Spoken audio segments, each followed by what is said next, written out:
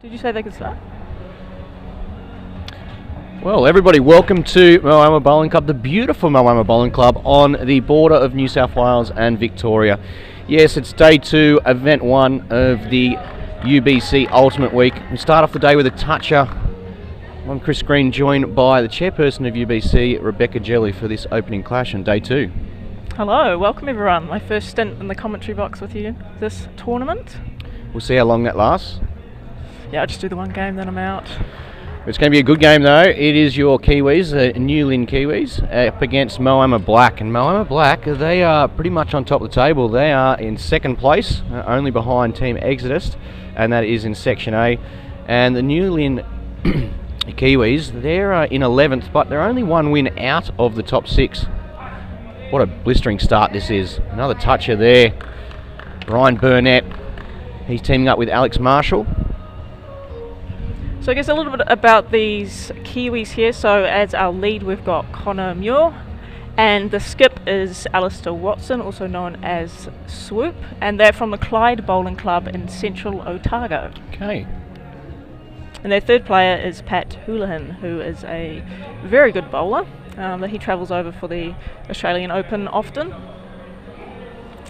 and has won the New Zealand singles before as well. So it's a pretty tidy team.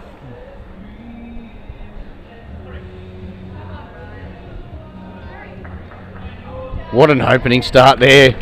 Ryan Burnett, 3 touches. He's already added 9 points to the board.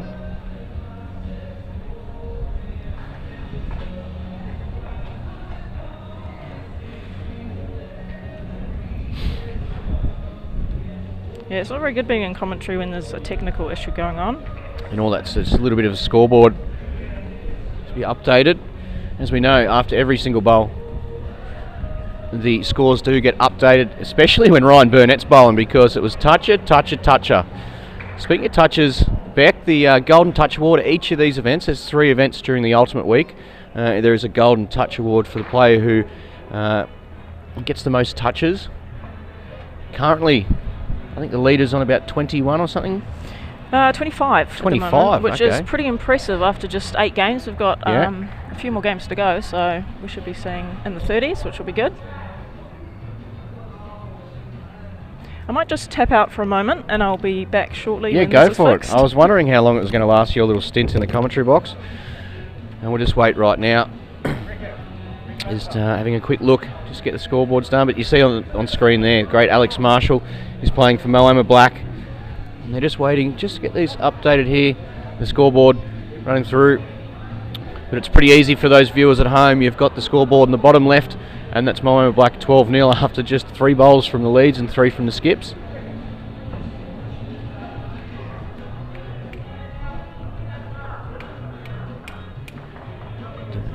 We might get Trev to actually put up the standings. We might have a quick look at the standings while we wait for this, and the standings after yesterday. Might see if we can get them up on the screen. There we see Section B standings, and they'll float through to Section A. So just while we're going through with the scoreboard on the TV rink here, you'll see there Whittlesea Eagles. They were outstanding yesterday. This is the section we talk about, which these 2 teams are in. Moama Black up the top there in second place. You see a line under 2 and a line under 6. You make the top 6 and you're through to the finals. 1 and 2 straight through to the quarterfinals. 3 through to 6 through to the preliminary finals. But it is very close there. 6, 7, 8. They're all on 4 wins. A little bit of a break here in Section B though. You'll see Whittlesea, they've already counted for 8 wins, so that'll see them through. Deer Park, 7 wins. They'll be very much pretty close to being through. And then the other teams probably need a win or 2 to be capitalising and getting a finals berth. Dandenong Club, the Point, the Phoenix. It's been a pretty good showing. Let's look at the Golden State and Southern California Tsunami just outside of the top 6 in Section A. And they'll be gunning for their first ever finals berth. There'll be a bit of bragging rights too there. I reckon the first American side who makes it through to the finals, they will really have the bragging rights, because Southern California got a little bit of bragging rights yesterday when they got their 1-point win in the big clash, the US clash. Whittlesea, they were the team yesterday though. They were not so much a surprise packet, and got a very good lineup. Just the boys very consistent. Did what they needed to do. 8 wins, only plus 99 margin, so it's not like they had big wins. They just kept on getting the job done. But then you see Exodus at 226 and Moama Black plus 185. They've been winning and winning big. So even with 3 losses, plus 226. And that's the teaming of Aaron Sheriff, Matt Bouse and Sean Ingham.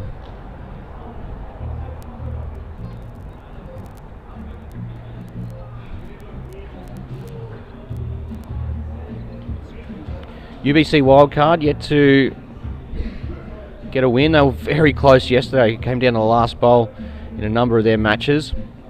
And the Bowls Asia Eagles, the Broadbeach Lions, the Newland Kiwis, Hong Kong Qualifiers and Bowls Asia Tiger all on 3 wins there in Section A. So it is quite close.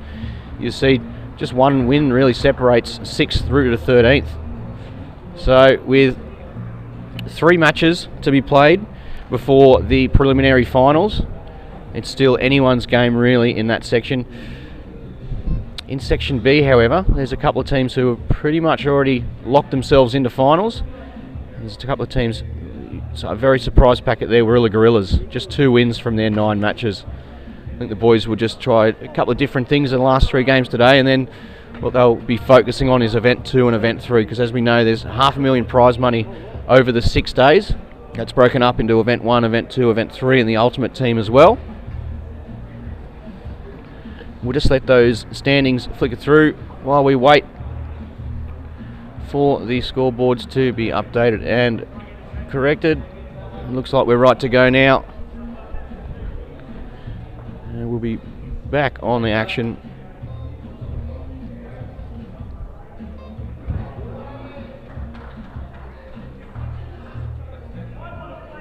There we are, back live vision right now. Alex Marshall just getting back around near the tee. As you can see, 3 touches from Ryan Burnett to start off with.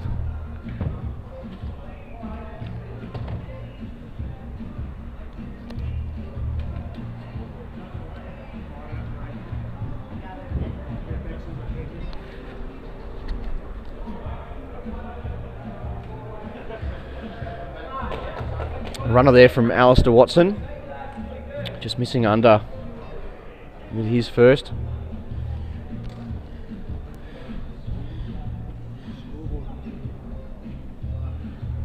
Alex Marshall changing over to his forehand here. Look at this for a shot. What a shot. Another toucher. It's 4 out of 5 touches to start off the match for Moama Black.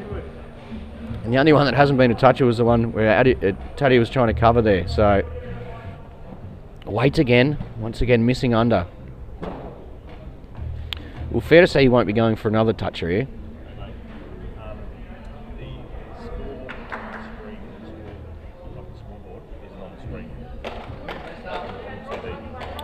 So 15-0 from Moama Black at the moment. That's 4 touches, 3 from Burnett, 1 from Marshall, and also the lead crossover.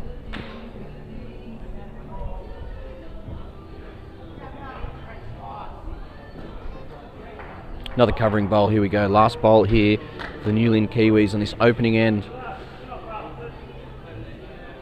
Wait once again. Needs contact and contact good. Well, he's got the contact. Jack's gone out of bounds, however. So it looks like... Let's have a look when it's on the tee there. And once again, it's still... They remained the ultimate end. So that was a huge end to start off proceedings here for Moama Black. And the way they're going to coast into the finals by the looks of things. 33-0 after just one end.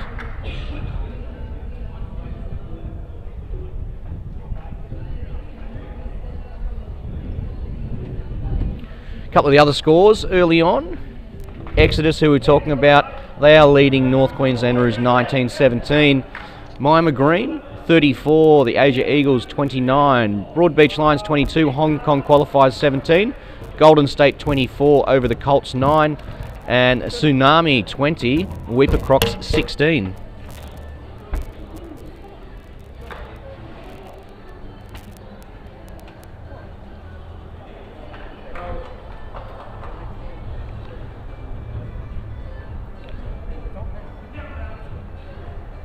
Ryan Burnett, he's in some touch here.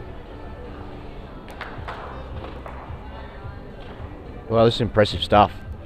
The third member of the Moama Black side, Cass Millerick. We had Cass in the box with us last night. I was trying to see if she was the boss of the team, but no, she lets the guys just run the show, as you probably would. I think any of them would.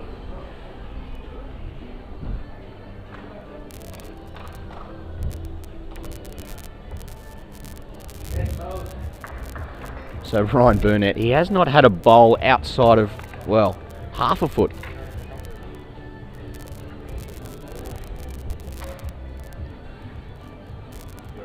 Another toucher too. Another toucher for Ryan Burnett. Talking about the Golden Touch Award. There's a big chance Ryan Burnett will be skyrocketing up the leaderboard after this. Just first 2 ends of the opening match on day 2.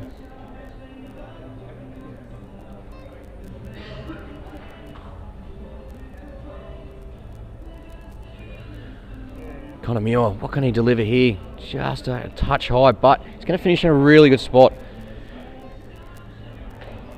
I'd suggest Alistair Watson, his first 3 bowls of the match were attacking. I'd suggest he would be once again.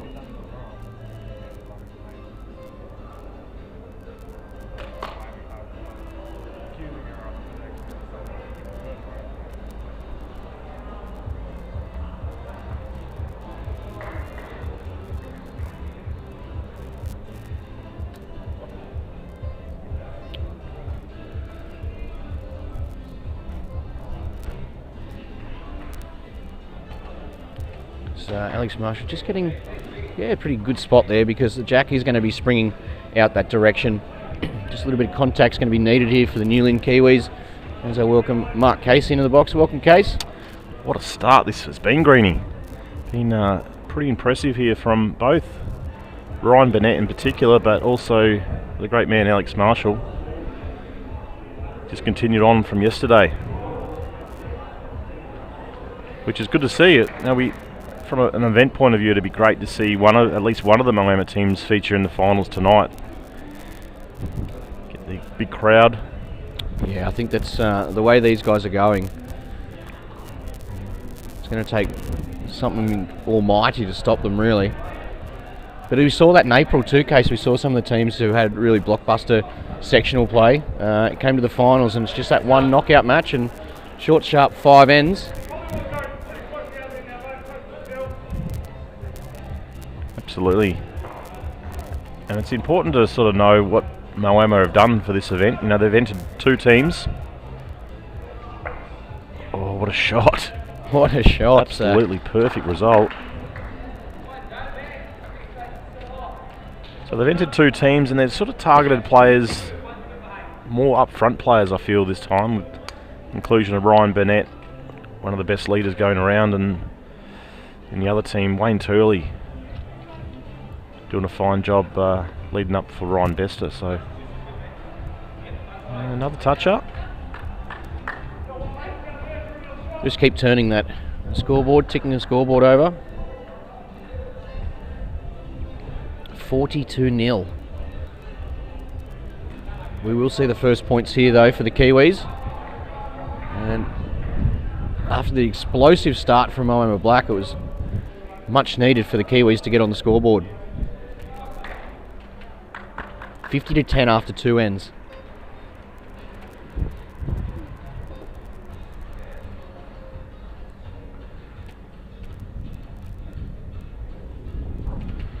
So let's hope the Kiwis can make a game of this. The margin is quite large, but we've seen time and time again that if they have one really good end, they can reduce the margin quite quickly. Everything to play for too, Case. Just one win outside of the top 6. 6th, 7th and 8th, all on 4 wins. And that's the Roos, the Tsunami and Golden State. They're followed by 5 sides. The Tigers, Hong Kong qualifiers, the Kiwis, the Lions and the Eagles, all with 3 wins. So still plenty of opportunity for these teams to just sneak into the finals. But Ryan Burnett, once again, he hasn't put a bowl outside a foot the entire match, and that includes 4 touches. He's played 7 near perfect bowls first up this morning. Not easy to do, and he's obviously found the rink straight away. Yeah, very good shot there. Connor Muir.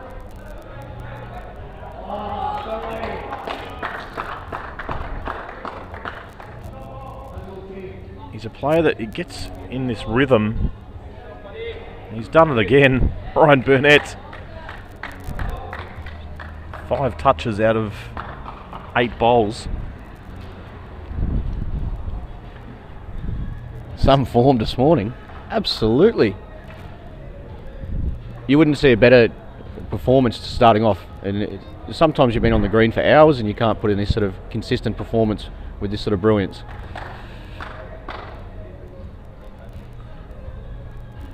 You backing him in for a toucher again? Well, I know he won't be far away. Not an easy hand to play this one, but just needs a turn. And he's done it again. That's brilliant from Ryan Burnett. So a further 3 points there for the league crossover. They move along to 56. The Kiwis on 13. It's definitely time to move here for the Kiwis.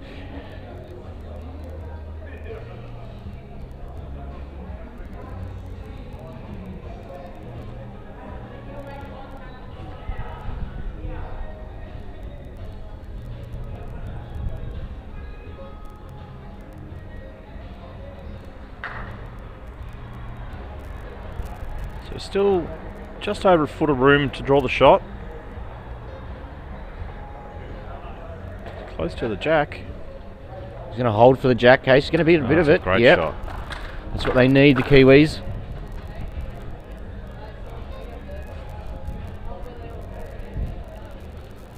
The problem is you've got one of the world's best falling on from Ryan Burnett's unbelievable display of bowls so far. No, this is where it's vital. It's vital to get another bowl in here. Really start applying some pressure.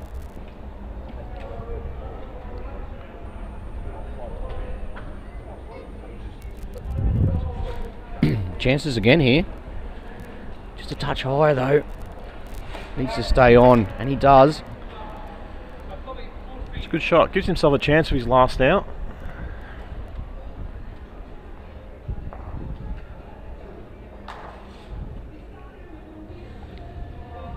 Jack just at the bottom of the screen there. You see Alex Marshall, he's going to slot in here for second shot. A very good shot there, because as you can see, if you look down the bottom left hand with the scoreboard, you'll also see the first, second and third. So you'll see orange, blue, blue there. So that means the Kiwis are holding first, Moama black, second and third.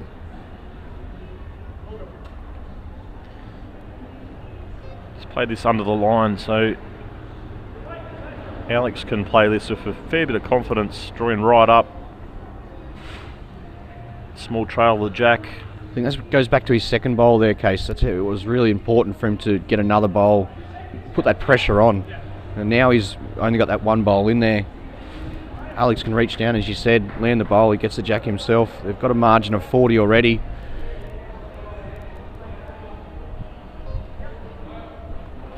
Needs a little bit of luck.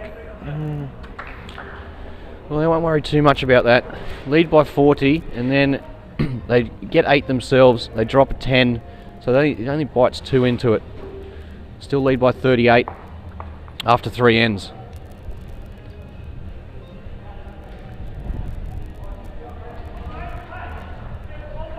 So if Moama continue on and win this game, they're probably guaranteed a finals berth, you would think.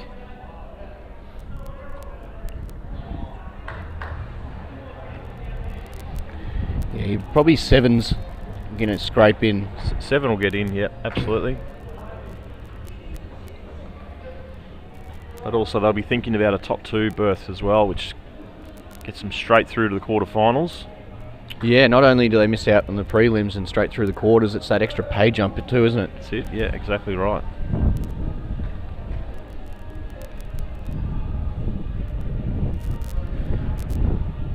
And the page up we talk about cases, the 9th to 12th, it's $5,000 for each of those teams. 5th to 8th, 10,000. 3rd and 4th, 15,000. 2nd's 25,000. 1st, 50,000, and that's for each of the 3 events.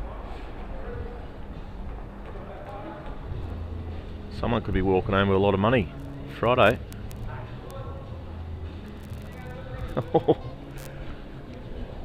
The way it's going, even his bad ones are good.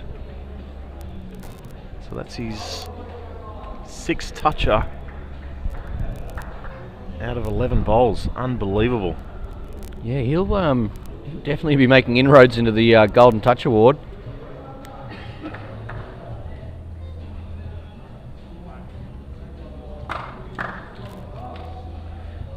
Well, Casey, you're not going to believe this. He's almost got more touches this game than he's got in the previous matches he's played. Wow. Combined. Is he going to get an... Oh, he's just high. He's human. But still a pretty good setup for Moama Black.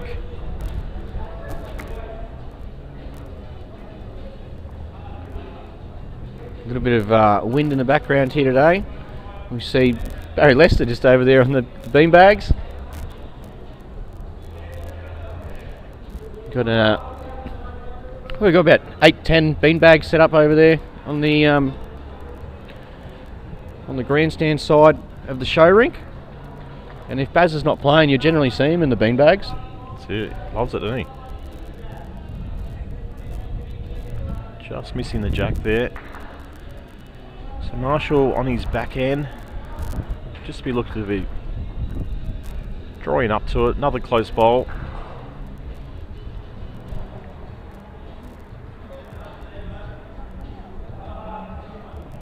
Hang around for 3rd, I think. Yep. So 2nd and 3rd to Moama.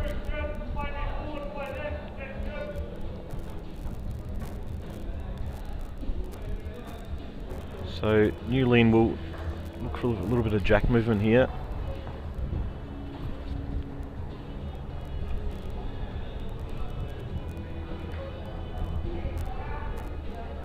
Just high on that hand. Yeah, we saw a lot of that yesterday.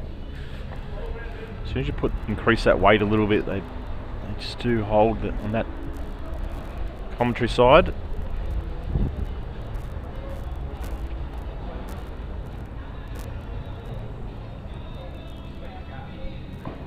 Just under. Very good weight again. It's that bowl. Next up case, Club Sunbury Extreme against the UBC Wildcard. They'll be looking to register their first win of the event. Good to see them hopefully get a win, the Wildcard team. Just doesn't want to back cut this jack. No, good shot. Well played. Very good shot.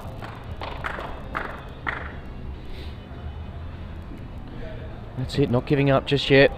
67-35, 3 points for the toucher. But Alex Marshall has 1 bowl remaining on this 4th end. And it's a pretty nice setup really, isn't it, Case?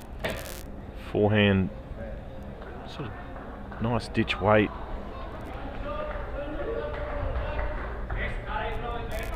Yeah, he's got it perfect. Didn't need any of the bowls to work off there, just the middle of the jack.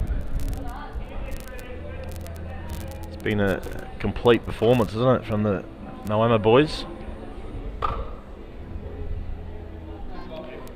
It just shows how much the Kiwis have been fighting too, because you know, quite easily this could have been up near 100.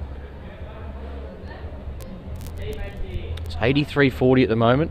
We've seen some scores at this stage almost ticking the 100, but they're still fighting here, the Kiwis, and they've scored 40 points of their own.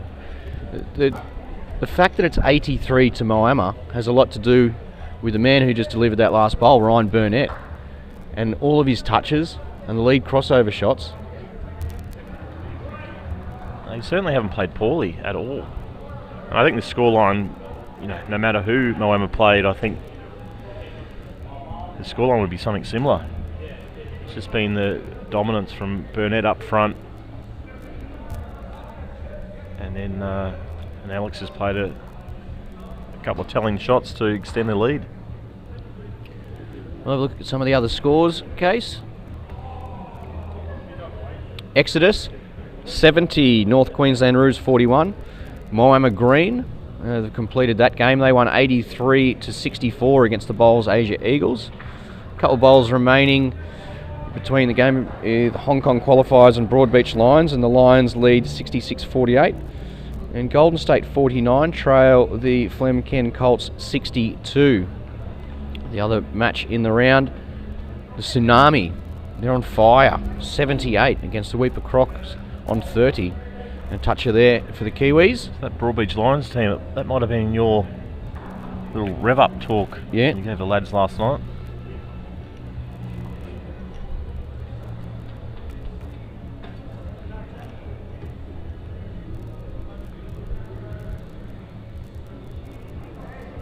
But they wonder who's playing for Hong Kong. Wonder if it's Johnny Versatility and Jackie Wrong Bias. It's Piercy's. Piercy's leading up. James Pierce, yep.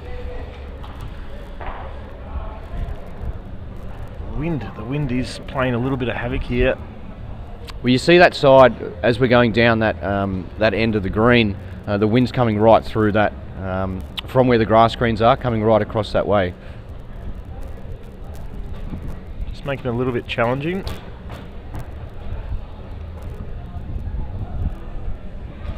Makes it a little bit chilly here in the commentary booth too. You wouldn't think we're only a couple of weeks away from Christmas, that's for sure. Yeah, good shot there, Alex Marshall. So fifth and final end here. The Kiwis will be looking to take something out of this match. As you said, haven't been blown away. It's just Moama Black and their scoring. They just haven't stopped scoring right from the first bowl, with Ryan Burnett getting a toucher, following it up with his next two touches and the lead crossover and the ultimate end. It was just a blitzering. How I'm going there? Yeah, well done. Rudolph and Blitzer and Donner and Blixen. It was a blistering start. Well, it's really been only that first end. That's been the difference. Take that first end out, the scoreline would be pretty much even. Absolutely perfect from Alex Marshall. Just setting up for himself.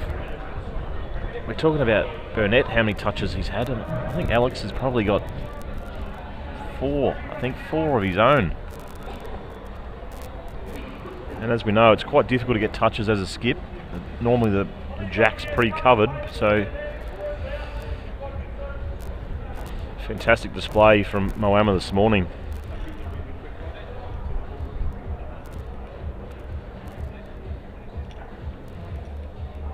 What connection are we going to see here?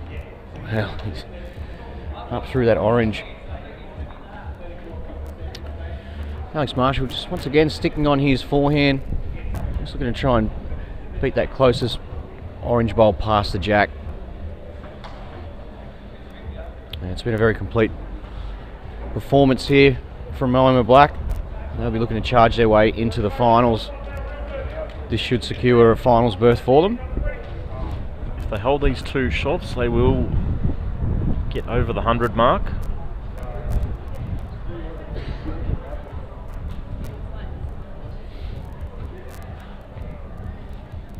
So backhand with weight.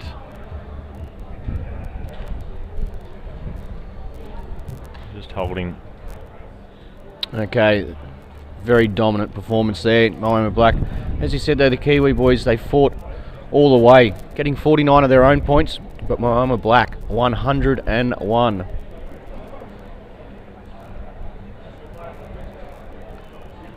So we're in for some night with the finals, Case, if some of these big guns keep firing like this. Absolutely. Marshall, Burnett, Sheriff,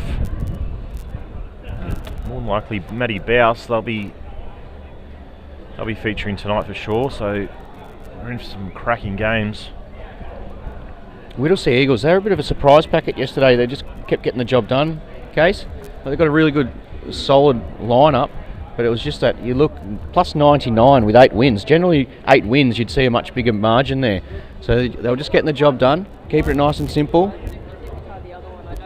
In Section A, we've got Exodus and Moama Black, the team that we just saw, leading the way. So both on 7 wins, so that would be the number that definitely qualify you through to the top 6, just no matter where they finish now.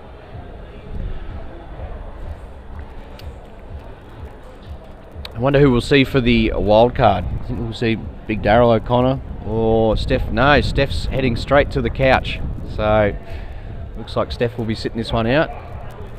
Clive Adams and Big Daryl O'Connor.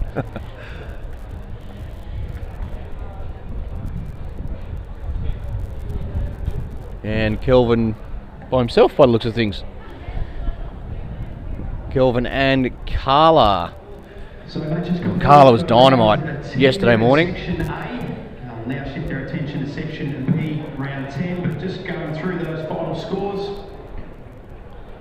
So it's a really important game here for particularly Club Sunbury. Over on ring 2, it was Team Exodus 83. It is really a must-win game. Roos 46. On ring 3, Moama Green 83. Uniforms, beautiful looking uniforms, thanks to our Sports Centre. Ultimate quality for the ultimate price, a proud sponsor of UBC. Sports Centre is South Australia's largest custom sports, school, events and corporate apparel manufacturer since 1947. Visit us on sportscentre.com.au. And I'll tell you what, some of the sizing of the shorts too, they come in all sorts of different sizes. We see Clive Adams opted for the long ones. Yeah, long shorts, short longs. 3/4. On ring 3, the New Lynn Spiders take on the Streaky Bay Sharks. The UBC Challengers meet the Alpha Phoenix on ring 4. And on ring 6, so we're away. Daryl O'Connor. Eagles with the bye, and that is all thanks to APA. Insurance for those doing more than ever and enjoying the good life in retirement. Talk to APA today on 30. We watched a couple of their games yesterday, and it was more their third player, Steph, was outstanding. She had the Deer Park team on the ropes there for most of the game, and it was only sort of the last end the boys got out of it. So interesting to see how Daryl and Clive go here. As we said earlier, Carla was outstanding yesterday. So yeah, Dan the man, he was in here commentating. It was the first time he'd ever seen Kelvin live, but it wasn't the Kelvin show, it was the Carla Krasanik show. Yeah. I feel the heat will be on Clive here, you would think. Yeah. Daryl was out practicing late last night.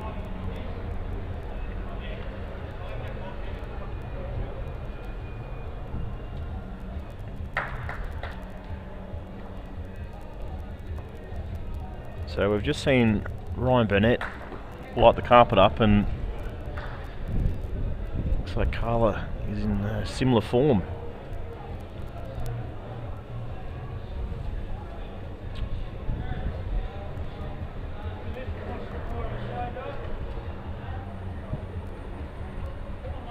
Pretty handy bowl here from Daryl.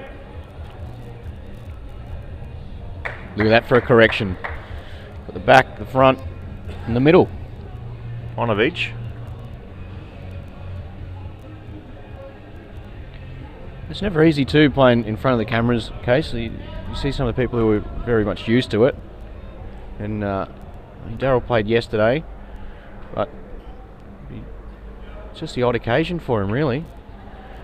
But I think he'll find a little bit of confidence in his third bowl there, especially if Clive Adams can play a couple of big ones and get that scoreboard ticking over for the wildcard side. Be interested to see how Kelvin goes here. Hasn't played a lot of bowls in the last few months, he said, so looks a bit stiff and sore, to be honest. The old fella. I'm sure he'll loosen up. Got his ankle taped up. That's what we might have to do. We might have to find a massage place as a sponsor. Got a few sore muscles around. Yeah. Dan the man's got tape all over him. Oh, there's tape everywhere.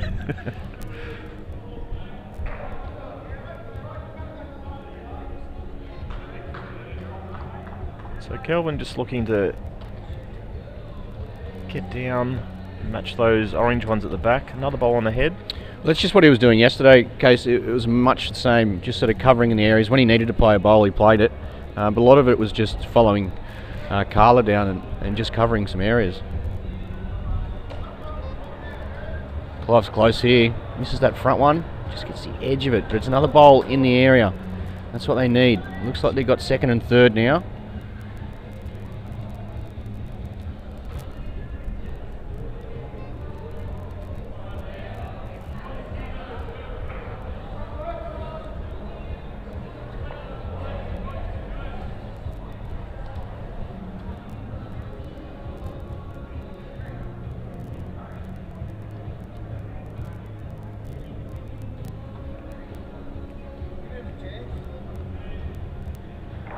So Clive just needs to get around that bowl. What an effort. Great effort. Still looks like it's one to blue. So Carla favours the blue bowl. So Kelvin will be looking to draw another shot here. Yeah, just add a couple of inches on his last. Yeah. Well, he's not short. He's just clipped his own and sailed past. So I'll have a close look at this to see who has got shot, because, as we know, 10 points for the shot bowl, 5 for second, 3 for third, and that 10 points goes the way of Sunbury. It's second and third for the wildcard, so they move along to 8, and they're on the board now, 16-8 after the first end.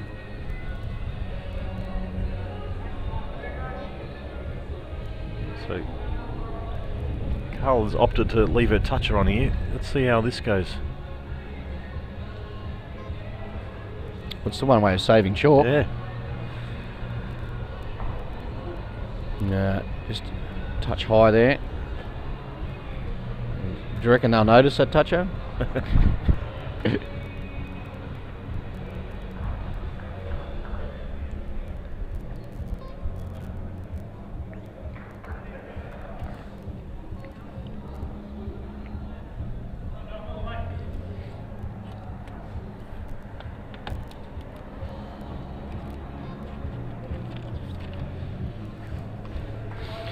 Okay, a couple of loose ones here.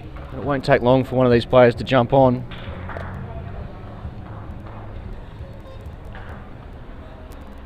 Carla Krasanik, let's see what she can do. Yeah, very good correction here as Kelvin claps it in.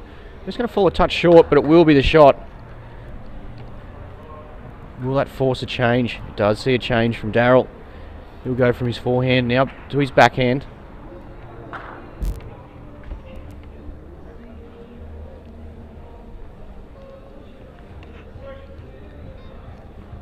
Needs to hurry.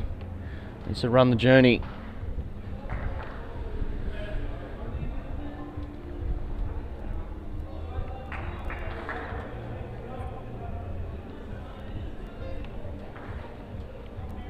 There we go, Carla staying on her forehand. As Kelvin said, just over a foot. Just to correct that weight.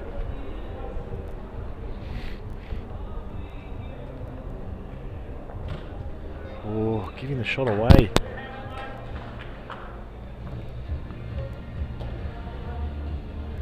Bit unfortunate there, Carla. Did hold shot, has given that orange bowl 2 rolls, so she's 1 down now.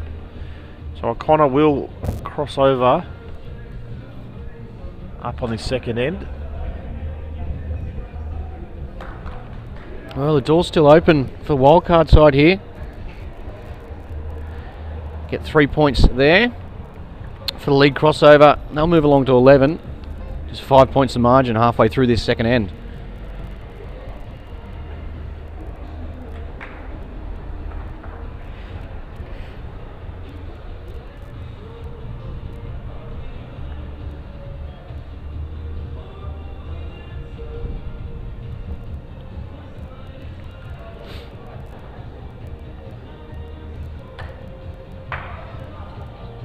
Once again, we just see a bowl just running out of...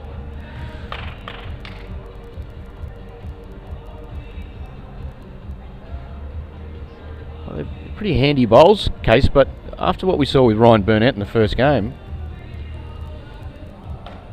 Yeah, we're used to seeing bowls on the jack and getting touches. Another good bowl here from Clive. Yeah, he's had a good start. He's had a very good start, Clive.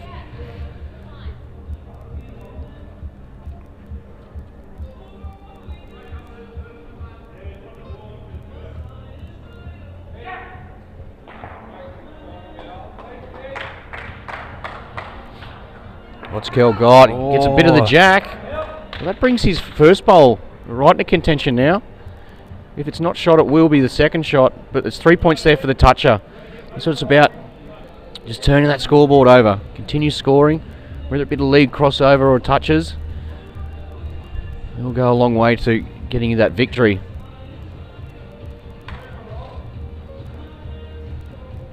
Clive's on the trot.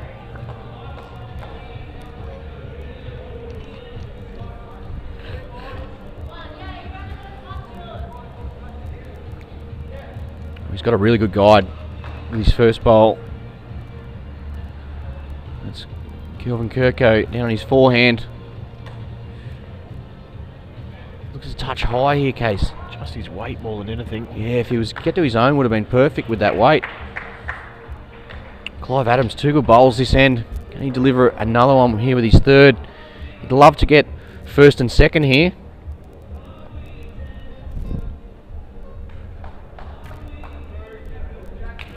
So he's played 2 good bowls, so he knows this hand well. Yeah, as it stands, Case, first and third, the way of Wildcard would actually see us all tied up at 24 apiece. Looks pretty handy here, Clive.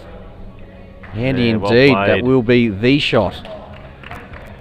All of a sudden, the Wildcard will hit the front. 26-22. UBC Wildcard side in front after 2 ends.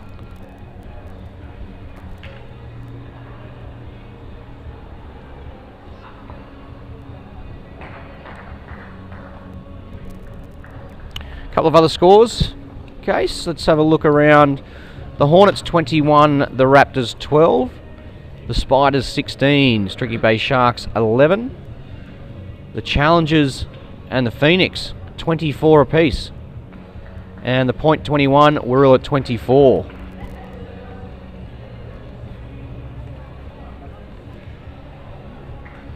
So I'll have to keep an eye on the ladder too, heading into the final rounds. For the finals, currently Club Sunbury sitting 6th spot, so this is a huge game.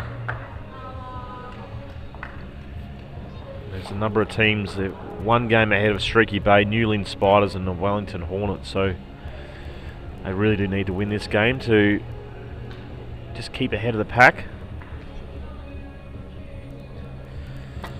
And the Wildcard team will be looking to get on the board for the first time.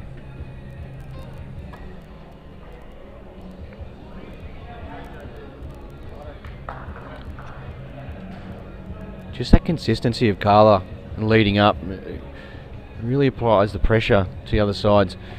You were talking in the opening match, Case, about Moama's selections and picking those front end players in Turles and Ryan Burnett to really set the platform. I think that's been one of the changes that we've seen over the time in the UBC.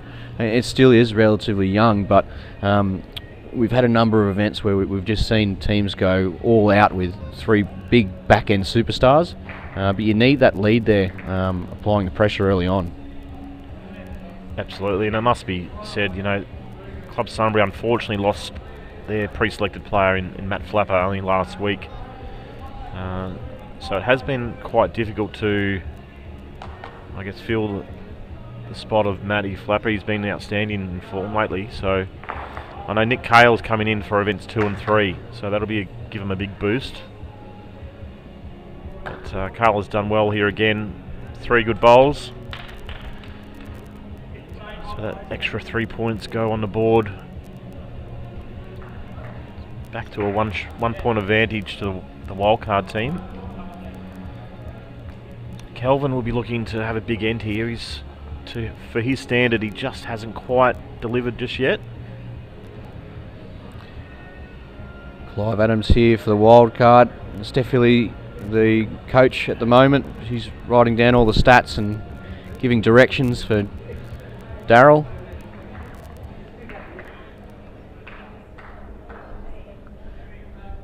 Big chance here for the extreme. It's probably just one of Clive's loose ones for this match. He's been playing very well. Kelvin's going to crash on it though.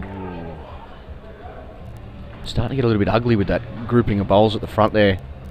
Be a great chance here though if Clive can jump on right on top of it, because it will be blocked with those pack at the front. Still short. Shorter than his first. He'll be disappointed with that. So Kelvin changes hand to the backhand now.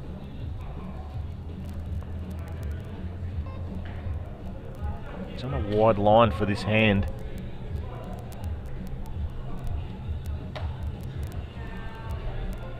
Oh, he wasn't bad. Big bowl here, Greenie. Yeah, change of hands as well. Well, you remember the first hand he did play backhand. He played 3 good bowls on the backhand.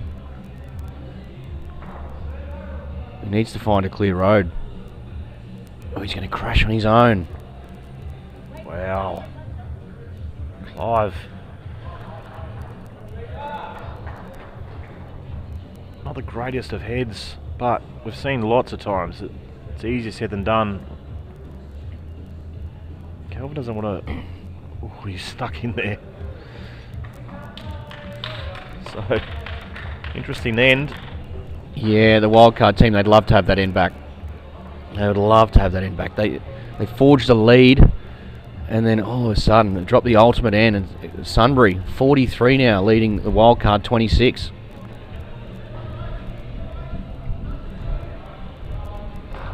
They've worked so hard the first 2 ends to just hang in the game and get a small lead. So they will be disappointed with that, but still 2 ends to go.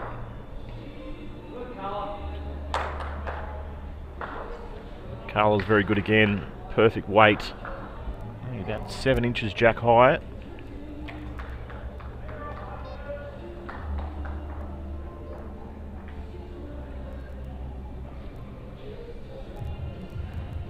So Daryl's opted to follow Carla down on this forehand side. His weight's not bad, it's on that wide side though.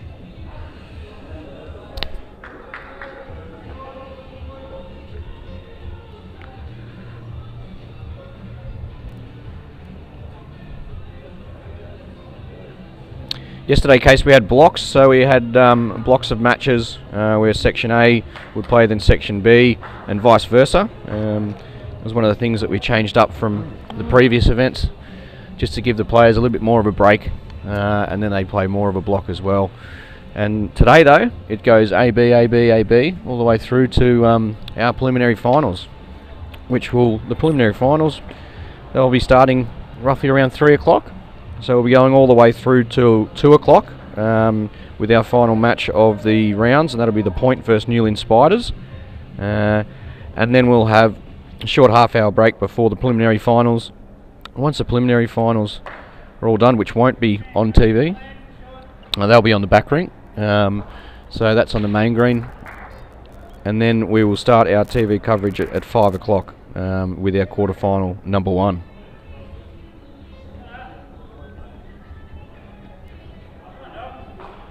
So Daryl O'Connor, it's a good correction here, just needs to run.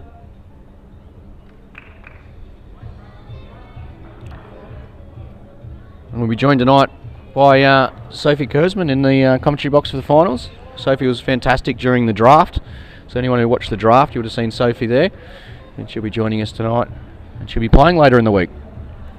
Yeah, one of Victoria's rising stars. She's also a member of Club Sunbury in the current Victorian state side, so she's very good at the commentary side of things, so she'll be helping us out, which would be great.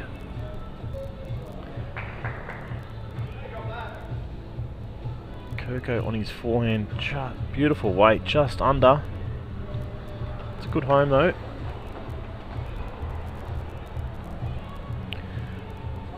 Well, as you know, Casey, 20 in front, it's not a winning margin, but it's one of those controllable margins where you can play a little bit of a different game. When you're at that stage, it's not a matter of getting the shot, it's getting second and third, just limiting the damage. Because you've done the hard work as they did last end and picking up the ultimate end. Just needs to stay off this orange bowl. He's given the shot away, Kelvin, but he's got another one in there.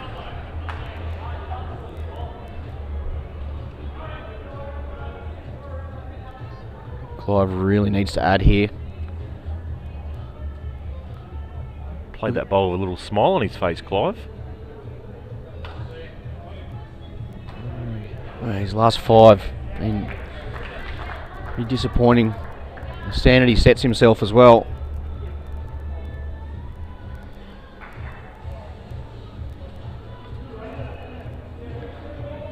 Kelvin wasn't happy with that one. As soon as he let it go, he said sorry.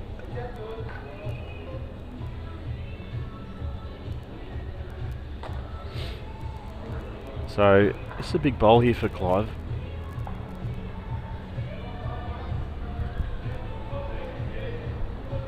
Looks like it's just running through. Really need to add there. 20 point difference before that final bowl. They only chew into it by 2.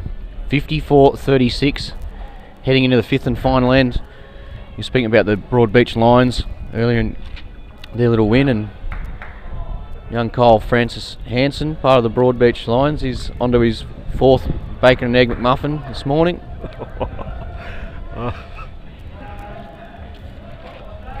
That last mouthful was gone in 2 big gulps, I think. Wow, here we go. And a toucher. Wow. O'Connor. He said it's not over yet, boys and girls. Have you noticed his tattoo on his leg? Yeah. Oh, Western Bulldogs. That's probably why he got drawn out. You'd be happy with that. Yeah. Champion. Look at this reply here from Carla. Can she drop down? Doesn't matter if she doesn't get to the jack, she'll still be... Wow, what a great shot that is. The beauty there is it blocks 90% of the jack, so it takes away that scoring opportunity for the wildcard side. 15 behind, they need to be scoring points. You've got to get a multiple, and with Carla only probably 1.5 inches off the jack. It's a good bowl though. That'll begin the game. Anything past the jack now for the wildcard team will be handy.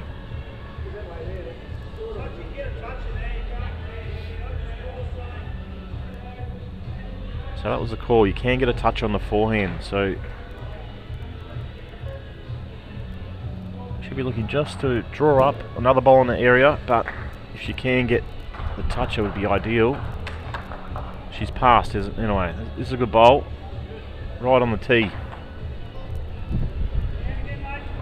So of course, if the jack does go out of bounds, it will be respotted on the 6 foot mark. Might see a big Kelvin Kirko drive. He winds up and lets him go. I played a lot with Kelvin 20 years ago, and he was, I think he was the best driver I've ever seen. Rob Perella was probably better in his heyday, but I played a lot with Kelvin, and he, yeah, superstar of world bowls, one of my favourite players.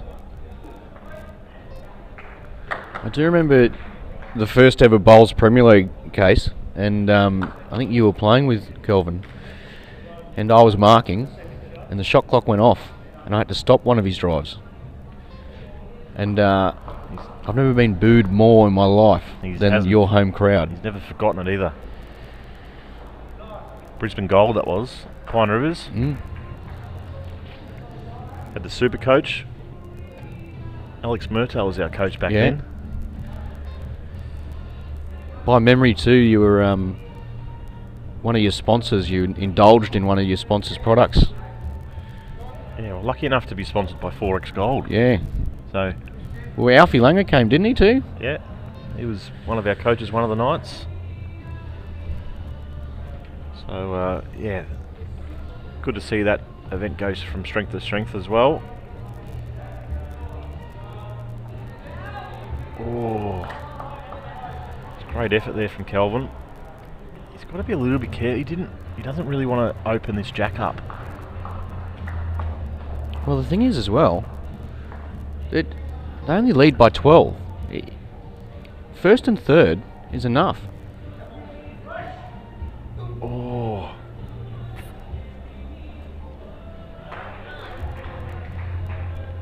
Sorry, first and second he'd need. First and second. So you're right, he does need to pop it out. But that was a good bowl of Clive's, because he's given himself a bit of more of a target now. Instead of a half bowl and a little bit of the jack, he can almost get down to his own and split that. So this is the call too. Don't worry about the head, but trying to get a couple foot past. Oh, that's very good. Could lock the jack in there now. So I still think it's the split. He plays the split here. He gets his own through to Kelvin's and then runs onto the shot bowl. What to play for here? Final bowl from Clive. A chance to win the match here for the wildcard, or at least give him a match-winning lie. Still looking. Oh, wow. So close. He just needed that to drop a touch further. Not sure if Kelvin will actually play this bowl. Well, the way Kelvin was going, it wasn't one of his best games, so they've got out of jail there. Club Sunbury, very important win. 59 to 55.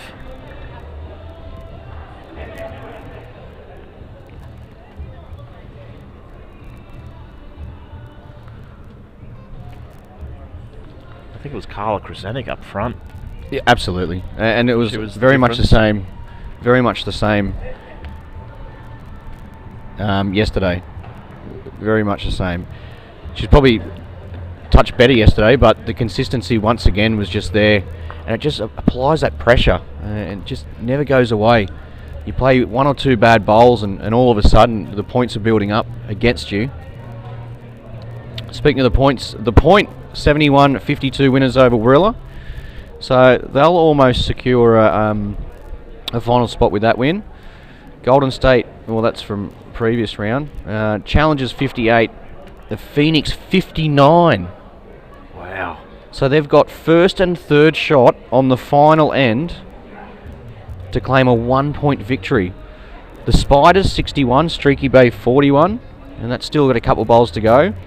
And also halfway through end number 5, the Hornets 59, the Raptors 55, but the Raptors hold first, second and third shot there. See the current standings on the screen there. The point, they've jumped the Deer Park Chargers. They the bye this morning, Case, the Chargers? Had the morning off, so morning off, yeah. They'll be out at 11:30. Look at those differentials, plus 263 and plus 237 for Exodus and Moama Black. When they've been winning, they haven't been winning small. They've been winning large margins.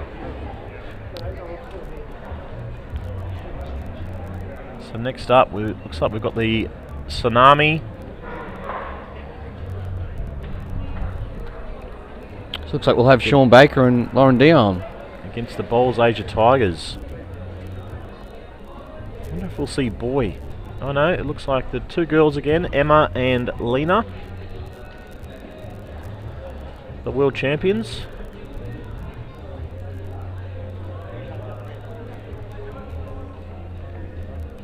Seems to be their go-to combination.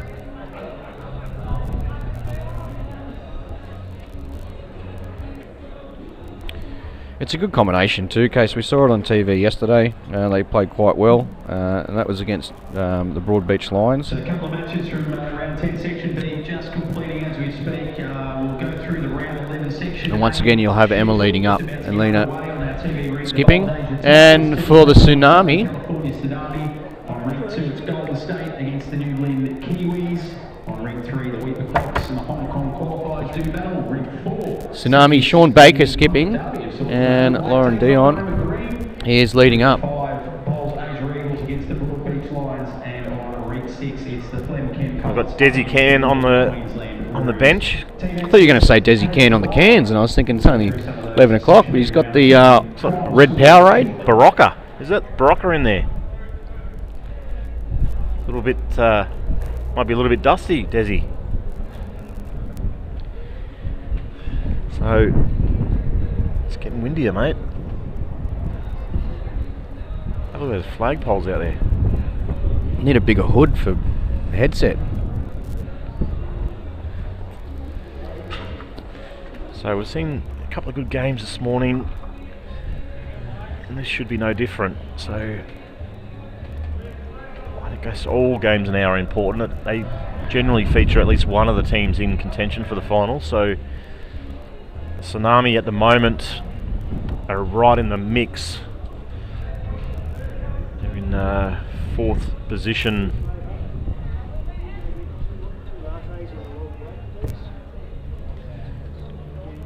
So they've won 5 out of 9. So they, yeah, again, this is a big game. Right on their tails, Flemken, Colts, Golden State, and Weeper Croc. So Yeah, it's good to see the Tsunami in there with a chance of the finals, and a big chance really. It is an important match. We know how passionate Lauren is about his bowls and the US and the UBC, and he's out here quite some days earlier practicing. He's probably been one of the top 3 who's been on the rink the most leading up to the event, so he'd love to put on a good display on the TV rink, that's for sure. And it must be said, you know, he has funded this team on his own, which is it's a huge effort. Just goes to show you what bowls does mean for him. One of our good mates as well.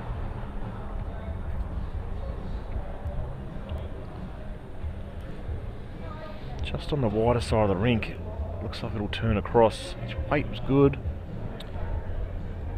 Is it right that some of the percentage of the money he put up for this was through some acting gigs, doing impersonating Adam Sandler? He has done that before. Yeah. Absolutely. So the players will just opt for a measure here. It feels like a bit of a run up to the bag to get his measure. He didn't think he'd need it today. It's quite funny, isn't it, Case? You don't often use it, and it's something that you quite often forget. So of course, all points here are important, so they will be measuring here to work out who's shot. Yeah, and if both are the same distance away, it'll be 3 points each. Wait, have a look. This will be the first points of the match. The last match of that round 10 section B saw the point 71 defending the Roos. And it goes the way of the Tsunami, so they'll take an early mark on the scorecard. And it'll be 3 points. Completion of these round 11 matches, and that is all thanks to Audica, where you can enjoy better hearing with Audica. If you're over 26, book your free hearing check today at audica.com.au. Love your ears, and also APR. Get set. Sean Baker, right from the word go, he is jumping on top. Insurance for retirees.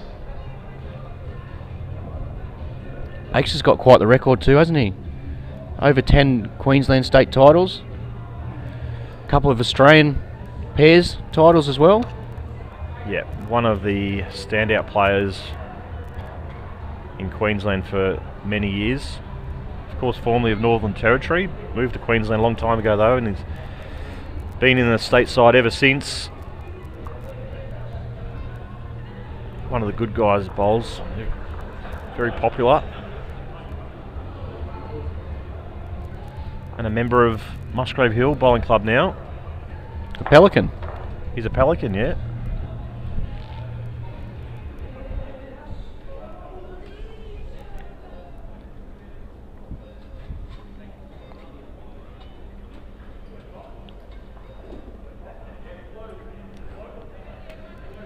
So Lena's just hasn't found the weight just yet.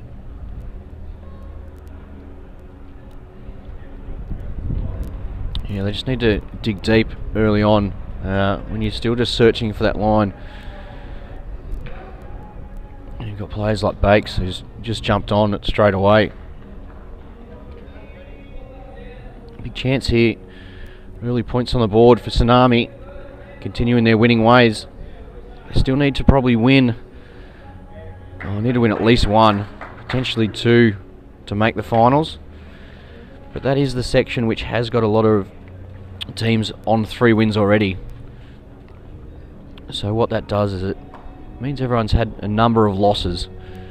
So the pass mark to make the finals is probably going to be a little bit less wins than the other section.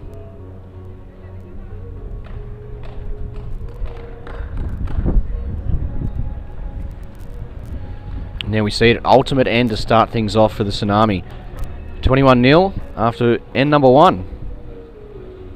Perfect start from the USA boys.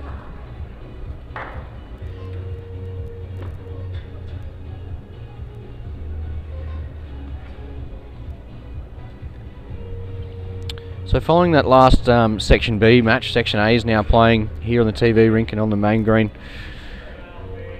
We have a look at the Section B standings case. Whittlesea Eagles on top with 8 wins. The Point, 7 wins. They're in second, closely followed by Deer Park Chargers also with 7 wins. It's just the differential there. And then in 4th, 5th and 6th, all with 6 wins. Dandenong Club, the Phoenix and Club Sunbury Extreme. Just outside the top 6, in 7th spot with 5 wins, is the Newlyn Spiders, and then in 8th spot with 4 wins is the Streaky Bay Sharks and Wellington Hornets.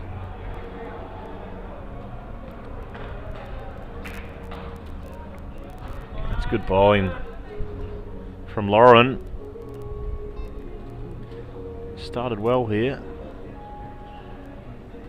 And as we allude to, this is a huge game for the Tsunami.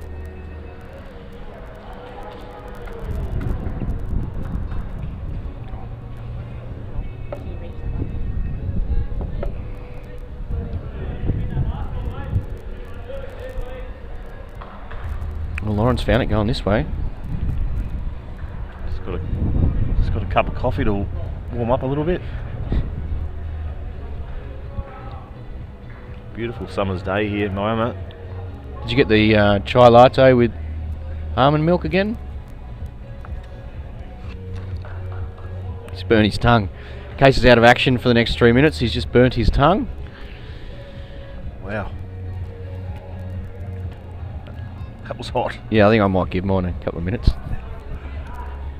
Alright, back to the bowl. So Emma just needs to hold, and I think she is. Great shot. What a shot. Very good shot there. That'll be the first points for the Tigers. And get them on a little bit of a roll. It's amazing to have someone of the high profile Lena in our event. Oh, just Probably one of the greatest female players of all time. Yep.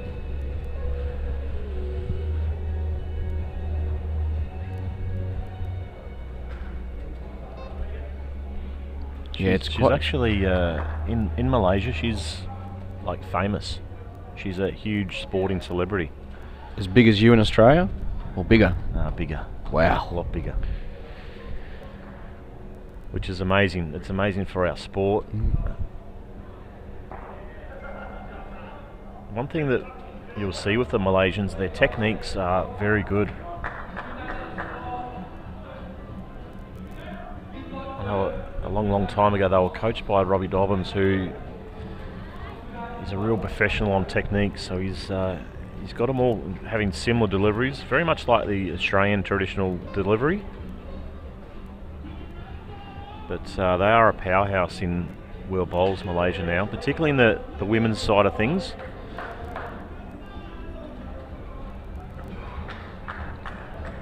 And their third player, boy, we haven't seen him much on the TV rink yet, but he's a fantastic player as well, so no doubt we'll be seeing a bit of him over the next few nights. And here's that class you talk about, Case. There's a toucher. You stayed with it or not? Still a toucher, so it's 3 points. And they'll have either first or they'll have second and third. She might have gave a shot away. She's unlucky.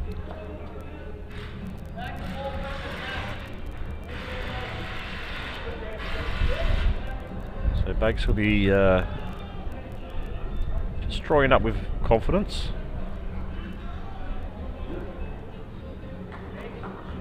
Yeah, both the boys like this.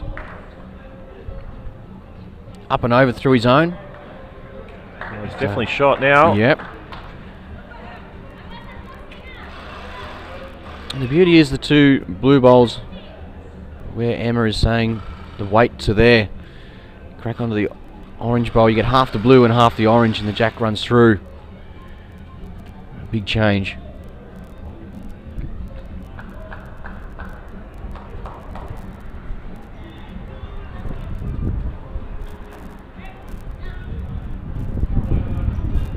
Big chance here. Oh, almost perfect. Is the ball going to fall? Still just rocking around. Let's see who's got third.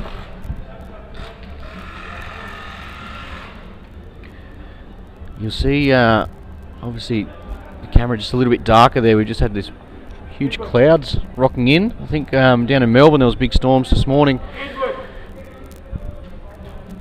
And I think they're making their way up here to Moama, Case, because it's all of a sudden got even chillier. It's freezing. And it is very dark here at Moama. Might have to get the lights on early. Yeah, absolutely. It's probably all of about 8 degrees at the moment, I reckon. Good idea about those long pants you suggested.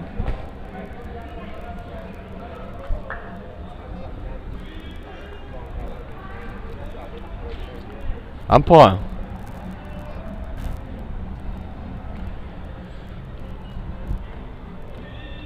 Okay, so we've got the umpire for the first time this week. I can't even remember hearing an umpire called anywhere else.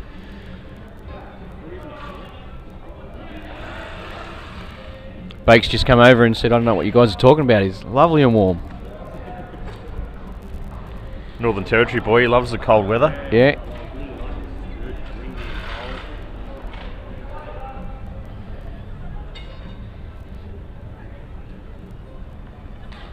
So plenty of big matches coming up, Case, as we just wait for the umpire to measure here. Love a good umpire's measure. So they're another one of the volunteers who we can't thank enough. Who we got next on the show rink, mate? Next up we've got Whittlesea Eagles and Pialba Phoenix. So, Lee Strainer was outstanding yesterday, topping the touch account. Well, some bragging rights going to be occurring on rink number 4 because Moama Black is playing Moama Green. Moama Black are currently leading 46-11. Wow. So the black team of Marshall and Burnett once again against Wayne Turley and Ryan Bester.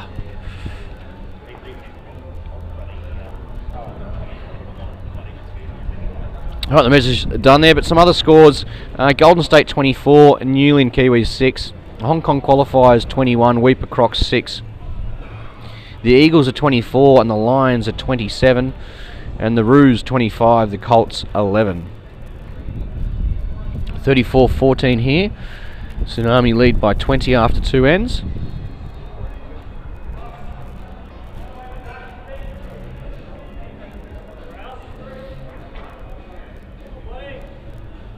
He's done well again, Lauren. He started this game really well. Just missing the toucher.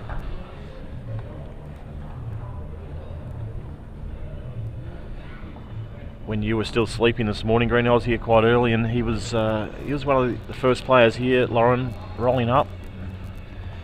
Understanding that today is a real big day, real big opportunity for Tsunami. What was that, around 5 or 6 in the morning, was it? I got here about 7:30. You were...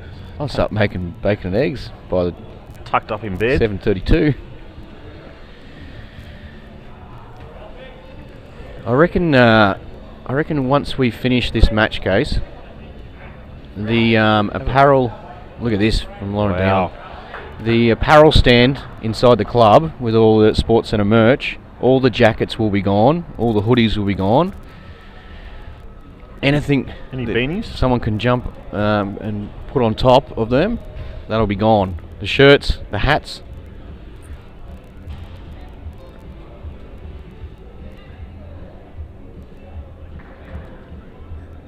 What an effort this is. Oh, what a shot. Emma was 2 down within an inch, and she's drawn the shot. Yeah, really had nowhere to go other than that.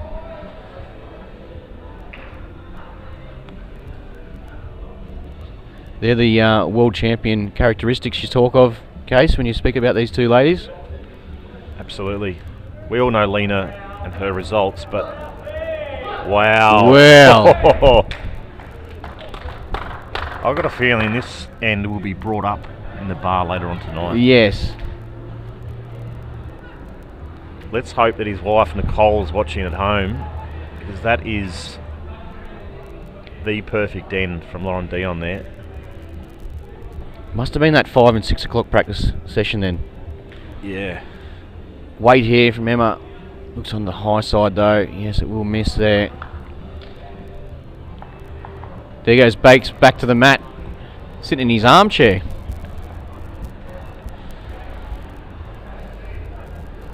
He looks pretty happy himself over there, Lauren Dion.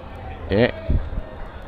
He's just looking around to see if there's any photographers just to take a photo for him and get that back in the US Mail. The New York Times, they'll all be writing about it. So, Bakes will be looking to get anywhere near that tee. Just needs to stop. Ooh. It's pretty good.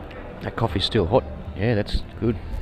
That's probably what we're going to need stubby holders for, keeping the coffee warm. Yeah. Well, this is starting to look like a very dangerous end here for the Tigers. They already trail 14-40, as you can see.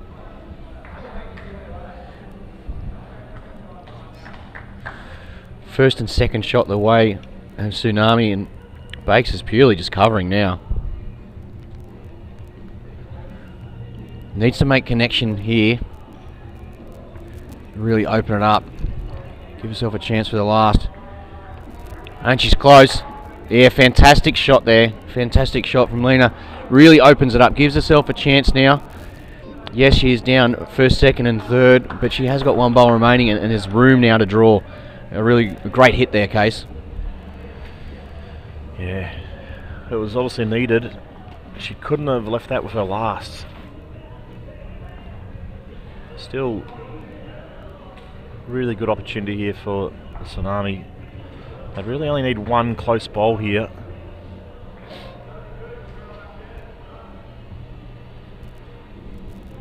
Just needs to turn. It's a good bowl, but still a little bit of room here. She's coming off 2 drives, so not easy. Must draw the shot here, Case. Must draw the shot.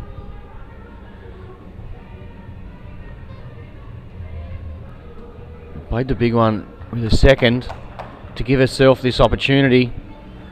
Is it just going to settle around, is it? It is. That is 2 fantastic bowls. Keeps him in the game.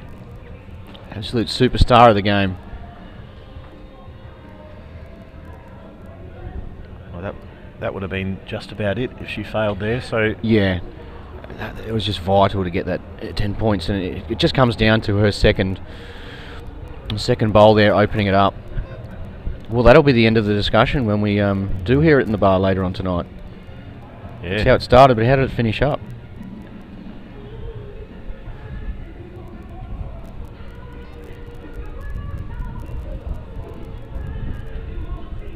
Okay, pretty handy starter there, but will we see Lauren deliver what he did last end? 3 within a dinner plate.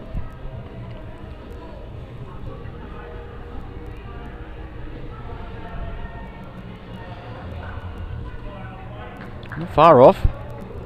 So 24 the margin with 2 ends to go.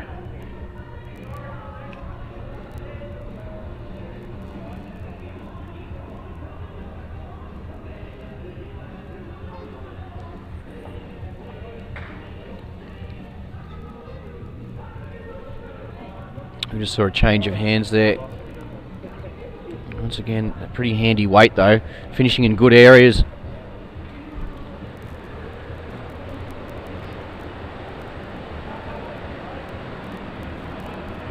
Rain. I thought that was a swarm of bees. All of a sudden, it's just. The sun was out about 30 seconds ago, and now it is teeming down. That's remarkable. I literally was looking around for a swarm of bees. I reckon the viewers at home would be able to hear that rain.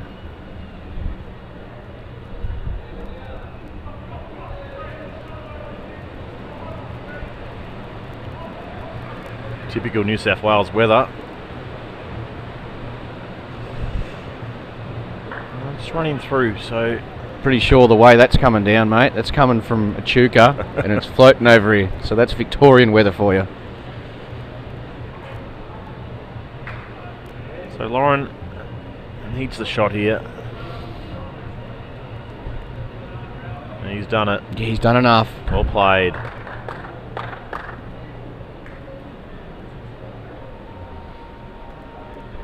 So extends the margin out to 27. Yeah, that was a big bowl there, Case. As you said, the margin now 27. And quite easily it could have been back to just 21 if it went the other way and the Tigers were the ones to pick up the 3 points. Still plenty of room here though. And the beauty for Lena and the Tigers is the previous 3 bowls, remember, they're all in a good area, a little catching area there. It probably is the kinder side to be drawing a toucher or a trail on the jack on as well. Confident draw here from Bakes. Just get anywhere between the jack and those 4 blue ones. If he happens to draw a toucher himself, that's all good. Just needs to turn. He's done it pretty good. Second shot and a little bit of cover as well.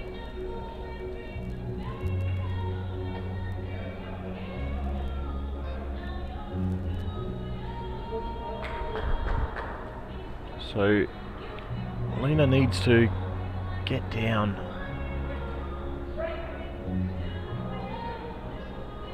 Unlucky.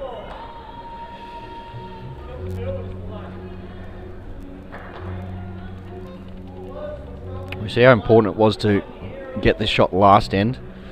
Well, it's absolutely vital here on the 4th end, with just one after it, for the Tigers to be making inroads into that 27-point margin at the moment. And what that would require would be at least first shot and a second or third shot. What a shot there from Bakes. He's just tipped it out. Potentially could have first, second and third now. And he does. First, second and third. Big bowl coming up right now. Well, this is the match. Still 1 end to go, but there's no way that they can afford to lose an ultimate end. Needs to hurry on that line. Needs to hurry on that line. And for a toucher? She did get the toucher. Once again, delivers. Delivers the good with the third bowl. It's cool as ice. Lena. Lauren wasn't sure if that was a toucher or not.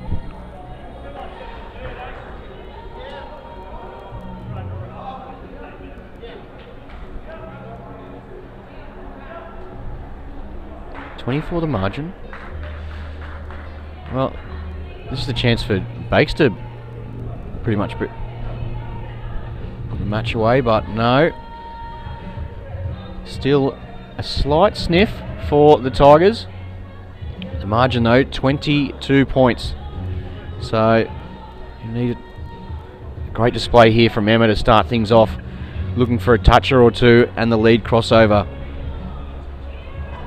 Just hanging in there, aren't they? Tsunami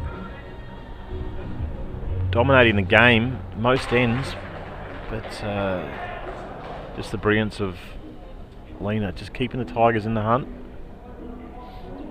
Speaking of Tigers, there's a number of people using Henselite Tiger 2 bowls this week.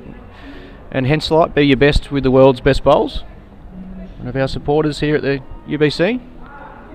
Yeah, absolutely. I think we've seen, I know in 2019, most players were using the Dreamline XG model. But now on carpet surfaces, more and more popular are the Tiger 2s. I think when you got the players like Aaron Sheriff and Alex Marshall, Paul Foster, all using Tiger 2s, it sort of makes sense for people to follow. Yeah.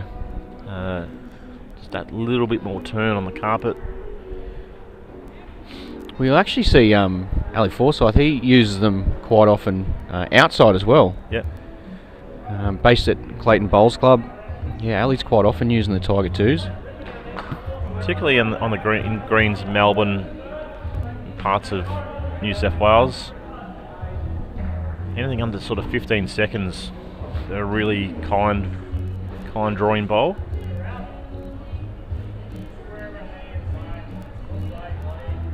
That's good bowling. Yeah, it's very good. What bowls do you use best? Which ones suit that wobble of yours? Who was that you were talking to?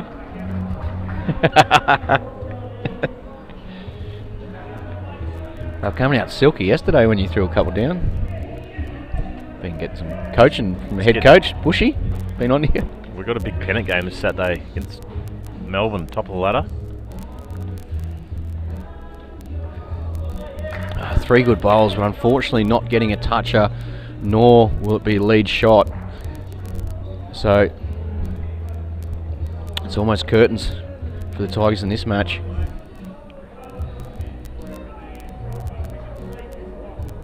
I know we always have a bit of fun with Lauren, but he has been very, very good this game. Really set the game up for Bakes, and not many short bowls, a few touches. He was really up and about for this game too. You know, like he was ready to go. It wasn't pacing or anything. It was just, I think he was in a real just good little mood.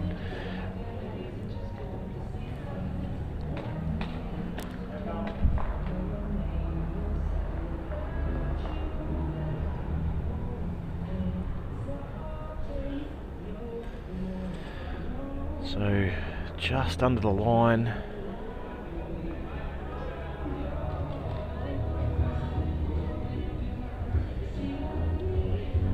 So with that bowl not getting the toucher, it is now game over. I think the margin's too high. Even if she does get 2 touches with the final 2 bowls.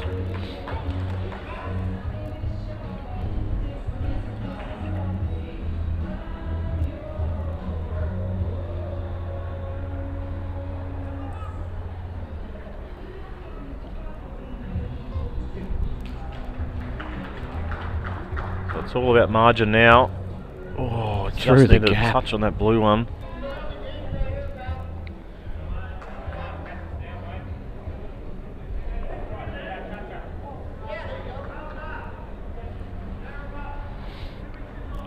Okay, after this one, Case, the Phoenix v the Eagles.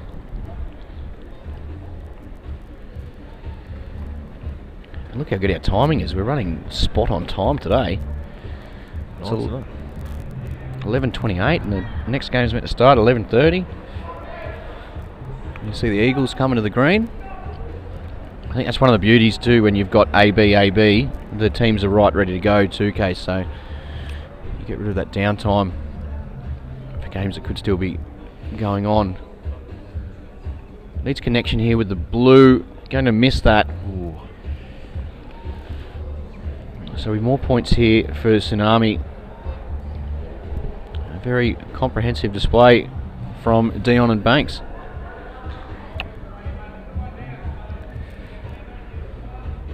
Banks has just really had to place a couple here and there, but Lauren Dion, yeah, exceptional leading from him today.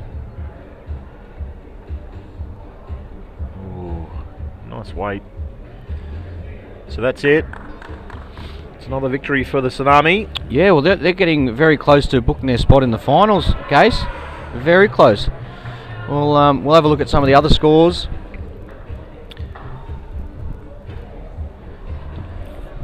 The Broadbeach Lions, once again, another little victory, 64-62 over the Eagles. The North Queensland Roos, 63, defeated the Colts, 60. A couple of real close ones here. Weeper, halfway through the fifth end, they're leading 61-32 against the Hong Kong qualifiers. Golden State, 53, have defeated... Oh no, sorry, still a couple of bowls to go there. So anything could happen. The Newlyn Kiwis are 46, 53-46 to the Golden State there, but still a number of bowls to come. And Moama Black, Moama Green. Black took the chocolates 83-40. As we see the standings, that's for Section B, so they'll be up next. And the Whittlesea Eagles, and they'll be taking on the Phoenix. So, well, it's a big clash there. The Phoenix, they're in the finals at the moment. Moama Black have taken top spot now. Look at Tsunami, all the way up to third.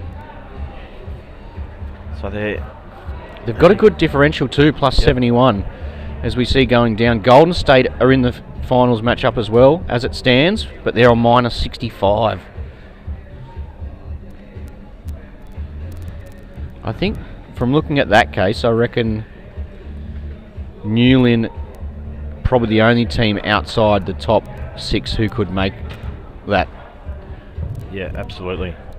So only one win away from 4th, 5th and 6th in the section. So, and then you look at Section A and you've got 5th through to 8th all on 15 points with 5 wins. And even North Queensland on 3 wins technically. They're only one game out of the 8, out of the top 6. So yeah.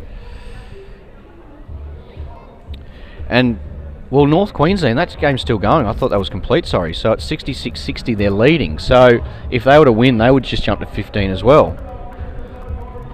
Who's playing for North Queensland? Shannon McElroy and Brett Wilkie. Well, the MVP's sitting on the sideline. Yeah. Big D. Yeah, so if they would move up there. Weeper Crocs, well, they're winning their match as well. They're leading, so they would actually jump to 18. And the Golden State, they're leading, so they jump to 18 as well. So it's a big one here. The Colts there. The Colts really need to try and bounce back and get that victory against North Queensland Roos. There could be a couple of teams jumping them. I love this time of the sectional play case where it's every single game the ladder's just changing and people are jumping in and out of the finals. Yeah. See the Colts there on 15, but only plus 17. You know, Golden State, Weeper, they're both in front. So yeah, going to be nice and tight. A couple of rounds to go.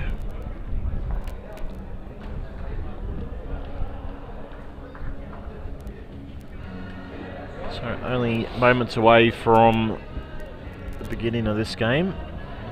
Just waiting on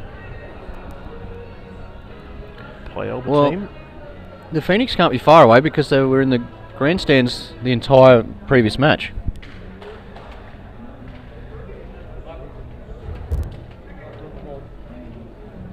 Yeah, not far away.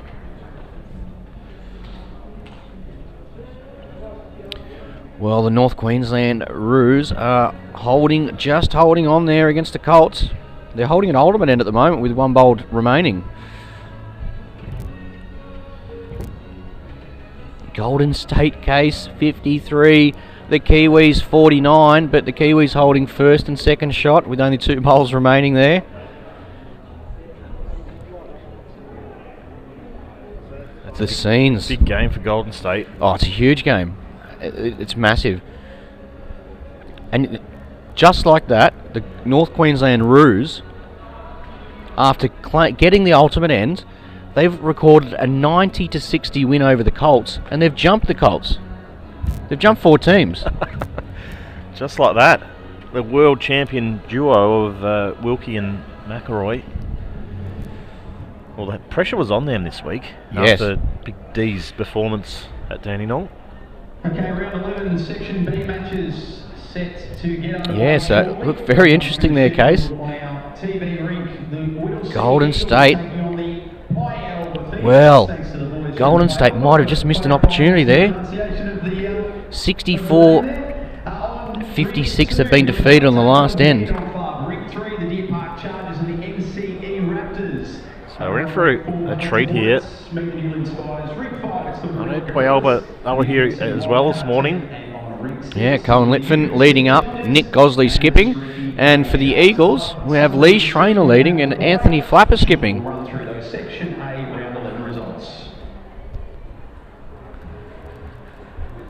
So Anthony Flapper has been in a really good form lately. Member of the Essendon club in Melbourne. And of course Lee Schreiner must have only just got back from New Zealand not long ago. Brought home a medal, didn't he? Is it silver? Silver or bronze? But he's an outstanding player, Lee. Versatile too. He can play pretty much every position. Yeah, well, we all know he's a great skipper. Plays 2 in the... Mike Carroll, UBC board member, just walking around. Out over in the crowd there, shaking hands, and he's doing well. He's holding on to a nice big sausage roll. He's hiding there now. He's just popped behind the screens. Get any crumbs spilled on the camera. But first points for the Phoenix.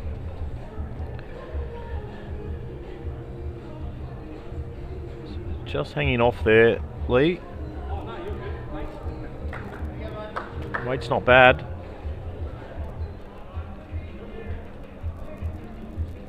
So Cohen, he actually leads for Queensland in the state side, so has got some experience playing front end.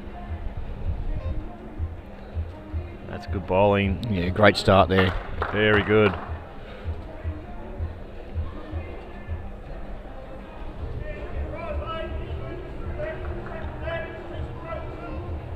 I reckon we're in for a real good game here, Case.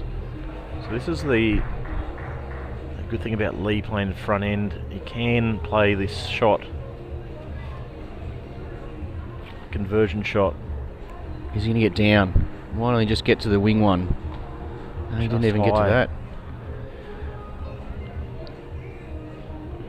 That's the thing about carpet serve, that the bowls do react differently when you do play a little bit of weight. They tend to hold off a little bit more than what they do on grass. I don't think he'll be happy there losing his bowl either, Case. You know, missing the target and losing his bowl. He plays just a touch less and finishes around the back there. It gives Flapper a bit more of a chance to, if he was to get orange onto the jack and not run through himself, he'd have a blue one back there. So he definitely would be disappointed that A, he's missed the target and B, he's lost his bowl.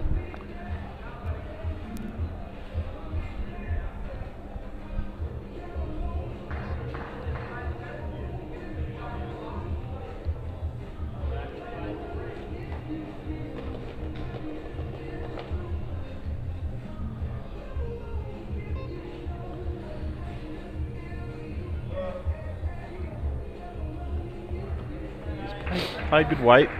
Just under, so good side over his next. Yeah, that's the weight that Leroy would have been looking for.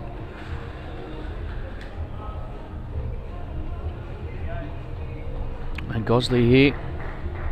They're all kitted out in their hoodies. Ooh, just misses a jack, but really good home. As we just see Aaron Wilson just walk into the venue. He'll be watching the Deer Park Chargers on the other green. He might be able to give us some updates. I can give you an update, Case, if you want. Would you like an update? Played, Anthony Flapper. You like an update on the Deer Park? 0-all after 2 bowls. Beautiful. It's all right. Keeping it nice and tight early. Got the combinations right, mate. That's all we need to do. You got the combinations right. Yep. And you're saying Aaron Wilson's on the sideline? No, well, it's all right. Oh, it's all for different teams. That's it. Ah, okay. I can see where you're going here. You got different tactics for different teams. We just had one little slip up, one game. Boys sort of tended to do whatever they wanted, and that didn't work. So. That's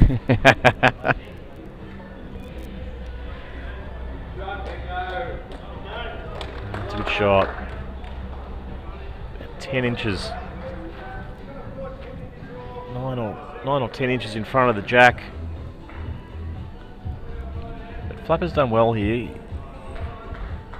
Got second, so even if he draws another second, gets second and third, I feel the way the end was heading, he's done well. Needs to run though.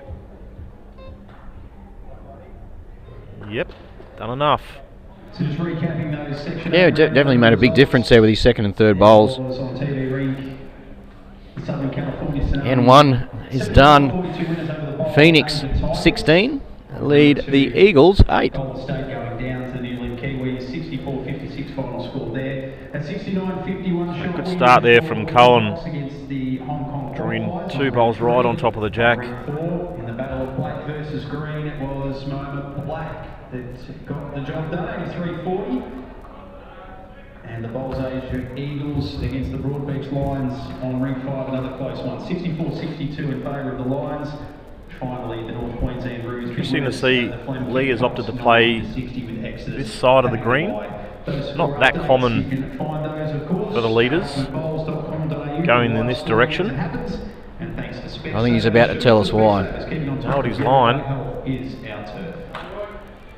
Yeah, it's just been one of those things, Case, on this side with the people just missing their weight more so than their line. And they've either been falling sort of that metre and a half short or just scooting through. And then when they're playing the weighted shots, they're definitely staying high there, just reacting a little bit differently. Oh, well done. And a toucher. And a toucher.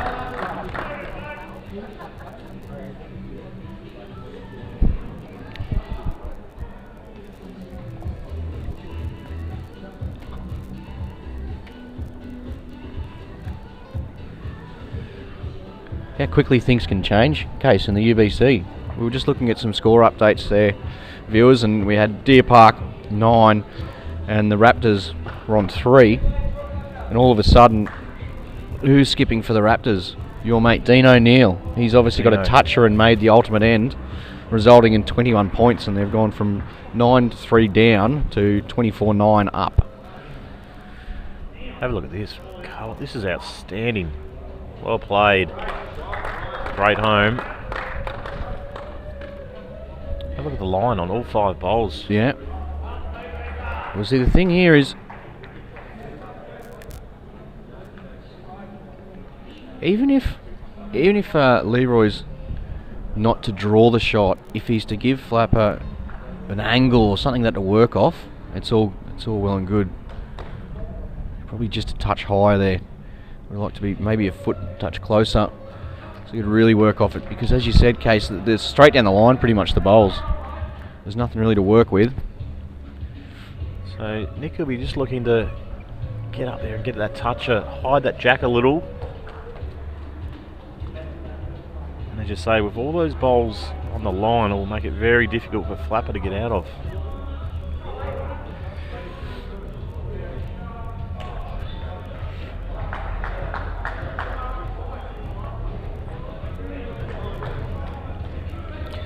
So there'll be a short break after this game, Case, and we'll be back at 12:30. and that'll be for round 12, Section A. And you know what that means, round 12, there's only a couple more games to go before the prelim finals. Each section plays 13 rounds.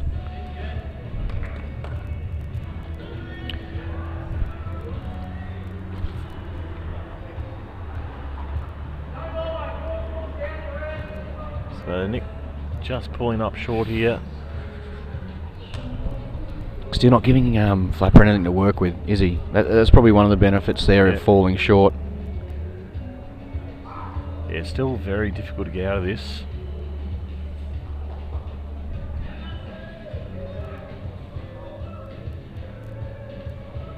Oh, wasn't far away, probably just lacking a foot or two. He doesn't want that to fall either. No. It's as we know, that's the tighter side of the rink.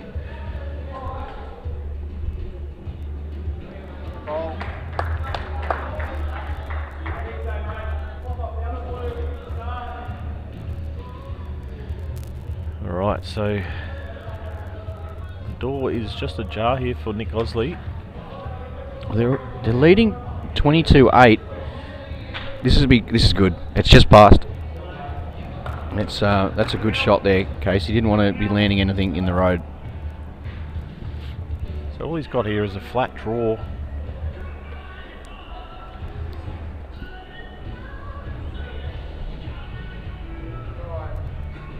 I'll tell you what, Anthony Flapper has just played a bomb.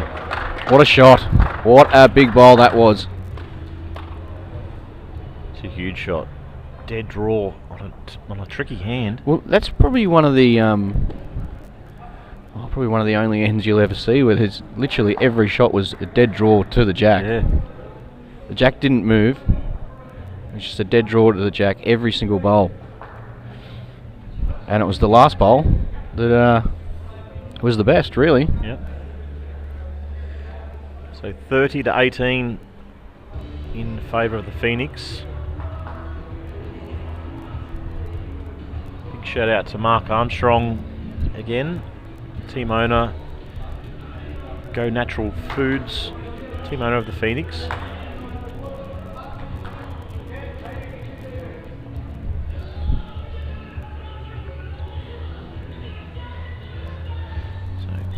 Good opener there from Leroy. It's been Cohen first two ends sort of leading the way, so important here for Strainer to get on top and build some pressure.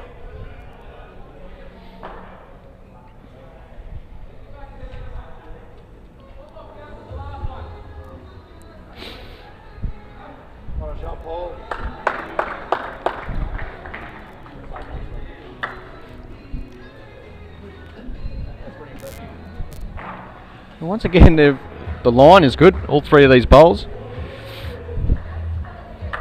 Just the weight's a touch off. What can go and deliver here? Just have that extra little bit of weight. He looks pretty good. Gets past his own. Very good shot. Well played. Probably a little bit stiff there not to get either a piece of the jack or more of the bowl. Yeah. But still, very good little correction.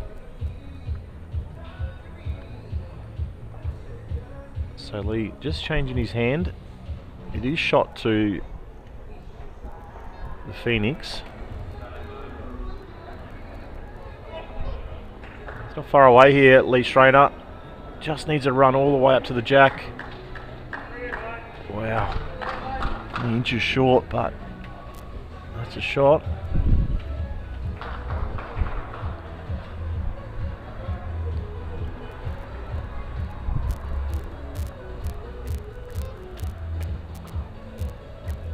You get down to the blue, just gets the edge of it. So it will be the crossover the way of the Whittlesea Eagles. They will move to 21. 9 points the margin at the halfway stage of this match.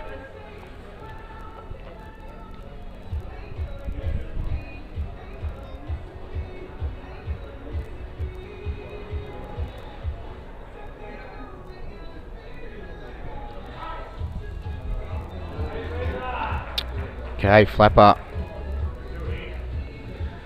Yeah, he looks pretty good. Just works a bit to the orange.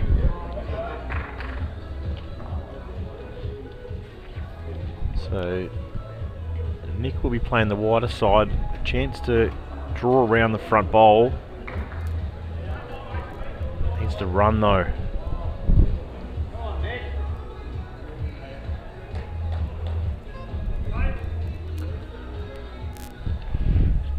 Big opportunity here for Whittlesea.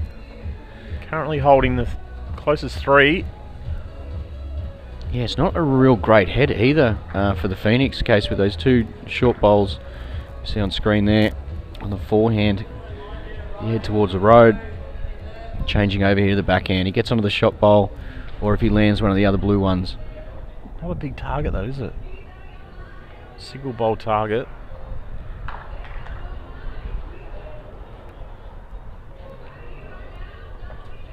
That's what I mean, he's only just missed and... What do you think? I think he'll go around the back here, get to those bowls. I think he's got to. He's got to get... There's a number of holes there, and they have got first, second and third, so it's not a bad setup really for the Eagles. It's you take this any day of the week. Just needs to run hard, get all the way down to those orange ones. It's pretty good. It's pretty much perfect. Exactly where Lee wanted one.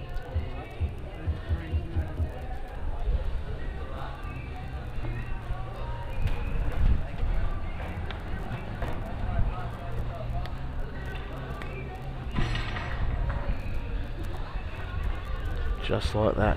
So, Gosley's back on his forehand here. Is he just looking to draw the shot or up through his own case? he can work off his own. Gets through the hole. Promote one of the bowls. He's probably done enough to get second shot potentially out of it. It's a good shot. Saves a little. Definitely more percentage in that shot. Yeah, so he gets the second out of it. And 34-35, 2 ends to go. Whittlesea top of the table. And the Phoenix in 5th. So a win here for Whittlesea guarantees them a top 2 position, you would think. Yeah, and a win for the Phoenix, well, guarantees them a spot in the finals. That's right, yep. Leroy's just starting to hone in now. So the first 2 ends was Cohen's advantage, and now we're just seeing Schrainer last end and here early on this 4th end. Yeah, I think it's more so that Cohen just lost his weight a touch that let Leroy in. His line's still been really good, and he started off very well here in this 4th end of this vital match for both sides. Heads up to players, competitors and volunteers as well. The lunch is about to be served within the next 5 or so minutes. Here is the Section A players played. Doesn't get a toucher, but a perfect bowl. So if you can get over and grab yourself a bite to eat before so clearly the pressure is starting to be applied from Lee Schrainer up front. Players currently competing, there will be ample opportunity to grab a bite to eat. But yeah, kitchen set pretty much good It's a handy home. In the next 5 minutes. Make sure you grab yourself a bite to eat. Cheers.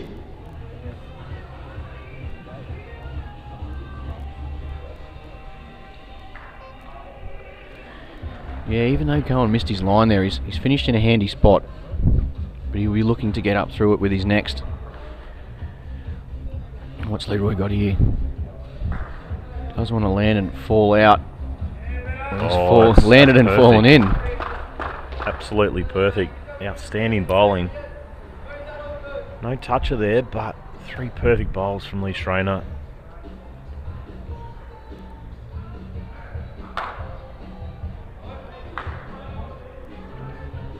What do we got here?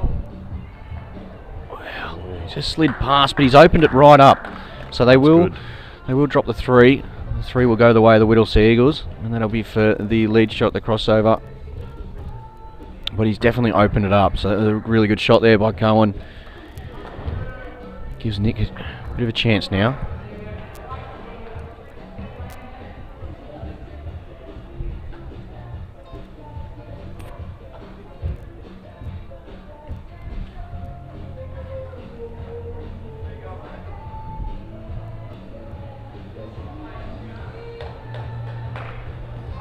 Is he down on his forehand here, Case? Trying to land the bowl. A little bit of the jack.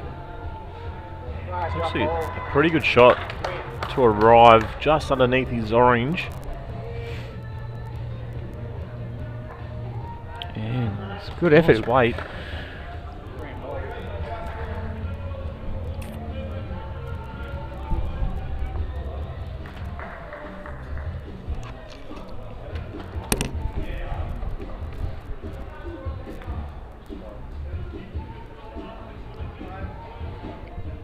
Okay, Flapper in off the blue one of his own.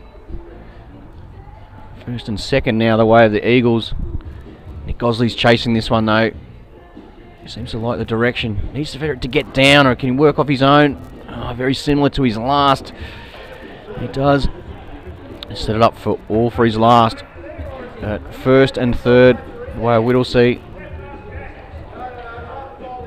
Two almost perfect shots by Nick Gosley, just a touch high. He got down to the inside half of his bowl. Either times he would have gone back onto the jack.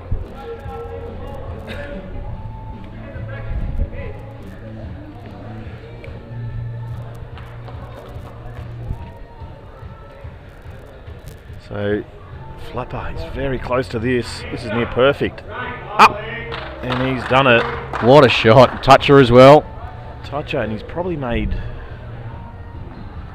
the third one in, Nelly. A chance here though. Gosley looking at the third blue bowl there, just on the above the jack on the right hand side. He gets half of that, he can get the other two blue ones out. Might see a bit of weight here. Big weight here on the backhand, looking for contact. He's done enough to get the shot as well. He's done enough to get the shot. Big bowl there. Ultimate end against. That was a great hit. It's a quality game. Well, a couple of other score updates, Case. Streaky Bay 42, the Challengers 39. Warilla 87, the Wildcard 6. Hornets 41 and Newland Spiders 46, Deer Park 54, the Raptors 39, and the point 57 Dandenong 33 as the rain tumbles down once again here at beautiful Moama. Here come the bees again.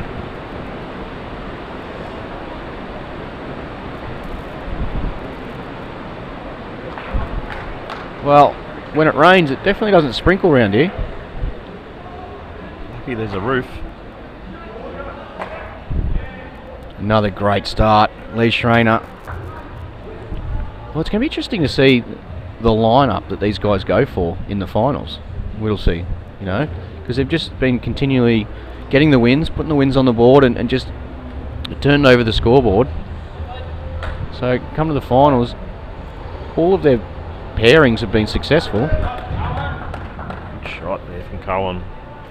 I think this will be it. I think this is probably their go-to combo. Flapper is a really high-class skipper, and as we said earlier, Leroy can play in any position, so he's got the ability to deliver just like this. Dominate from the lead position. Gets the shot and the toucher. Perfect result.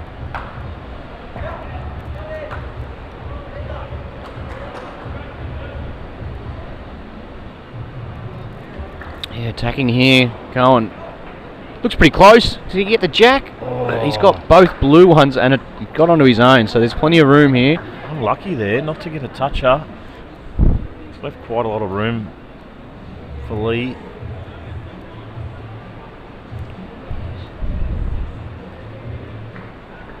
So Lee's changed his hand again. And he's played it well. That's enough for a shot.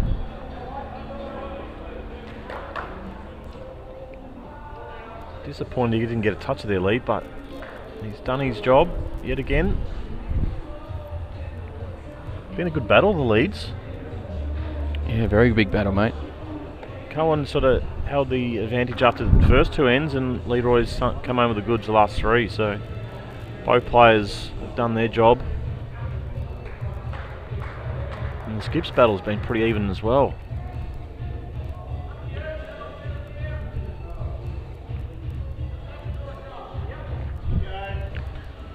It's a good shot by Nick. Just going through about 15 inches.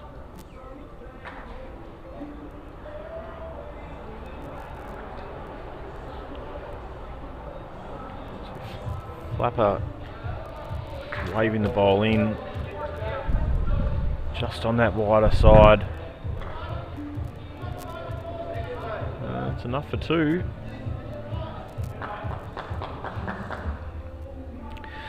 Margin just 6 points.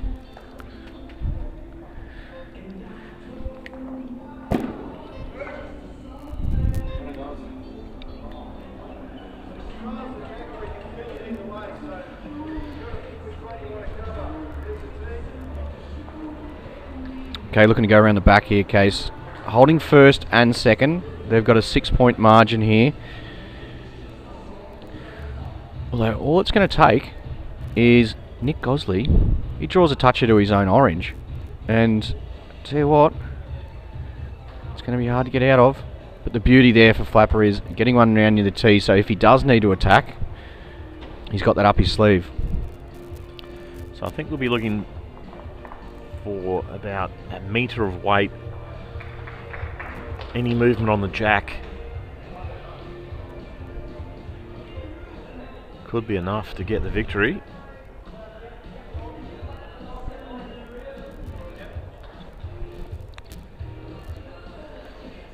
Is it going to get down? He's got some of it. How far? Oh, well, that last bowl of Flappers. And there's the toucher in the ditch. The toucher in the ditch from one of Leroy's touches. Wow. Just probably played a little bit too heavy, but he had to give it a chance. The jack locked in there. That was going to be enough. Yeah, it was a great effort. And that's the thing, he didn't want to be short. He probably just overplayed it a touch. So, the Whittlesea Eagles, guys, they continue on their winning way. They keep going, don't they?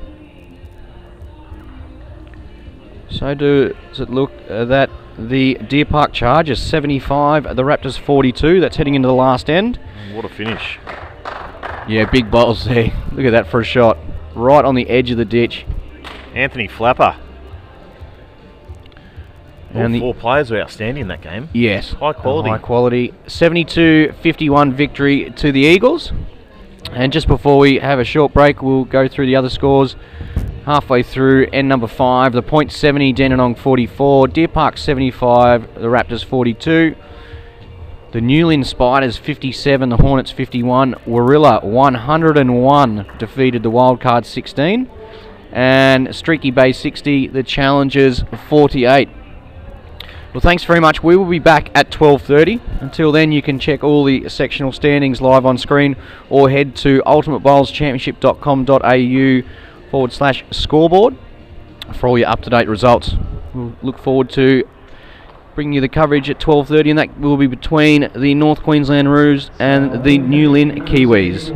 Here on TV Rink over the Ialba Phoenix, 72-51 the final score there, part of round 11 Section B matches. Just a reminder to players as you're finishing up your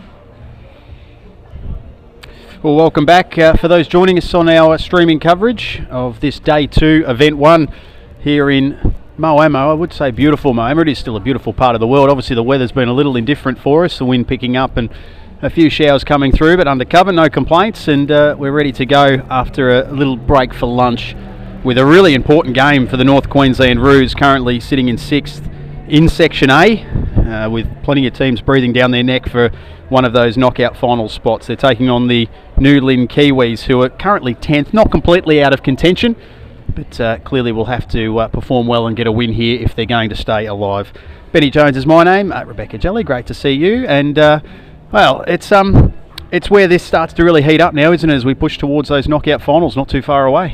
Yeah, absolutely. It's a big game up now, and we've got 3 Kiwis out there because of course we've got Shannon, who is playing for the North Queensland Roos, and he is with Brett Wilkie, and they have got the MVP from the last event at Dandenong on the couch on the sideline watching.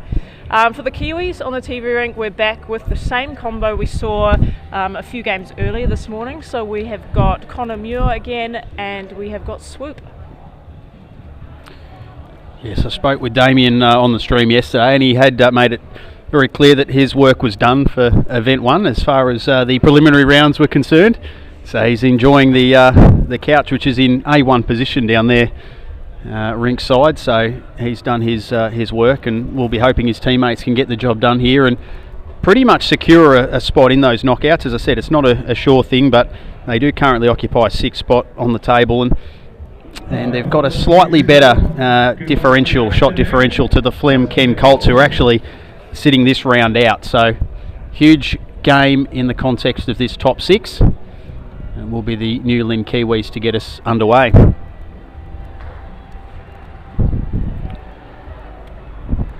Alright, so we've got Connor leading off here for the New Lynn Kiwis. Doesn't look happy with that bowl. Hopefully no one can read lips.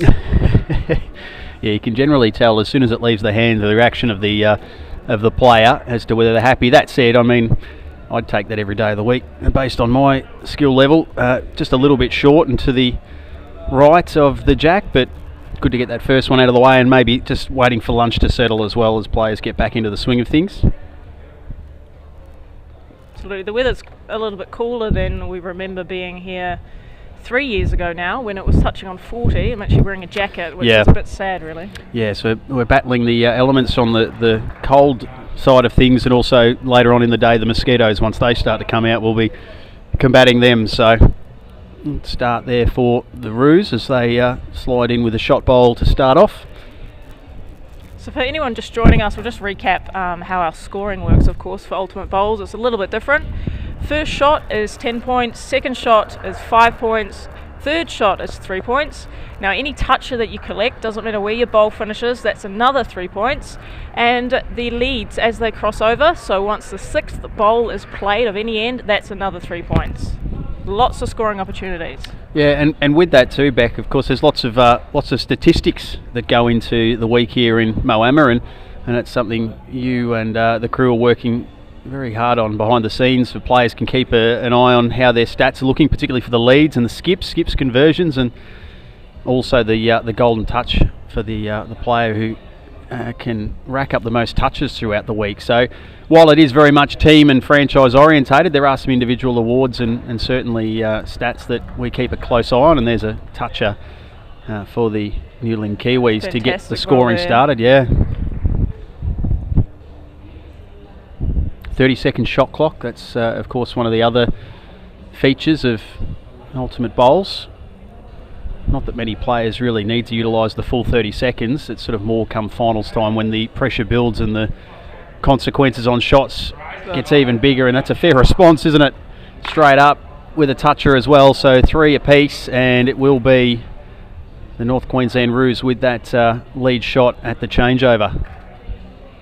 So some high quality bowls to start here in what we've said is a massive game, particularly for North Queensland, but New Lynn, if they have any finals aspirations, it's a must-win game for them.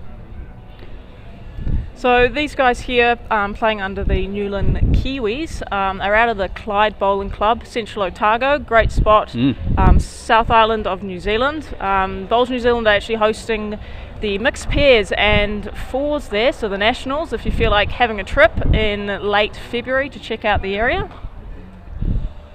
Very friendly clubs and great cheese rolls as well. No, cheese rolls, there you go. I've been to the North Island twice. I've never ventured to the south, but I've been told by anyone who's been anywhere in that vicinity just how picturesque and beautiful it is, and obviously the people. I mean, I speak from limited experience, but my interactions with the Kiwi people over there, when you're a tourist and make it known, they are very welcoming, accommodating and incredibly friendly. So yeah, it's definitely a must-do if you've got the bucket list of holiday destinations.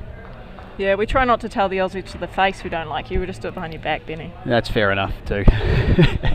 I've made the mistake of being the lone Aussie in a Kiwi bar when there was a game of rugby union playing, and once it was known that I was Australian, a fair bit of, I'll say friendly banter was flying about. So we look at another decent bowl from Swoop here. Yeah, another toucher for the Kiwis, so they square things up at 6 apiece. That was a big bowl. I mean, North Queensland Roos were holding the ultimate end there, which is of course your 18 points. So to pick up 3 for a toucher and now hold first is a big turnaround.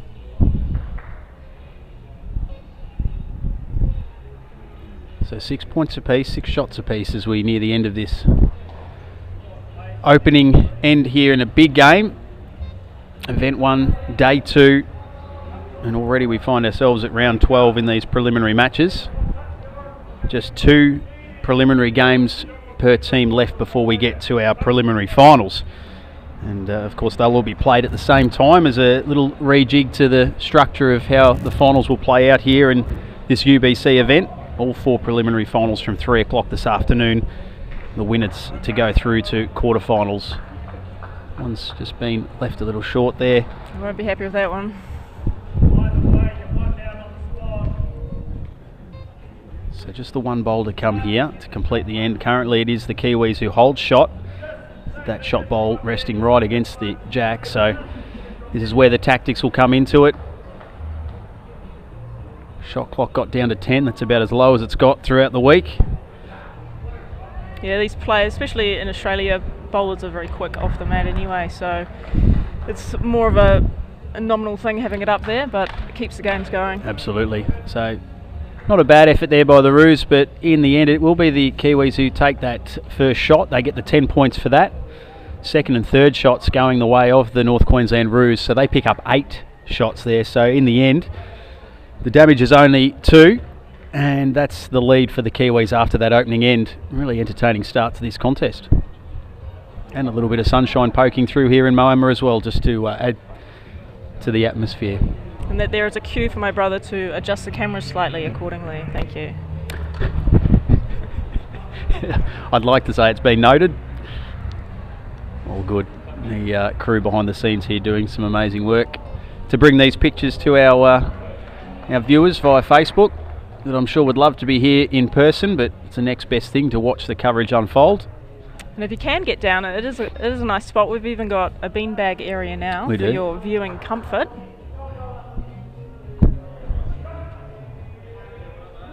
So ultimatebowls.com/scoreboard. You can keep an eye as well on the live scoring as it happens, and I don't mean just as every game completes. This is bowl by bowl scores updating. You can actually find out which team has first, second and third shot bowls as the games are unfolding. So that's happening as we speak. ultimatebowls.com/scoreboard. So that's right. So we've got 6 games in play at any one time. So this is your chance to just keep an eye on those other 5 rinks. And as Benny said, you are seeing the position on the head every time it changes. So it's really up to date, and it keeps you knowing exactly what's going on. Just having a look at a few of those scores from around the rinks. Moama Black off to a flyer against the Broadbeach Lions, 24 zip after that first end. And they've been tracking pretty well as well, the team representing the hometown here, Moama Black. 8-2 their record at the moment, so they'll certainly be participating come finals time. Golden State, we love our US representation as well. Great to have a couple of American franchises involved. They lead 16-11 over the other Moama side, Moama Green. The Weeper Crocs 18-3 against the Asia Tigers. Exodus, another one of the powerhouses, expected to make a deep run. They lead 22-5 over Southern California Tsunami and the Asia Eagles, and Hong Kong locked away in a tight battle, 13-8. Currently Hong Kong leading that one. As our leads are away here, and it will be the North Queensland Roos who take the lead shot. So they've turned a 2-point deficit into a 4-point lead with a toucher in there as well. So 20-16 the score at the halfway point of this second end. And no sooner have I mentioned the sun comes out that it's now disappeared again behind a big stack of clouds. So I think we'll get used to that over the course of the week. Wind blowing pretty strong, but fortunately we're pretty well sheltered here from that, and so are the players, which is more important.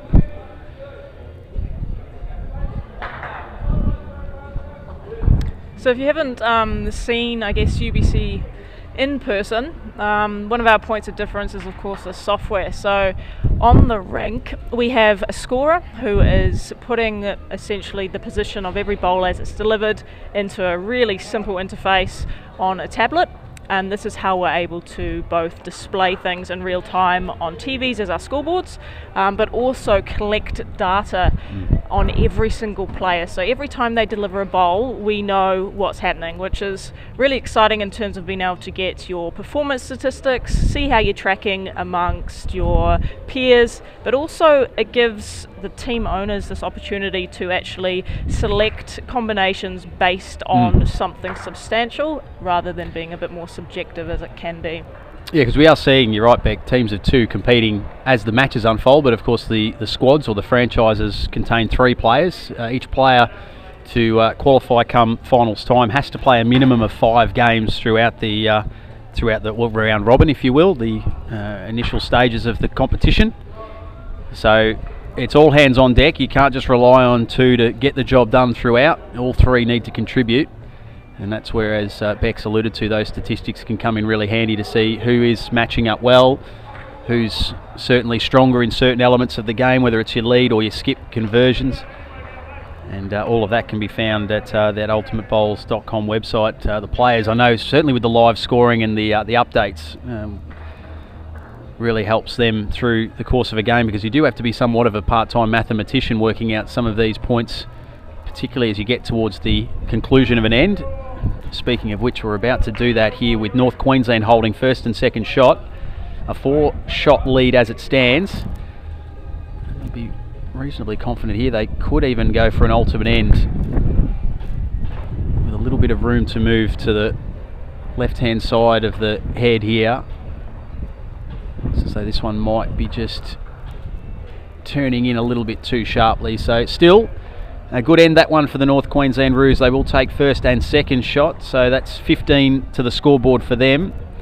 3 additional shots to the Kiwis, so that margin now, they were trailing by 2, they now lead it by 16, the North Queensland Roos. Everything can change with just one bowl here at the UBC. Obviously every bowl can score, and so while the games are short, it's so important that you are keeping focused, because one off delivery or whole end can be the end of your campaign pretty quickly. There's a great start for the Roos as well in this third end with a toucher straight up, so they extend the lead now to 19. And that just puts the pressure straight back on your opponents if you're racking up those touches. Nothing they can do about those points, they're going straight on the scoreboard.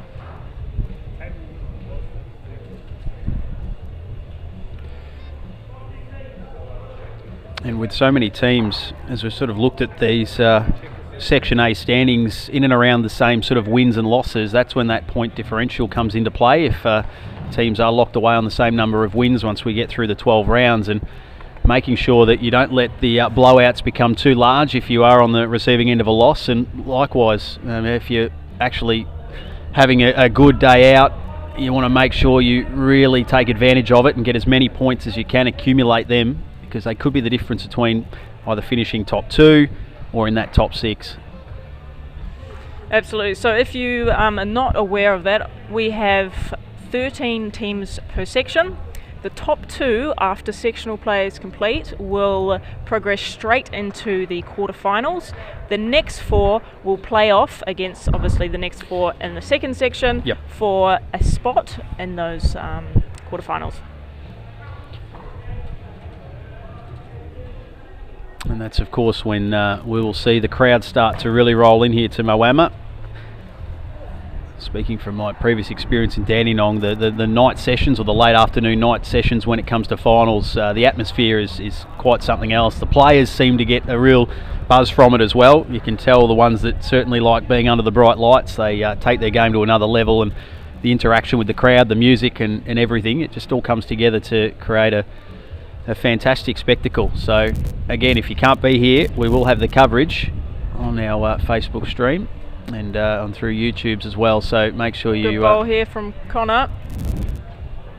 Toucher and secures those 3 points for lead shot. Yeah, so that's a 6-point bowl, that one. Exactly, and they needed that, like you mentioned, with the Roos getting that toucher early just to extend that lead. That sort of minimises the damage somewhat, and in fact they've eaten into that deficit, so only trailing by 13 now with the skips to bowl.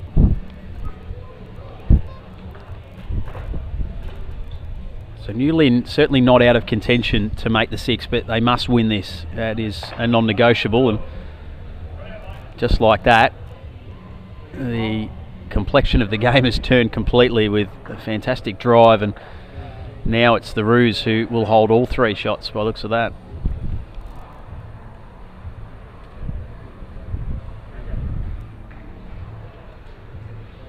So 38-25 the score. We've just ticked over the halfway point of this contest.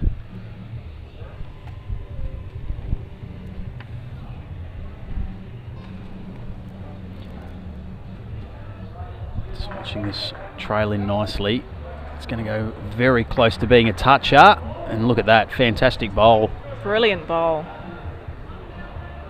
And that will be very close for who has shot there. I think they're just edging it to the Queensland Roos at the moment, but nothing in it.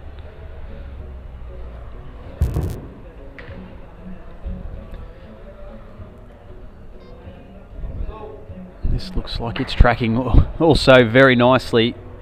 So we've got 3 bowls, and there we go. Just a late roll in from the Kiwis there, which probably gives them that first shot. At the moment, yeah, that cleared up the measure. Yeah, it is. There you go. Definitely 1-2 orange.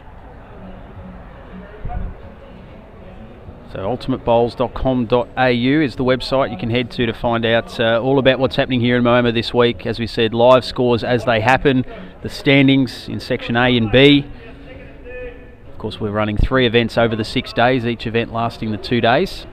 With an incredible $500,000 prize money, you can't forget that. Absolutely. I'm sure that's at the forefront of many of the players and team owners' minds. $50,000 prize for each event for the winner. If you can get that away in event 1, well, the rest of the week really becomes a bonus from there. We saw in Dandenong the likes of Warilla and Geelong had particularly fruitful weeks with, I think, a win and a runner-up each. You get that first event under your belt, and the rest is all just a little bit of gravy from there on. So this is the final bowl of this end. At the moment, it's the Kiwis holding shot. Plenty of bowls around the jack. That last one won't make any difference, and it will be 1 there to the Kiwis. 10 shots for the first bowl, shot bowl, and then second and third went the way of the Roos. So again, that margin is still handy, but with 2 ends to play, it's back to 11. North Queensland lead 46-35. Let's head over to the other rinks. Benny, what have we got going on? Yeah, I'll give you an update there. So Moama Black looking good again. As I said, they've been one of the form sides to start this event 1. They lead 53-25 early on in the 4th end there against the Broadbeach Lions. Moama Green have turned that one around pretty quickly. They lead 46-32 against Golden State, again early in that 4th end. The Weeper Crocs and Asia Tigers are playing a close contest, 34-29 currently. Exodus look like they're marching towards another win, 54-33 towards the back of N4. And in our Southeast Asian contest, we've got the Asia Eagles taking on Hong Kong, and that's pretty tight there as well, 39-30. The Eagles lead that one with still plenty to play at. They're halfway through N4, so that's action from around the rinks here on our TV rink. It currently is North Queensland leading by 11. So we get started into this fourth end. 2 great bowls there from Connor. A toucher as well for the Kiwis, so that margin goes from 11 down to 8. So they are making a real contest of this, the New Lynn Kiwis. As we said, they're playing for their lives in this event one. North Queensland, well, it's pretty similar in fact. Even though they are in the 6 as it stands, they know a win here with Flemington Kensington having the bye just about secures them at worst a spot in the preliminary finals. And you can see, looking at the scoreboard, it really does come down to differentials. So if you're going to lose, make sure you are doing all you can to close that margin. Yeah, absolutely. The Roos at the moment have the differential of -10, and Flemington Kensington, who are hot on their tails, -13. So you're talking one toucher between the two sides effectively. So even if they were to lose this one, they need to make sure that it's a close run thing. Golden State as well, they're also on 5 wins, as are the Broadbeach Lions. Looking at both of those teams at the moment, trailing in their respective matches, so it could be the unique situation where Flemington Kensington, even though they have the bye, depending on the result here, they could actually still progress up the table if North Queensland lose by more than 3. At the moment, the lead shot going to the New Lynn Kiwis means the margin is 5 now in favour of the North Queensland Roos. So you can tell this one's going to go down to the wire, Beck. It absolutely is. We'll see what Brett Wilkie does. So this is where the skips come to the fore, and that's why they're on the big dollars to bring it home. At the moment it is New Lynn with first and second shot, and certainly good coverage there of the jack, which will make it tricky for North Queensland to get much of a sider. Just placing another bowl behind the jack. Brett Wilkie now. See what his strategy is here. So he might be trying to disturb those front 2 orange bowls. He's going to go around the back of it. He's done a mighty fine job. Don't think it'll be enough to get inside the 2 bowls of the Kiwis, but he couldn't have placed that much better.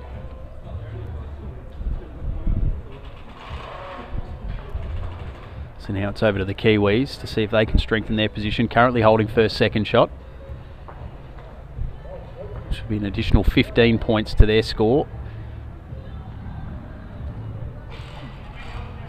I can't quite see if that's going to end up jagging third. It'll be very, very close.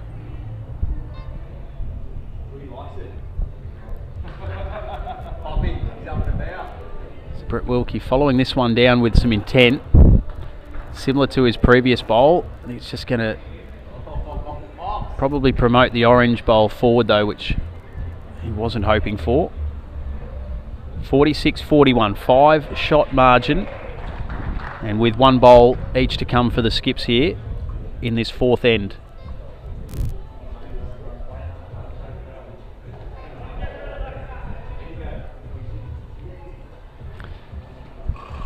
Scoop and match defining these 2 shots here. Still with an end to play, but an opportunity now for New Lynn Kiwis to take back the lead, which they haven't seen since that opening end. And doing so with an ultimate end would be Oh yeah, a big statement moving into that last end. yeah, absolutely it would. So this is a massive bowl now for the North Queensland Roos and their skip Brett Wilkie to try and maybe minimise the damage, or could he do something really special and take lead shot?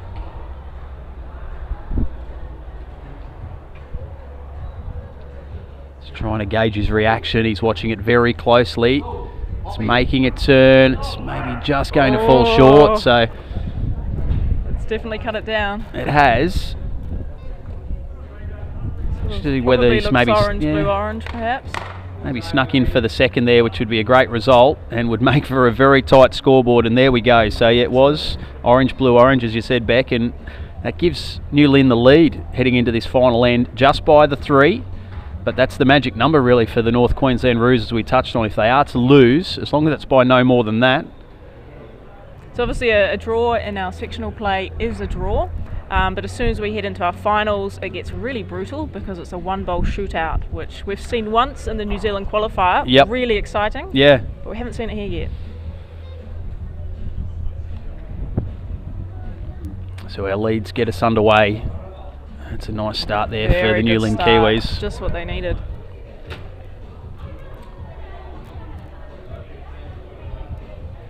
Just a little bit more time spent over these bowls as we get to the pointy end of a match.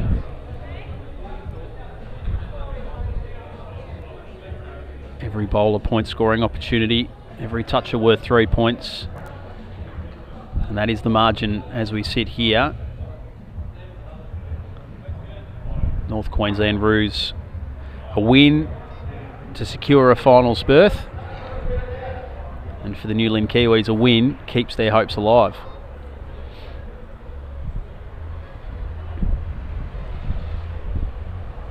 At the moment, the Kiwis holding shot. And I think for the time being, it'll just be that one shot. Orange, blue, orange to start this end. Up next on our TV rink, we'll have the Wellington Hornets and the Streaky Bay Sharks. So we're continuing with that Kiwi theme. That's good. We are.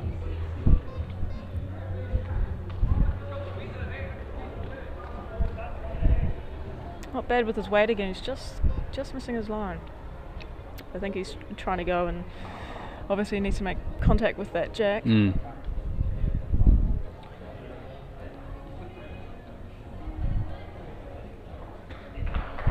Watching this one with intent. The Kiwis maybe looking to just touch on the inside. It's a lovely bowl in the end. Just probably wasn't quite what he wanted. It's a bit of a target now. I think he was going behind, but we'll see what Shannon does.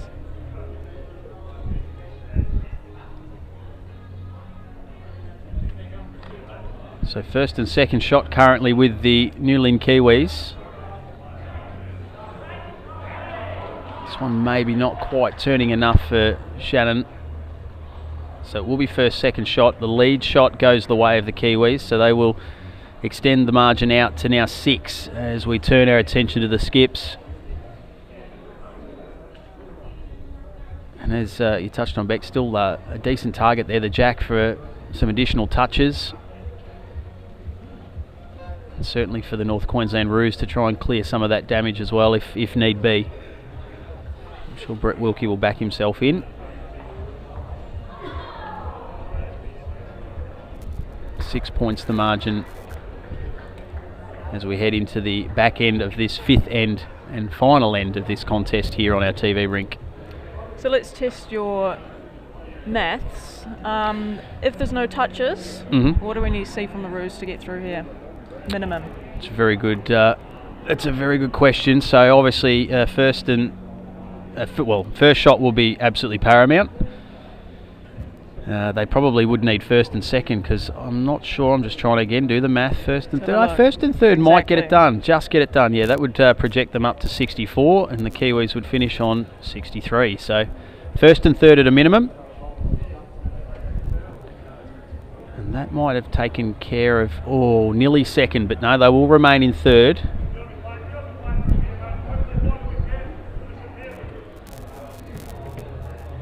So they have the third shot component sorted. They need to somehow wriggle their way into first shot. Otherwise it'll be the New Lynn Kiwis with that 6 shot advantage at the moment that'll have done enough. So 2 bowls to come here for Brett Wilkie. This is big time bowls.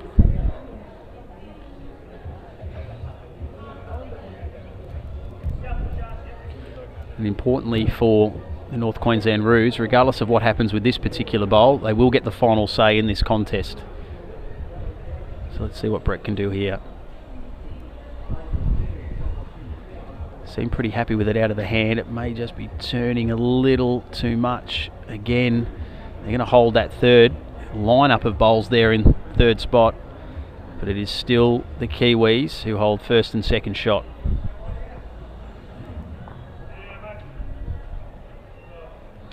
Just trying to work out where they're going to position this bowl.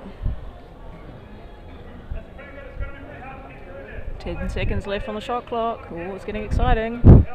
Could we have a timeout? Ooh. So of course, what does happen in the circumstance of a timeout, Beck? I can't say that I've witnessed one since I've been involved with the UBC. Is it that bowl just does not count? It does happen occasionally when there's a faulty shot clock. Yeah. So the bowl would get removed from the head. Yep. Okay, so it all boils down to this. As we've touched on, the Queensland Roos need to get shot at least a minimum of first and third shot here if they are to edge past the Kiwis. They currently hold second according to our scoreboard, so still would require the first shot here. Second and third wouldn't be enough. Tracking in, looks all right. Is it going to hold? Oh, it's going to be mighty close. A very good effort. I don't think it's quite enough, but great effort in the end there by Brett Wilkie. Gave it a good roll, and in the end I think it's going to be the Kiwis that will hold on for a narrow victory. It's about to be confirmed with first and third shot bowls, and 70 to 56 the final score. So that's a big win for the Kiwis, keeps their hopes alive as far as progressing through this Section A. And for the North Queensland Roos, well, not the result they were after. And if we have a look at that table, look at it update immediately. That's how quick it is here at the UBC. We see Golden State, who've managed to overcome Moama Green, so that's a big turnaround for them too. Huge result. They win and go to 18 points, and they've not only leapfrogged the Flemington Kensington Colts, but they've also gone right past the North Queensland Roos as well on 15 apiece. The Newland Kiwis, as we touched on, at 15, so an outside chance to maybe finish top 6. They'll need some luck to go their way, but way out in front at the moment, the Whittlesea Eagles and the Point, along with Deer Park, are really setting the pace. So that was a big result. All right, and we will hand you back over to our superstar Chris, who needed a lunch break with your next game. So just a short break, and then we'll be back again.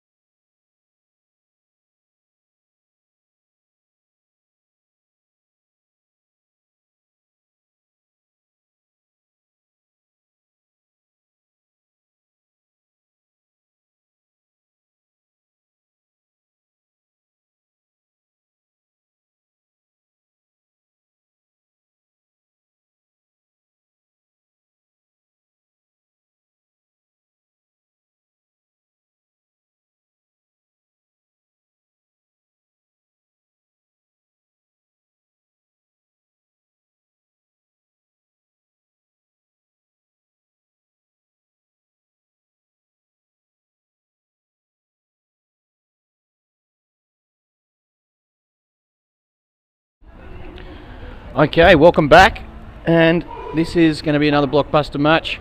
Giving the boys a thumbs up. Cody Packer, Ben Twist for the Streaky Bay Sharks. The Wellington Hornets, David Ferguson, Ryan Tainton leading up. No Kiwis in that Hornets team. No.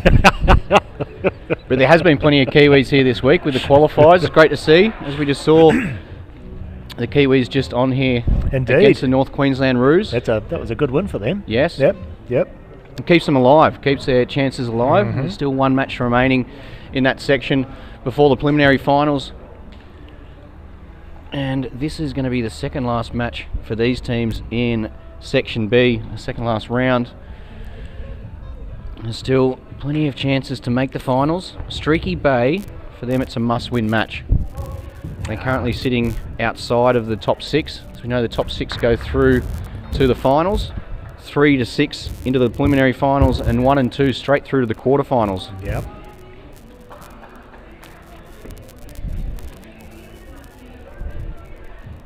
It's warming up a touch here in Moama. Yeah, it seems to change every half hour. Every half hour it seems to change. Yeah, we came over from New Zealand for summer, and yeah, it's not happening.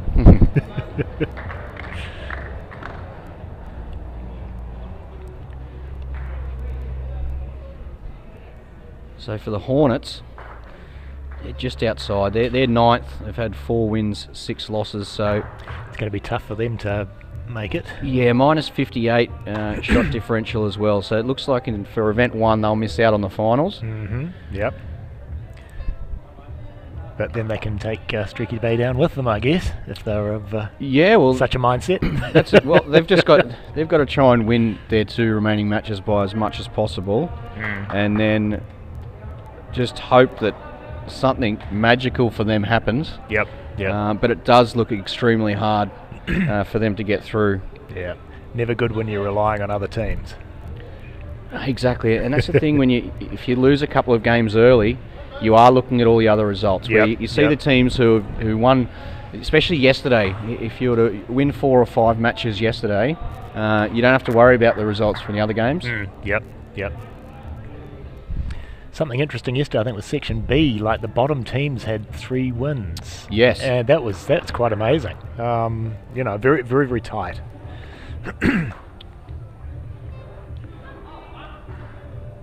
It's not often you see that, and that's where it's going to obviously drag down the amount of games you've got to win to qualify as well, because all the teams will have had a couple of losses. Even Moama Black in that section, who are on plus 331 differential, quite amazing. They've had 9 wins, but they've had 2 losses. Yep. And Exodus, who are on plus 293, they've had 8 wins and 3 losses. Oh. And then you look at the section which these guys are in. Whittlesea, they've had 9 wins, and they're only plus 120. So it just Close goes games. to show, they've really beaten some tight tussles and got over the line quite well. That's a good bowl. Yeah, great opening shot there from Ben Twist. Mr. Consistency. Now, why is he donning the sunnies today? There's the question that's been asked over the last day or 2. I think it's more so just some of the lights that are on the TV rink. Yeah. Oh, he's sitting there. Oof.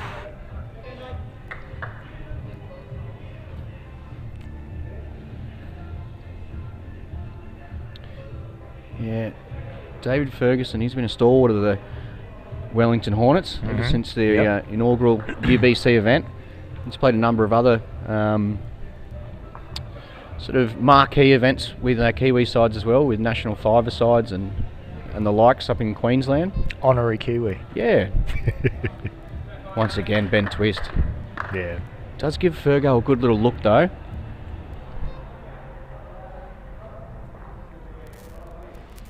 The thing that impresses me about this game is that you've got all these big guys here and you'd think they'll be driving, but you only drive when you absolutely have to, seemingly, in this game. It's all about drawing and just getting it close.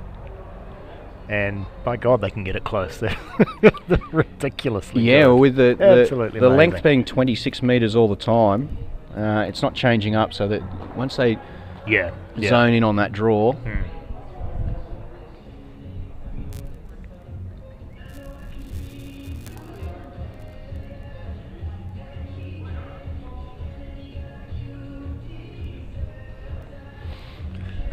Ben Twist, he's zoned in nice and early here.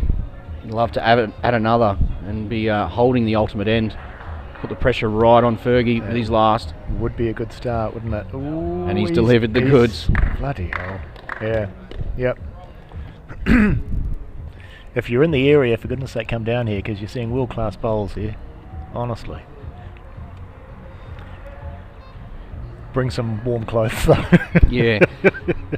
Well, it's always great watching on the live stream, but there's nothing better than the atmosphere at the venue, getting up close and personal. Oh! Fortunately, just going to run through, but he does grab the 3 points. He does. And that's going to help the cause. If he can grab third, it looks like it's an ultimate end to start things off for Streaky Bay. The Hornets will have 6 on the board, though. That's courtesy of that touch, and then from David Ferguson, also the lead crossover shot. But you can put those 18 points for Streaky Bay down to Mr. Ben Twist right there. Yep. 3 in a row, bam, bam, bam. Speaking of the star-studded lineups, we've also got some pretty handy markers too. Leanne Chinnery, who's marking this game, a Canadian representative. Yep. Model Commonwealth Games and World Bowls events Leanne's played in.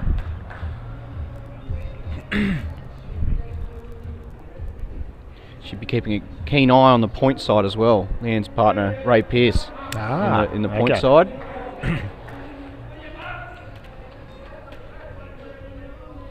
We can have a quick look around some of the other scores too. As this first bowl, Ryan Taintons comes down on the back end just a touch shy.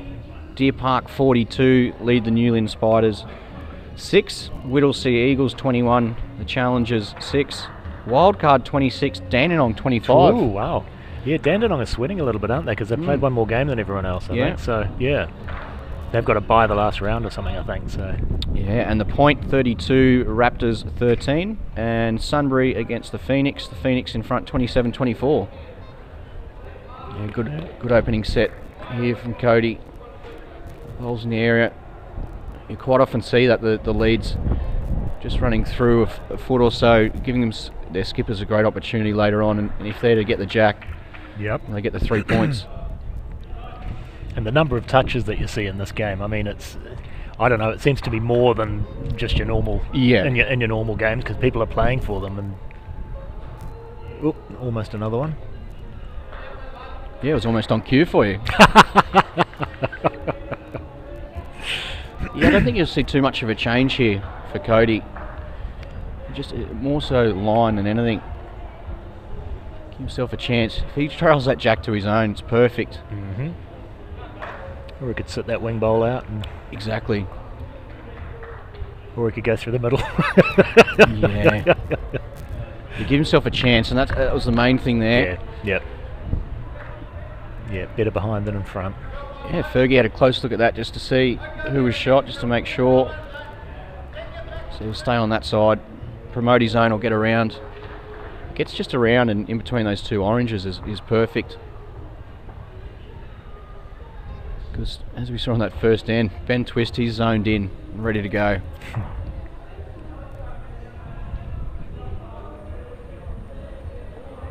Wonder how much the wind is sort of affecting things out on the rink there. Do you reckon it's a factor? Because it is a bit breezy today. Yeah, I'd say more so going the other direction, because as we can see, it's pretty covered going towards the club sort of side of things. When you go towards the road, there is a little bit of a gap there where we've got all the beanbags set up, and if there's any wind, that's where it'd be tunnelling in through. Yep, and those Moama flags are busy going for it, so there is a decent breeze. Yeah, those flagpoles, they've put up with a bit over the last couple of days.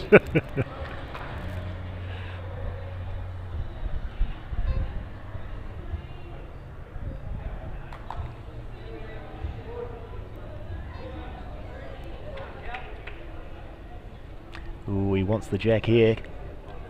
Ooh. We got close to getting shot out of it. It was close before. Still holding the Hornets. That last bowl of Twist, that'll be a perfect guide there for Fergie. Who does not want to touch the jack in this case, probably. Yes. Oh, good weight. Oh, A very handy home anyway. yeah. Okay, so it is Streaky Bay holding. I thought that Ryan said that they had it, but it is Streaky Bay holding, so twisted enough with his last to hold shot. And he'd love a toucher right now. He's stalking his bowl down the green. Needs for it to hurry. A bit under, isn't he?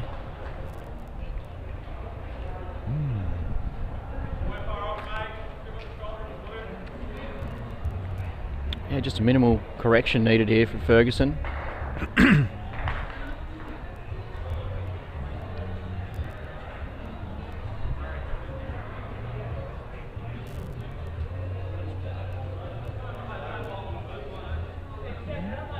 Just a touch over, corrected with the weight there. Getting back to the centre line. Great opportunity here for Twist, currently leading 18-9, holding first and third shot. If he was to jump on top, grab a toucher, a further 3 points. Put him in a really strong position early here in the second last round match.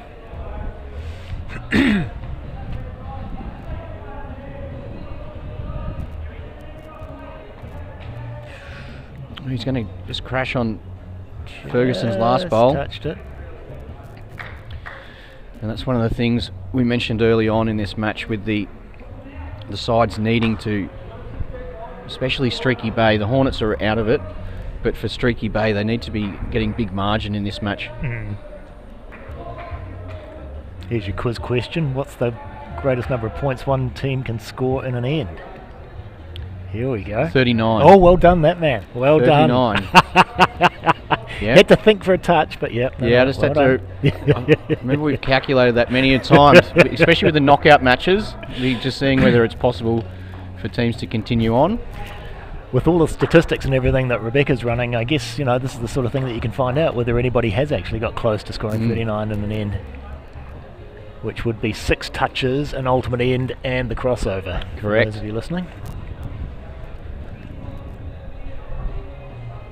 The hard thing there, it would be more so having to be sort of slicing or edging of jacks. Like if someone was to jump right on top, the front, and it makes it very hard. Yep, for sure. Yep. Oh shit! I can slice a jack with the best of them.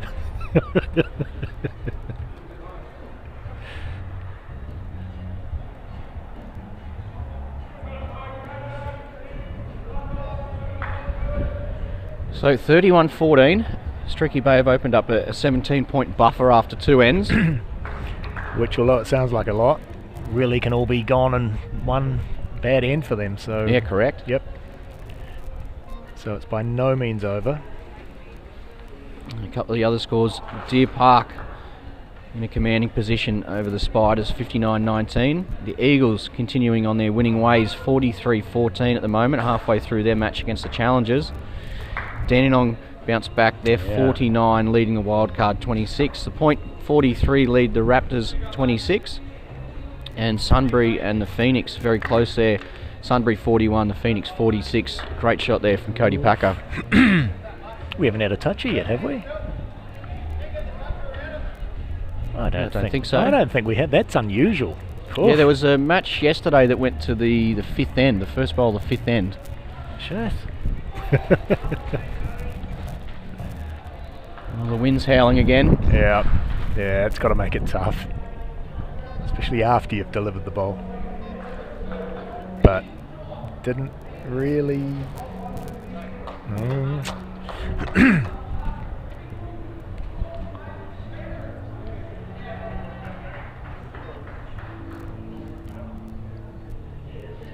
Cody Packer just looking to add a touch here, much the same as his last. If he was just a fall just behind the jack would be perfect. Doesn't want to leave anything jack high for Tainton and the Hornets to work off. Oh, which he did.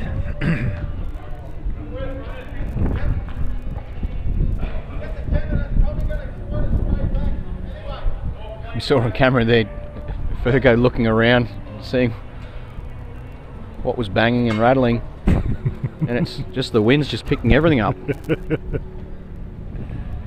Oh, playing with weight here. Okay, well that sort of resets the clock on the whole. Yeah, it'll be a further 3 points to Streaky Bay, but now there's plenty of room. Yep, true.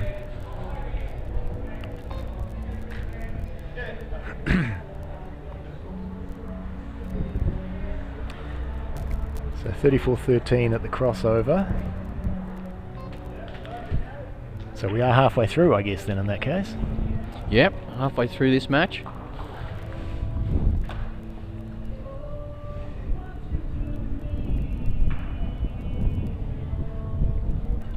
Ben Twist, the first end in this direction, with 3 bowls within a foot.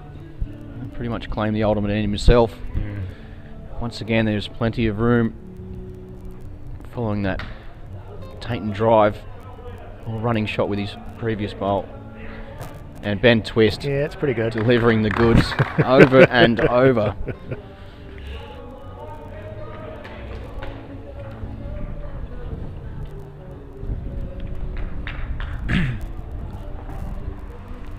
Ferguson looking to emulate this, but he's not quite there.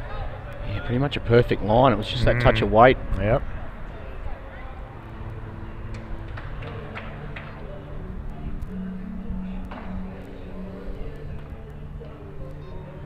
That's the thing too, in a traditional sort of format, you wouldn't be too worried about that.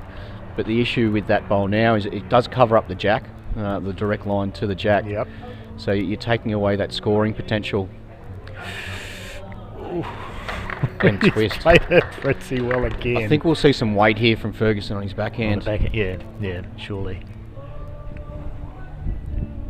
Now he's watching it. He's very close, clears his own. Well. Oh! Did he get a piece of the jack there? I don't think he did. I didn't see it rattled both bowls. Yeah. And just rattled them too. It just, yeah. Must have just touched them. So he's rattled both bowls and he's clipped his own bowl at the back out. So, very unfortunate result there for the Hornets. Yeah, but that's bowls, isn't it? Anything can happen. Yep. And you see it over and over again. Going around behind. Oh, no, he's not going around behind, so. Oh, I think he's just looking drawing to again. replicate his first end here. Just drawing again. Look at that. And he does. Yeah. And again, weight. Ferguson running now, this time on the forehand. So he must be able to see a bit of that jack there. He's just sailing past wide. It will be another ultimate end. And another ultimate end provided by Ben Twist. 3 fantastic shots there. Just too much room. Too much room. But Tainton had to play that shot with his final bowl to give the room, but it was Ferguson who jumped. Sorry, it was Twist who jumped on first and just applied that pressure. Yep. So that leaves the Hornets leading at least 2 ultimate ends now. Makes it difficult. Yeah, they need to grab every point on offer now. Yeah, they definitely need to get both of the league crossovers and chuck a couple of touches in there. Yeah, great opening bowl here from Cody. He started to amp it up a little bit too.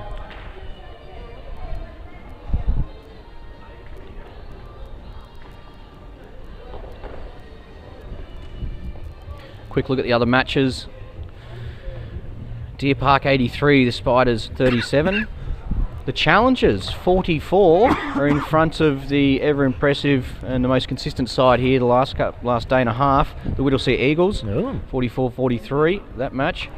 Dandenong 60 lead the Wildcard 36. The Point 53 lead the Raptors 37. And the Phoenix 65 lead Sunbury 46. The scorecard's going to make interesting viewing at the end of these games. Yeah, well, because everyone's going to know pretty much what they've got to do. There's another good ball, just a touch short. Yeah, we could see some untried combinations with who leads and who skips in final games for teams who might not be able to make it through. Just trying something completely different for see if it works. For the rest of the week, yeah. Absolutely, yep.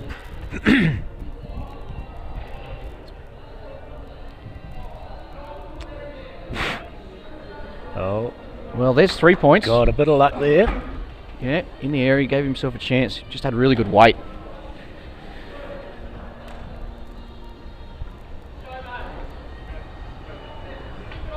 Yep.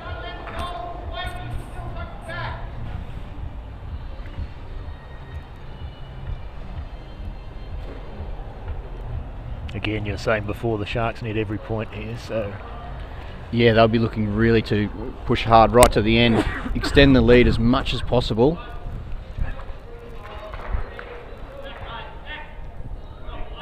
And then straight away, oh my goodness, toucher there for Cody here Packer. Here we go, first one of the game. After the last bowl. Oh yeah, of course. Well, yeah, first one for the for the Orange.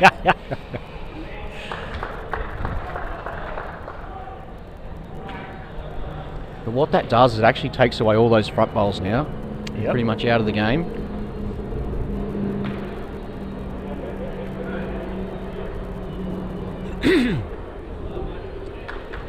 And you know, even though it's a constant 26 metres, when the jack goes off the mark, they can still draw to the jack. You know, it's they can still get that weight just bang on. So that's what separates these guys from us mere mortals. Or me, anyway. Oh, there's plenty of us. 55-20. Halfway stage of the fourth end, just one end remaining after this.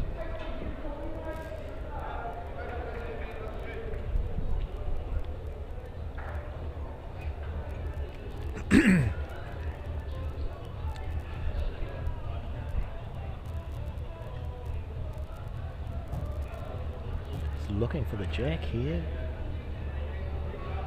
Ooh.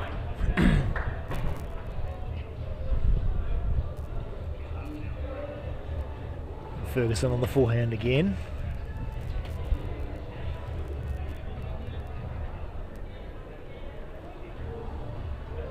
Yeah, again, pretty good weight. Pretty good weight. Yeah. Great sighter for his next two. Great sighter. Now, I know Ben Twist's got a very idiosyncratic sort of pre-bowl routine, but just looking at him, it's never the same twice. It works. Oh, hell yeah. Oh, absolutely it does. But you sort of think with the routine it would be the same, but it's not. I find that sort of a little bit unusual, but by God, he delivers, doesn't he? Here he goes again. He just needs a wee touch on that.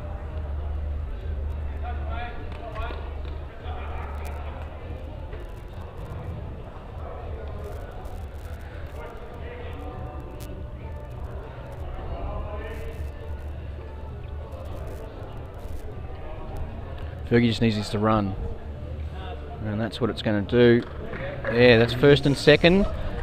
First and second for the Hornets. Still one bowl remaining from each of the skips. And Deer Park, that match is completed. Deer Park 83, the Spiders 37. Whittlesea 67, the Challengers 47. There's still a couple of bowls remaining there. One bowl remaining in the Dandenong Wildcard clash. Dandenong 63, Wildcard 39. And the Phoenix defeated Sunbury 81-51. Looking for this jack. Oof, he's straight through the hole. Well, there is an opportunity here. An opportunity for Ferguson. He really needs to draw the third shot as well. Add it in there, get the ultimate end. Yep. And push it along to 38. Yep. Then they've at least got a chance.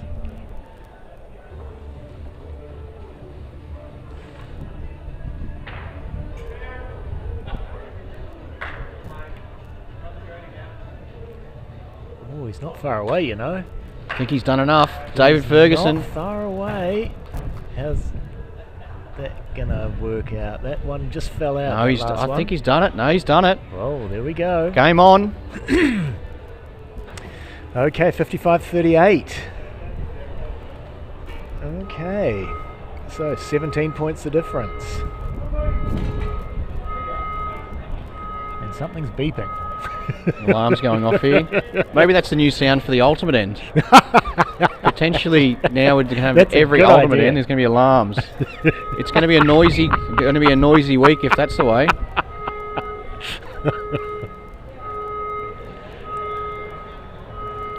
Either that or there's an extremely large truck reversing out the back. Yeah, could be that.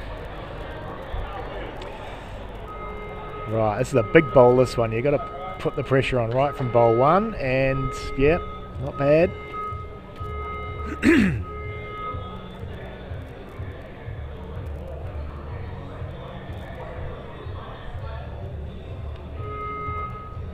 Cody Packer on the backhand. That's making a hell of a racket. Oh, it's all happening.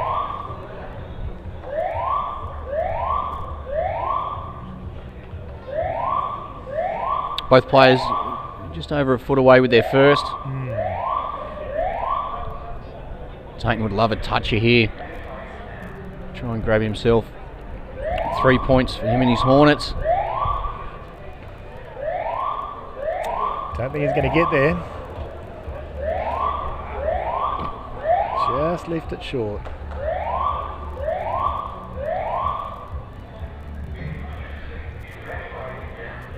Everyone just pulls it up to where they are for the moment. We'll update you as soon as we can. No need to evacuate at this moment.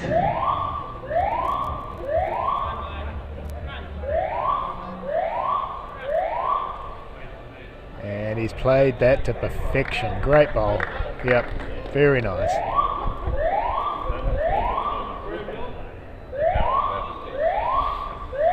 We've still got alarms and stuff going off here. I think that's Mark Casey helping out with the barbecue. Yeah, they're cooking the sausage sizzles for some of the volunteers. This is in the area. Oh, great effort there too. Sure was. Well, but importantly, they got 2 behind, I guess. Yeah, unfortunately, they're 17 behind and about to be 20 behind. So they're going to need the ultimate end plus at least one toucher. Yep, true. Unless something terrible happens here.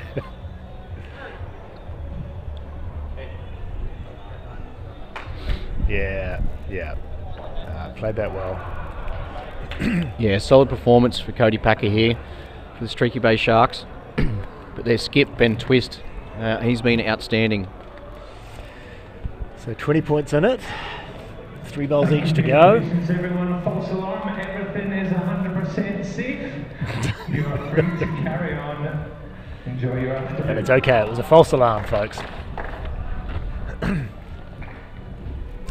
Ferguson on his forehand, looking to take that jack back and just not quite there, but it's got 3 catches there. So a touch of dragging them back would do them. The standings for this section very interesting as well. The Point and Deer Park, both with their wins there. Whittlesea, they're on top of the table, but the Point and Deer Park, just 5 points separate them, and that's with the differential. They both had 9 wins, 2 losses. The Point plus 129, Deer Park plus 124, and that's what will be with 1 game remaining for each of those sides. And Ferguson again looking for this jack. He's looking to take it back. I think he's a touch wide, isn't he? Yep. And he's got 1 more shot at it.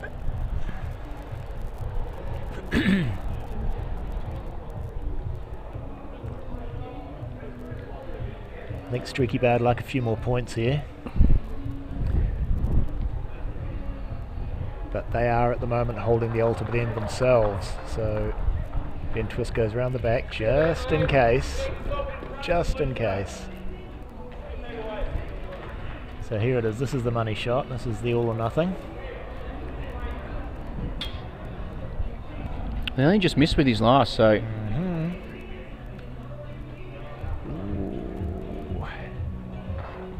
Just underplayed it a touch there. Yep. Started swinging on him. Well, wonder whether Twist will... I'm just going to stick there. I wonder if he was going to try and go for a touch or trying to really cash in here. Was that a little card joke there? Twist stick. No, see? No, so you got me. Yes.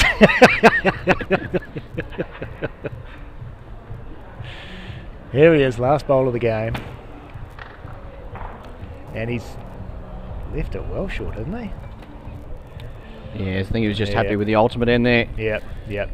And that's So Well, each end going in that direction, an ultimate end. The first, the third, and the fifth. You're right, actually. All to orange, yeah. Yep. So, healthy win there for Streaky Bay, 76-38. So And what does that do? That to- actually puts them in the top 6. Okay. So,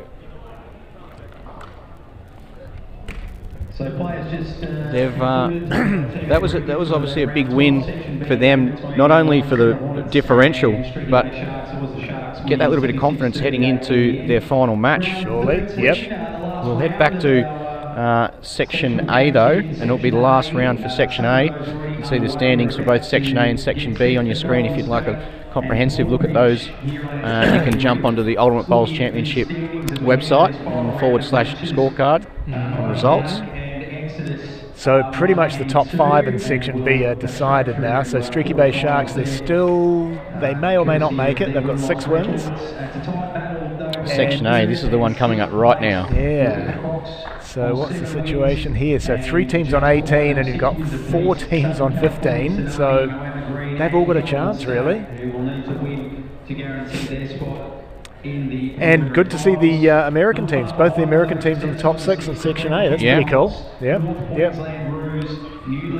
So Yeah, you'd think that the 2 teams, well, at least Southern California Tsunami, who are 4th, and Moama Green, who are 5th. They're both on 18 points, plus 41 and plus 23. Golden State, however, are minus 68 with 18. So at this stage they're right, but there is those 4 teams who are breathing down their neck on 15 points. The only one who can't get them would be the Newland Kiwis, because they've already played all their matches. They've got the bye in this round. So unfortunately for them, event 1, they'll have to look for event 2 and 3. The Kiwis. But the Flemken Colts, North Queensland Roos and Broadbeach. And this is going to be the game here, Golden State against Broadbeach. So, this is very important for both of them. Basically, this is almost a winner-takes-all situation, isn't it? Well, unfortunately for Broadbeach, they're minus 152 with their differential. Okay, so they can certainly make it on points, but they can't make it on diff. So, correct. So they could deny Golden State. So, this should be an interesting game. And North Queensland Roos actually play Moama. So that's a very interesting one. So this difference there is 24, minus 24 for the Roos and plus 23 for Moama. Okay, well, that's not insurmountable either way. So if they were if Queensland Roos were to win by 24, they'd go to an even margin with 18 points, and Moama would actually be 18 points minus 1. So they'd pip them by 1. Anything can happen. Well, here we go. Golden State versus the Broadbeach Lions. And the Broadbeach Lions, Kyle Hansen, he is leading up. And we have Ray Martin skipping. And Tim Christie's leading up for Dan the Man with Golden State. Dan, the former physics professor.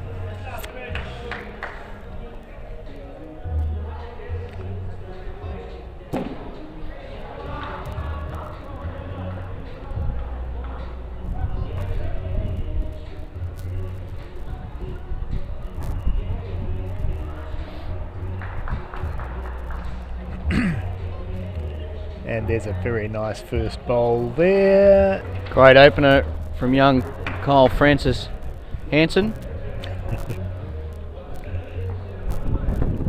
Kyle's a greenkeeper at Tarrant Point.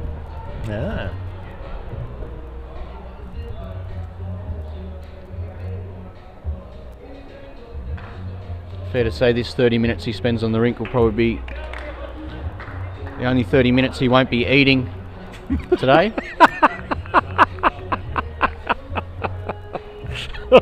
He's got a fair appetite, the big boy. Had to restock the food after he visited for lunch.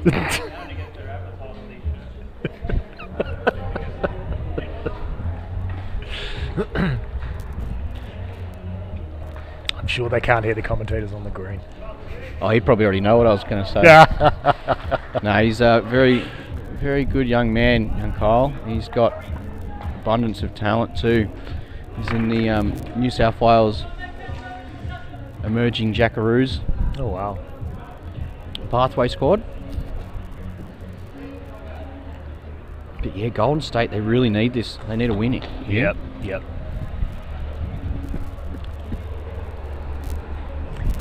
We haven't had any draws yet, have we? No. I mean, that would also do them, I guess. Yep. If they got a draw. Unlikely.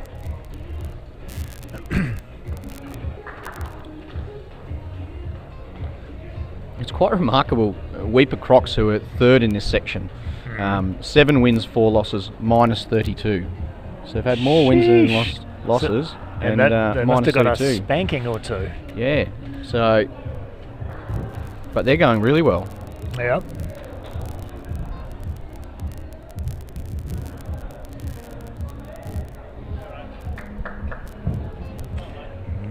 Looks like he's setting himself up for a drive next bowl, possibly. He does love to attack. Ray Martin, the Kiwi, from Wellington. Yeah, I wonder if there was probably a couple of Aussies who, when they saw the program come out and saw Ray Martin, they might have thought there was a famous Aussie TV presenter who's hung up the mic and reporting, and he's jumped in the bowls. Yeah. Well, you know, of an age and all that, you know. Would have been a quick rise to fame for him. Innate ability. Always played this pretty well. Ooh. I think that's one of the things early on the TV rink is just that little bit different, where you don't want to be running or playing too many exotic shots with your first 3 bowls. You just want to get that touch nice and early. We've seen that on occasion. Some of the skips put under pressure, and instead of just trying to draw their way out of trouble, they've had a couple of runners, and what that's caused is it's taken them a while to just get back in the zone.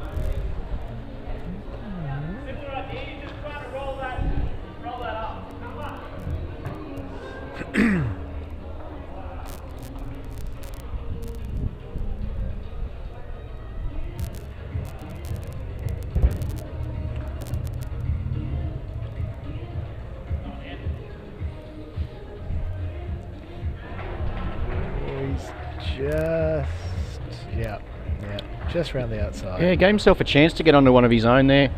Has got second and third. So they're looking to underneath the front orange. That is the tighter side of the rink. So with correct weight, he can get down to that. Pretty sure if he got down to that blue bowl, a big chance of falling back onto the jack as well. Yep. And he has got his orange bowls on that side. So even if he's a touch quicker and pops the jack out, could be looking at an ultimate end.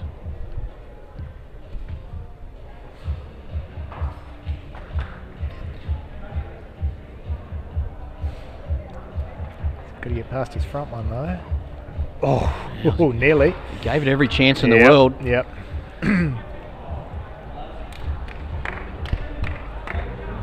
How about this for support? So we've got Canadian superstar Leanne Shinnery marking, and she's generally, when she's not marking, she's there supporting her partner Ray Pearce for the point. So now Leanne's marking, so Ray's in the crowd giving Leanne support. How good is that? Absolutely incredible. Great to see. Support goes both ways. 13-8 to the Lions, folks, after end 1. Remembering that Golden State need to win this to ensure passage into the top 6. Yeah, and when we were talking about North Queensland looking to defeat Moama by 24, Moama have said, I'm having none of that. After 3 ends, they're leading 53-25. So it is possible, but Moama have put themselves in really good stead to hold on and grab a spot in the finals. Yeah, I know which team I'd rather be in that game at the moment. Interesting one though, Moama Black, 19, the Asia Eagles, 35. Gosh. And playing for the Eagles is Dorothy Yu, and the skip is young Cam Keenan, a local star from this Moama Bowling Club. So he'd know this surface very well. Young Kyle, getting a bit of the jack. He does. There's 3 points.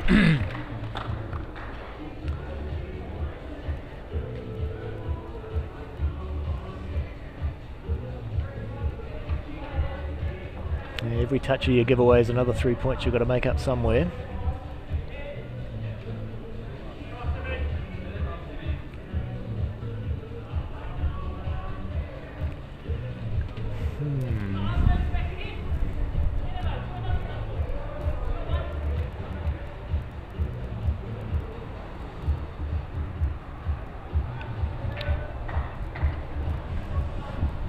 And again down on the forehand, looking to get around that front blue. It's going to run on a touch, but that's not a bad thing. That'll cover the tee. Could be a good little bit of support here from the other US side, Tsunami. They're actually playing the Colts, who are currently sitting in 7th, and they're leading 40-20. So they're they're doing their that's helping. US brothers a hand. It's going to sneak through the gap, not quite. 3 short blue balls there. Not probably what they'd have wanted, but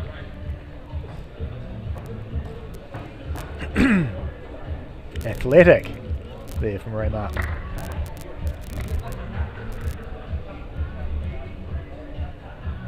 So we'll have a quick run around with those scores. Alan, we've got Hong Kong 41, the Asia Tigers 19, Moama Black 19, Asia Eagles 35, Tsunami 40, Colts 20, the Roos 31, Moama Green 53, and Exodus 22, Weeper Crocs 47. Ray Martin's played this well, if he picks that up. And another toucher. Great shot there, Ray Martin. Yep. Oof, now really got it all to do here. Got 3 short bowls that aren't going to enter into things. It's going to have to be draw, draw, draw.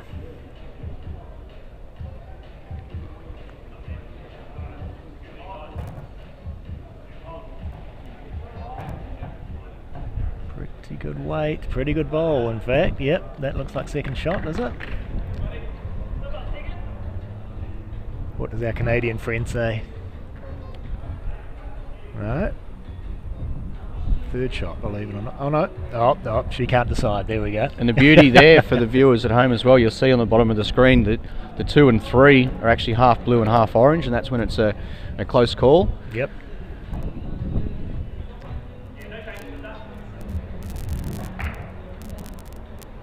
Just a minor correction here for Dan. Really good sider with his first. He knows where it's at.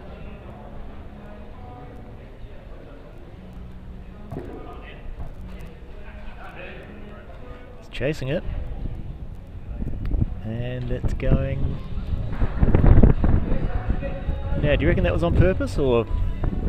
Oh, I think he was maybe trying to sit potentially the orange. The orange, okay. And even if you got half of that orange, you could get back to the shot bowl as well, and really have a good lie. If he was tighter, he could promote his own blue. The way it was, he has got around to a good spot, so I think there was a number of options there for him. Ray switching to the backhand now. Possibly looking to sit it out that blue that's either second or third shot. It's not far away. Oh, he took out his own. He's just decided there wasn't 3 bowls in the measure. Now there's 4 bowls. But I think that wing one will still be the shot bowl. Now this is a pretty big bowl, this one, because if they go down a hatful here, it's going to make it difficult to get back.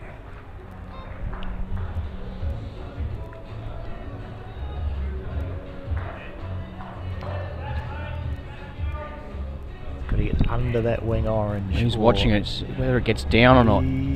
Oh, not quite. A matter of millimetres.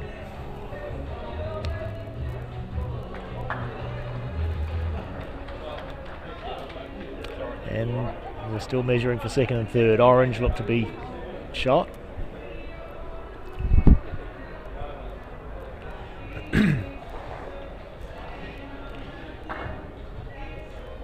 Just having a well look. prepared, these guys.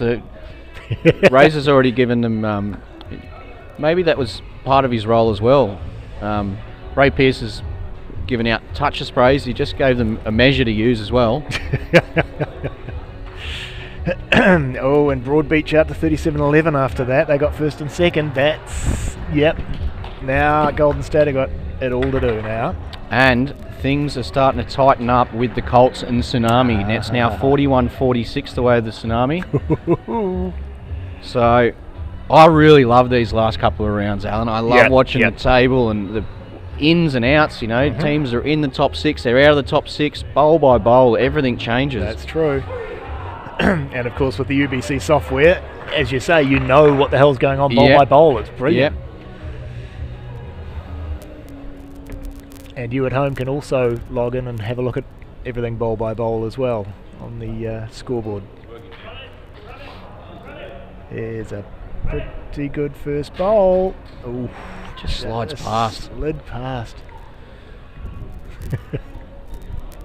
Yeah, that is the beauty. You can jump on bowlschampionship.com.au/scoreboard and you can see all the games in progress. It will give you what team's blue, what team's orange. It will give you who's holding first, second and third. It will give you the updated scores.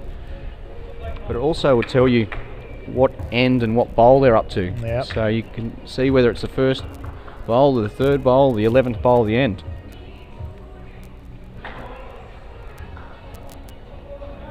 Yeah, it really has revolutionised scoring, I think, in bowls, all of this fancy software. It's made a heck of a difference. And, oh yes, he got it. Grabs a piece of the jack there. Yep. Tucks it in behind the orange to a certain extent. Yeah, much needed 3 points for Golden State there. Yep.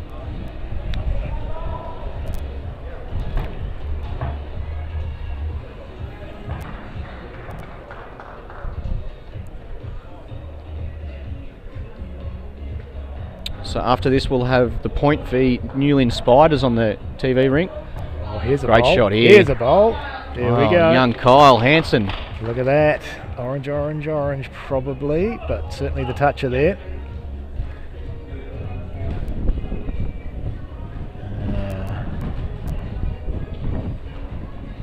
What are we doing? Looking to draw or looking to take that jack back just a touch? Well, I think he's probably just got to try and draw purely based on the tightness of that hand. He sits that back orange, which, oh, well. He's done all right, but it's further points there for the Lions. That's the crossover. So that negates that previous toucher. 40-14, 26 points in it. Oh, 43-14 after the lead shot.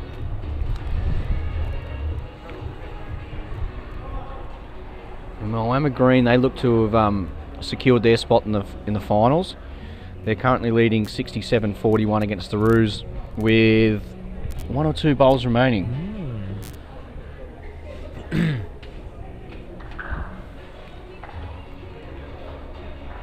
The Roos are one of the star performers from the last edition of the UBC. Oh, here's a good bowl. Here's a good bowl. Yep. And that match has been confirmed. And Moama Green have won 80-46. So the Roos will miss out. Wow. The Roos will miss out. That's a bit of a surprise.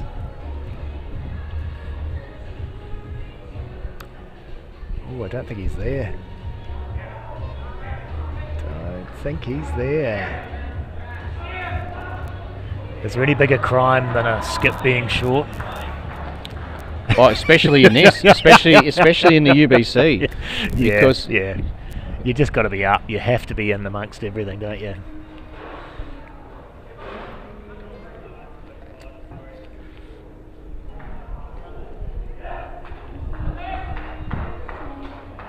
So the way this is looking,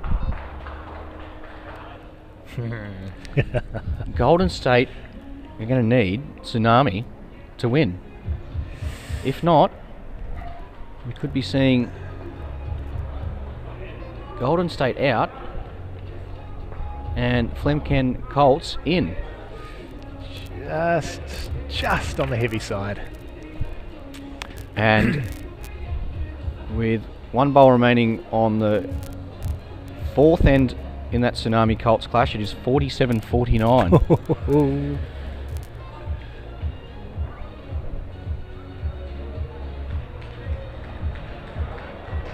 Ray following this one down, going around the back-ish. Now, what do you do? What do you do? Looks like he's going for it, possibly. Yeah, forehand runner. Bit of weight here. Dan the man. He needs a result. He didn't like it from... That's not the result. Yep. Oh boy, that's going to make it tough, is that? It's definitely getting tough now. Yep, yep. 58-17. Ooh. They might just want to finish this game early and jump over there and cheer on Tsunami, who are leading 62-55. Fifth and final end. That could be the final hope for Golden State. Well, they're going to need at least a couple of touches plus the crossover for the last couple of ends, and hope that Broadbeach don't get any touches, which they nearly did there. Awfully tough with young Kyle playing this way as well. Yep. Because even though he hasn't got the toucher himself, he's in front of the jack, so it just limits the amount of jack that can be got. Mm-hmm.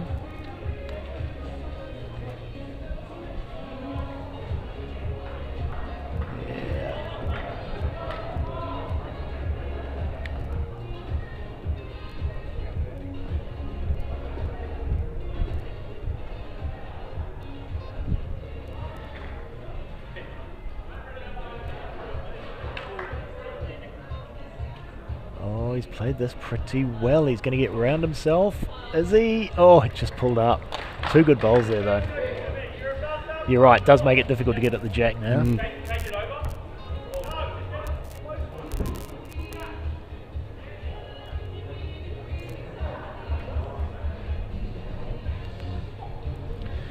58-17. The way the Lions, they've had a big day today, the Lions.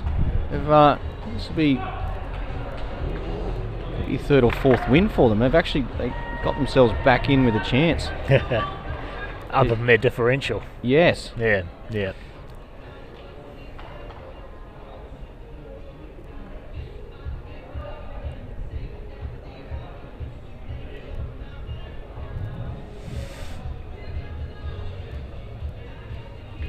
Yeah, great set here. Three really good bowls.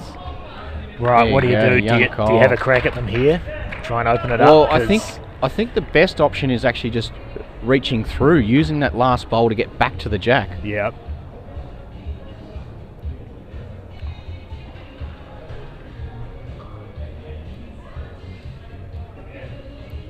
It's just a matter, it's just going to hold a touch there. Oh, that was a bit unlucky. And that really blocks Yep. any touches up now. Yep. So Dan will be running through that. Unless he can back himself to get just the edge of the jack on his backhand. But we'll wait and see, because Ray Martin's up first and we know what he'll be doing. He will be getting right around the back and just covering things up. Not leaving anything jack high or any angles to work off. Yep.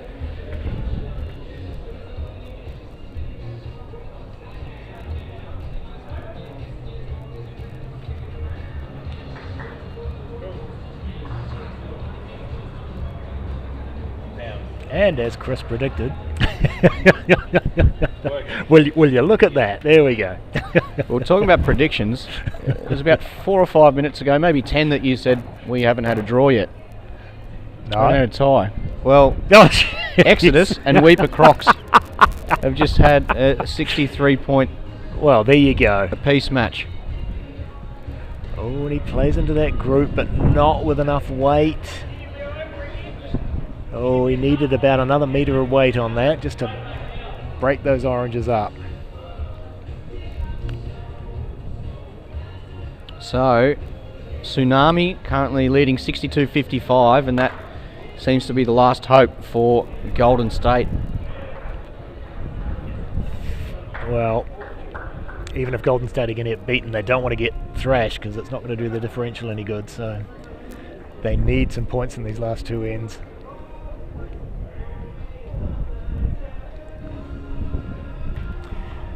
Now, what's he going to do? Is it going to be a wee run, or is it just going to be the backhand draw? Yep, here's a wee run. And he's... nope.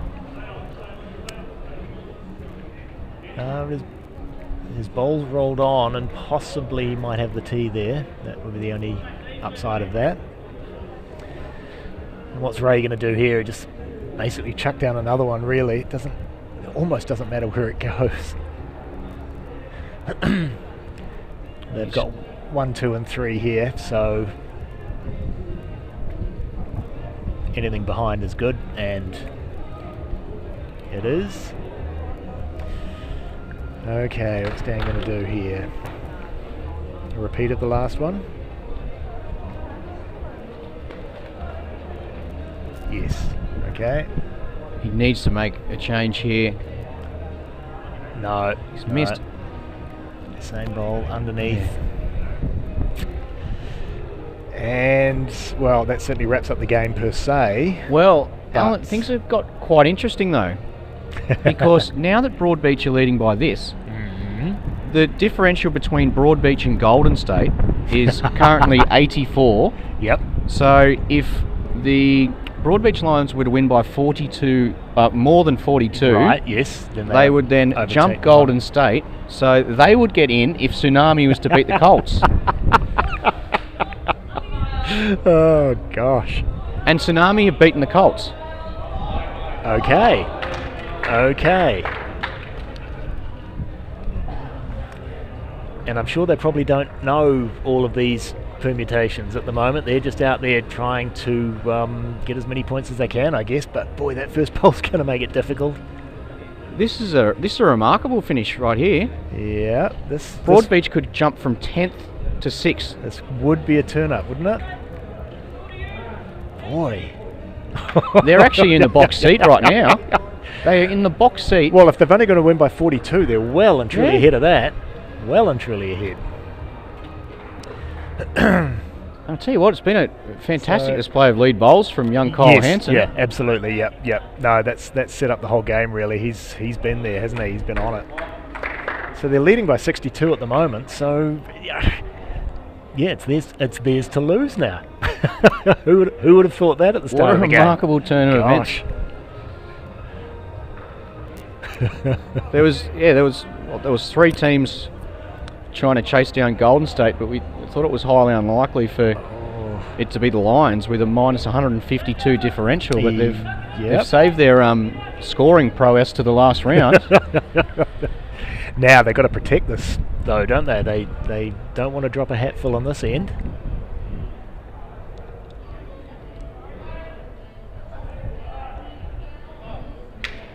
So Kyle playing the backhand this time, and again he's played it well. 1 on, 2 behind. Yes, that's fantastic bowling. Young Kyle Hansen. Yep. That's great stuff.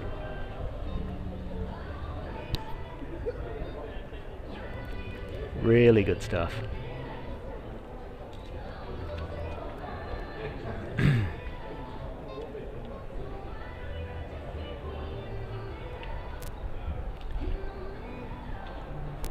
And that needs to get past the jack, but didn't quite. So here we go, 3 bowls each. And there's another 3 points. That's a further 3 points. Oh my goodness. Okay, 82-17. Lead of 65 now. Well, lead of 65. They've only got to win by 42 according to Chris's back of the envelope calculations. They were doing a bit of soul searching last night, and I gave them a couple of trusty mentorship words and led them in the right direction. I said, it's quite easy, just get touches to the lead crossover in first, second and third. Well, yeah, I can't argue with that. It's good advice. It's a simple game, really. And we go around the back there, just covering. Oh, boy. Oh, you come into this game sort of almost favourites to make the top 6, and then it just all falls away. My goodness. Yeah, even Tsunami did them a favour by beating the Colts. Yep. And I know how much it means to them to get that first finals berth, so... Well, that's the thing, they've come a hell of a long way to play this game, so... Mind you, they've got 2 more chances this week, I guess. Event 3. And, I guess they've got to be happy with the way they played, because I think they've done better than they did at the first event that they were at. Another toucher here. Here's a beauty. Further 3 points. Wow. Move along to 85. And that pretty much puts it beyond all doubt, I'd say. They're going to qualify. They're going to be in the top 6. Talk about taking some momentum into the finals as well. I'd say. And still orange, orange, orange. Holding the ultimate end. We'll see another bit of coverage here. Oof, they're going to crack 100 here if they get the ultimate end. Oh my goodness. Now, what would you do here, Chris, if you were nowhere near Ray? I'd just get anything past. I thought you were saying that you couldn't physically get anywhere near it. I thought that was the... Here's another insurance. Right there. Good bowls. Good bowls. And what price of drive here? I think he's just going to try and trail at that 2.5, 3 feet. Seems to be quite wide, I would have said, but we're not looking at it on the best line. Yeah, it is. It is. He finishes. They finish with an ultimate end. That will see. Oh my goodness! Broadbeach Lions jump from 10th. Look at this. Into the 6th spot. As soon as that match is inputted completely, it is. That's amazing. And they've cracked a ton. Good grief! Minus 152 starting that game. Differential of minus 152 in 10th place. You're right. And didn't we actually say that the only one without a chance was the Broadbeach Lions? Goes to show what we know, folks. So, look at that. Broadbeach Lions are in 6th. They, with a diff of minus 66, they've made it. And now it's all to play for in Section B. Quite incredible, isn't it? Yep. Nah, this is fabulous stuff. Fabulous stuff. I hope you're all enjoying it out there on the live stream. And as I said, if you are in the vicinity, this is going on all week, and it really, where else do you get to see all the best players in the world for free, basically? And there's the standings on screen right there. Section A, as you'll see, Moama Black and Exodus, they will go straight through to the quarterfinals. Weeper Crocs, Moama Green, Tsunami and the Lions, they'll be pushing their way into the preliminary finals. And 1 round remaining for Section B. Dandenong Club, they are done, so yes, they're finished. So they'll still qualify. I think with their for and against is outstanding. But the game we're going to see now, we're going to have the Spiders against the Point. The Point and Deer Park, as we said earlier, just 5 points the margin with their differential. So it's a big chance here for the Point to secure a top 2 finish and a berth in the quarterfinals. But they'll have to have a win here and then see what Deer Park does as well. Right. I thought I was going to be replaced here, but I'm not sure. It was the Broadbeach Lions who've overcome Golden State to sneak into that 6th and final spot. So they'll go through a preliminary. We're starting off here. Golden State's You're on. Just outside the 6th. We have the Newlyn Spiders. Bruce Hall, Aidan Zitterstein. And for the Point, we have David Axon leading up and Ali Forsyth. He's your skipper. And Axon starts off with a toucher. That'll be first points for the Point.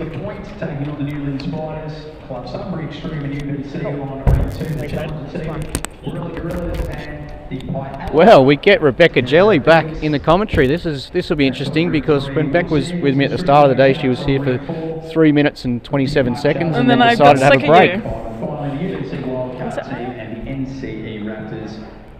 So just getting some fluids. He's been in the box for 20 seconds and already requesting drinks. But Beck, how exciting was that finish there for Section A? That was exciting. Jumping from 10th to 6th, making sure you've got to win by a certain amount. And quite incredible too, because for Golden State, the Tsunami actually beat the Colts, so did them a favour. But it was the 10th placed Broadbeach Lions who jumped from 10th up to 6th with that clinical display, really. they'll be pretty excited about that. And there's still plenty to play for in Section B, with this being the final round.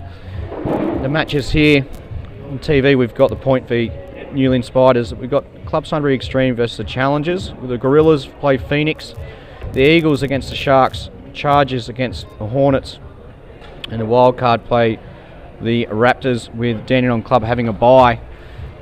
And the way it sits at the moment, Whittlesea on top and the Point second, but Deer Park Chargers in third. They're breathing down the neck of the Point with just a 5-point differential. Dandenong Club, who they've already qualified, they're on 7 wins and they've got no more matches with their bye.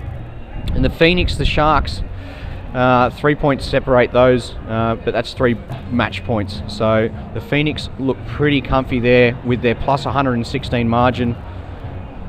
But then you've got on 18 points, so 6 wins, you've got Streaky Bay Sharks, you've got the Extreme, and you've got the Spiders. So all to play for here. Spiders obviously one of our New Zealand qualifying sides. So these 3 here are actually from Taranaki. We've got Aiden here as skip, who is a bronze medalist from the last, 2018 Commonwealth Games. For Cook Islands. Absolutely. You volunteered at those games. You're a great volunteer. Thank you, I was. We gave you all the hard jobs.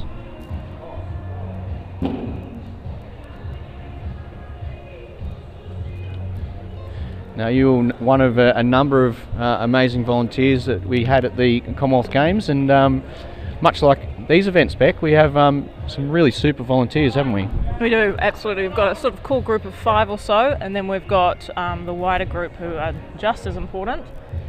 But no, we've definitely got a few groupies, I'd say, that come out and help out, which we're really, really pleased about, because it means that Chris, who can't really do much, he's not very practical, doesn't have to lift anything. That's how I like it. Look at that, Ali Forsyth, a toucher as well.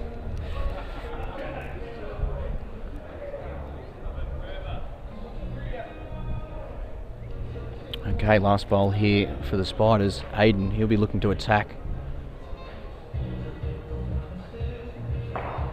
Not often you see 2 left-handed skips playing against each other.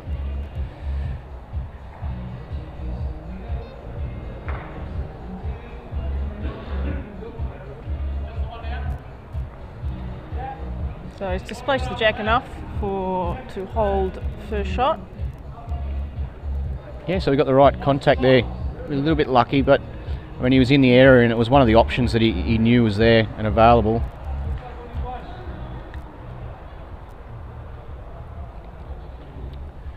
Okay, Newlyn holding shot, the Point second and third. Point currently leading 9-0, courtesy of 2 touches and lead crossover. So just remember with our format, first bowl 10 points, second 5 and third 3. Has he done enough? Yes, he has. Brings back memories of Ali drawing out in that sort of area at Deer Park when they clinched the title in 2019, Event 2, our second ever UBC event. And Ali drew out on the side there. And this big Gary Kelly went through a tiny little hole. Otherwise it would have been back-to-back titles for Dandenong Club. So we see the Point there first and third shots. They'll move along to 22. Newlyn Spiders are on the board courtesy of the second shot and 5 points. Okay, let's have a look at some scores, Beck, because the other games have started a touch earlier. The Challengers 32, Sunbury 16, Warilla 35, Phoenix 10, Streaky Bay 6, Whittlesea 21, Deer Park 21, the Hornets 3, the Raptors 39, the Wildcard 9. So just having a look at some of these stats that we bring up throughout the event. Ali Forsyth here is sitting second in terms of ranking our skips, so he's in good form. He's at a 65% conversion rate. David Axon, the Welsh wizard. Yeah, the stats are phenomenal, Beck. I often quite can't believe how many stats you can produce, but it's endless really, isn't it? Yeah, absolutely. I mean, we're getting that data of every single ball delivered from every person here, so sky's the limit.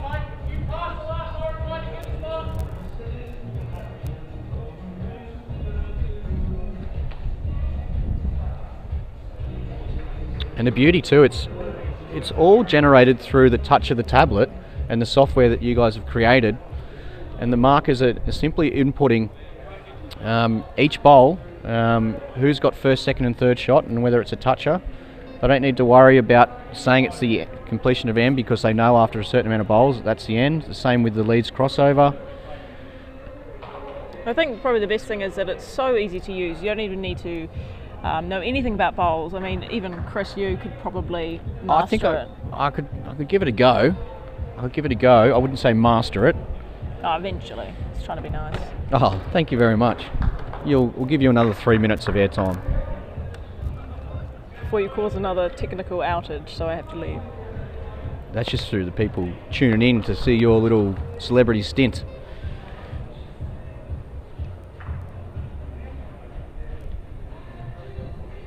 So realistically, the spots on offer is probably second and third, so it's going to be between the Point and Deer Park. It's probably pretty much whoever, if both teams win their games, it's whoever wins by more. Yeah, and their differentials are close. So the Point's got just that little slight margin there. And then you've got your Streaky Bay, your Extreme, and your Spiders, who are all on 18. Streaky Bay holding on to the 6th spot currently. And with so many games played during our sectional rounds, it really does often come down to differential. So it's so important that when you lose, to make sure you don't lose by much.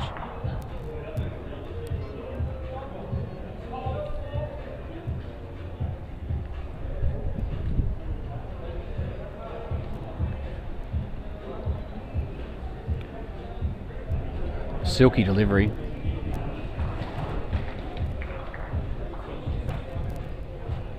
And once again, just travelling through. Well, currently first, second and third at Tarrant Point. 1 bowl remaining for each of the skips.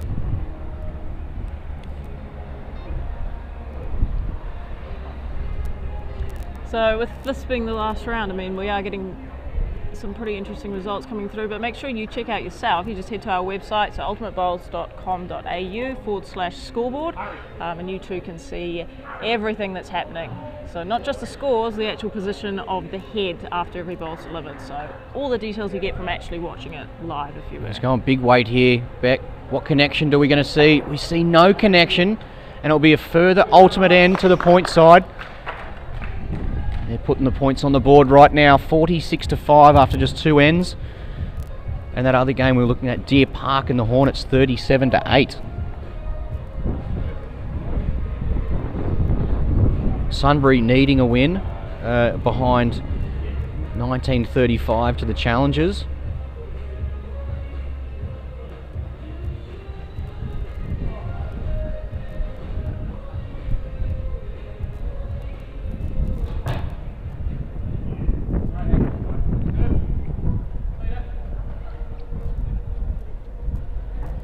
So with this Newland Spider side, so we hold qualifying events out of Auckland, so the Newland Bowling Club is based there, and they're open to any player in New Zealand or anywhere. If you want to travel, come over from Australia for it.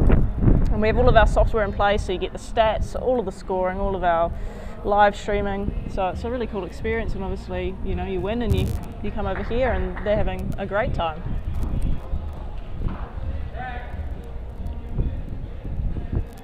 The uniforms look pretty sharp too, Beck. They do. Now, uniforms thanks to Sports Centre. Sports Centre, your trusted sports apparel brand, servicing Australian clubs since 1974. That was the year after you were born? Before? Oh, just about there, yeah. Just about, yeah. Yeah, good shot there.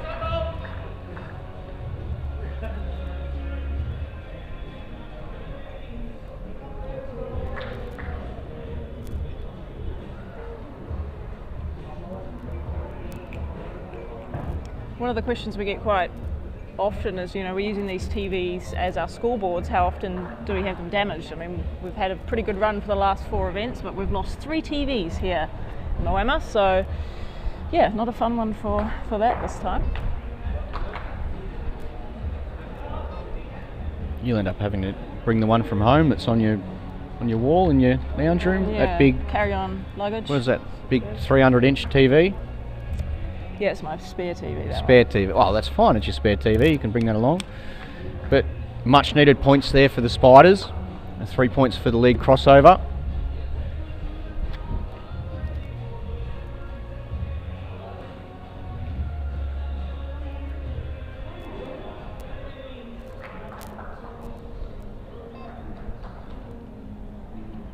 What do we got here from Kiwi World Champion Ali Forsyth? Yeah, pretty handy there. Really good opener.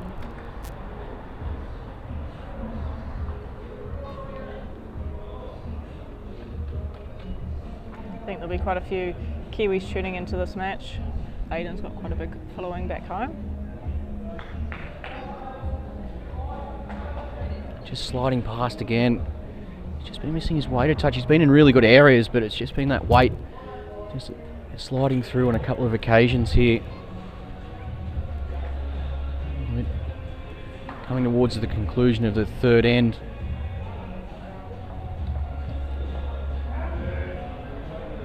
Oh, another great effort there from Ali. Trying to get down to that shot bowl, just holding on and sliding by himself.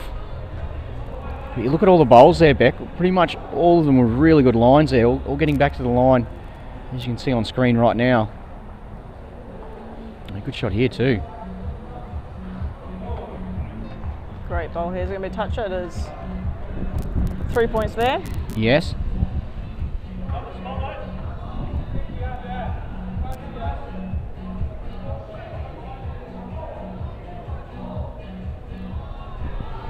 So Ali Forsyth is actually sitting as one of our best performed players in terms of win rate. He's only dropped one game so far.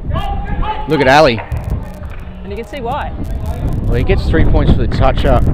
He was down first and second shot, so I think that's probably going to remain, Beck. I don't think there's any chance of Aiden missing this one. You could probably draw this one. Oh, I'm not sure about that. Well, you give it a red hot crack. But still 3 points for the point there. Good to see that toucher. He always played it perfect. So first and second for the Spiders there. So points for them. Yep, so that's 15 points and 3 obviously for third shot to the point.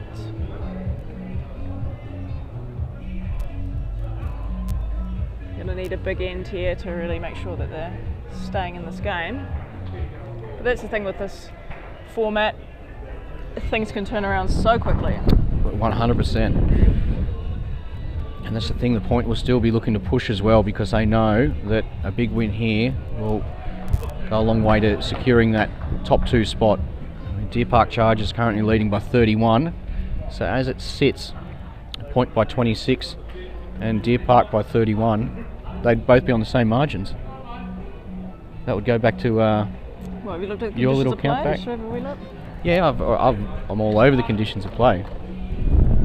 So just a reminder, obviously we've got 13 teams per section. Top 2 go directly into our quarterfinals, and the next 4 will play off with each other in the prelim finals for those remaining spots. And you can tune back in here later on to see the action from the quarterfinals onwards. Yeah, 5 o'clock. 5 o'clock is the first quarterfinal. So we will be showing all 4 quarterfinals, followed by the 2 semi-finals, and then the big final, where the winner will walk away with $50,000. $500,000 on offer this week.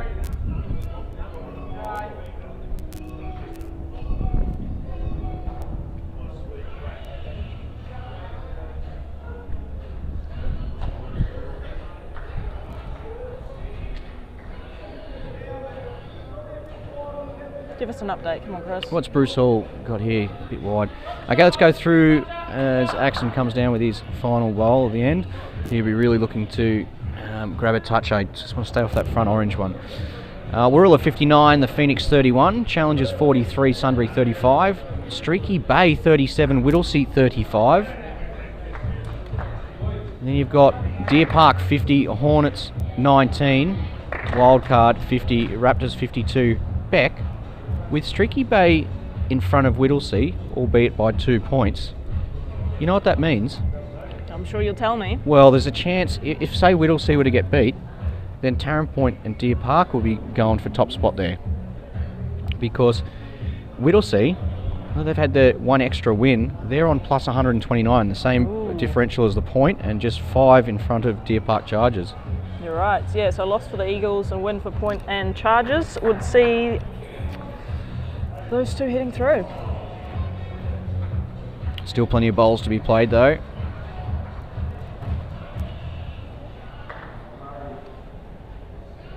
And the wildcard team there are ahead by 1 point. They're seeking their first win of the tournament. Yep.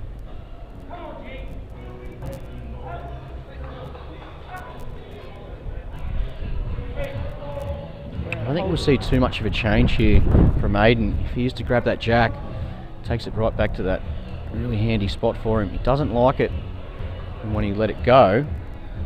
Right, let's just wait and see because he's still watching it now.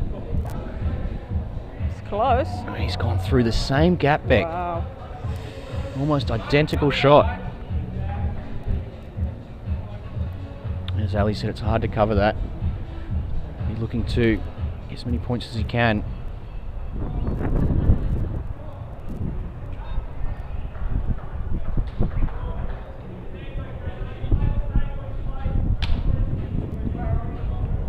Alright, here we go, Aiden. Will it be third time lucky?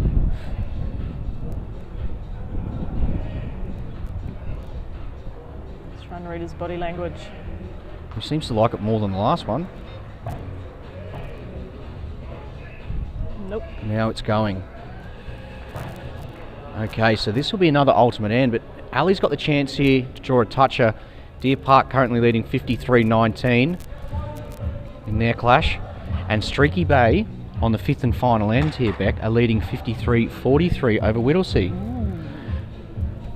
There's always surprises in that last round, isn't there? As much as we think that you're only playing off for second and third, or you're playing off for sixth, there's sometimes a couple of little sneaky results. Yeah, with so many games, you do end up with a lot of teams on the same match points. So another ultimate end there for the point. Yeah, 2 ends remaining in this clash, and this score is 73-26.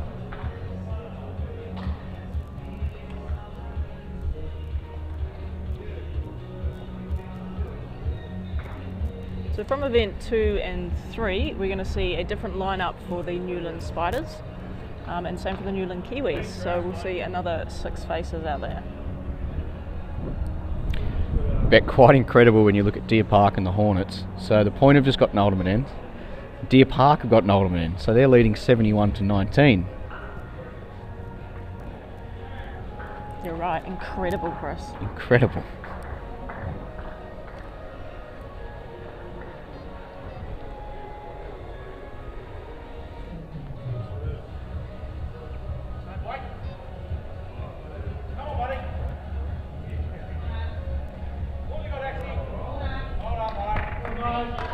Yeah, he's been quite impressive here, Axon. Generally a back-end player, but when he's see that little wee smile, I think he's feeling pretty good about it. Leading up and drawing touches. The beauty too is when he's down, Ali often gets him to play some attacking shots, and he's very confident with the attacking shots. So you're hoping to see them go far in the competition, obviously, Chris? Oh, it'd be fantastic. It'd be great for all the people at Tarrant Point Bowling Club. Oh. Tell us about that club. Oh, it's an amazing club. Shame about the management. How long have I got? guess. How long have I got? I might start it there next because we've only got about 10 minutes left of this session. I might start at 5 o'clock. I'll probably be able to get it in by 9. 4 hours of, yeah, should be able to. Either I'll just make that part 1. So a further 3 points here to the point.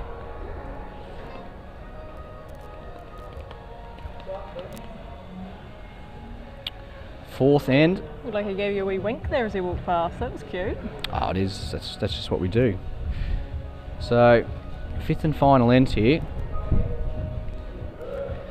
The point looking to secure as many points as they can, and then wait and see how the other results go.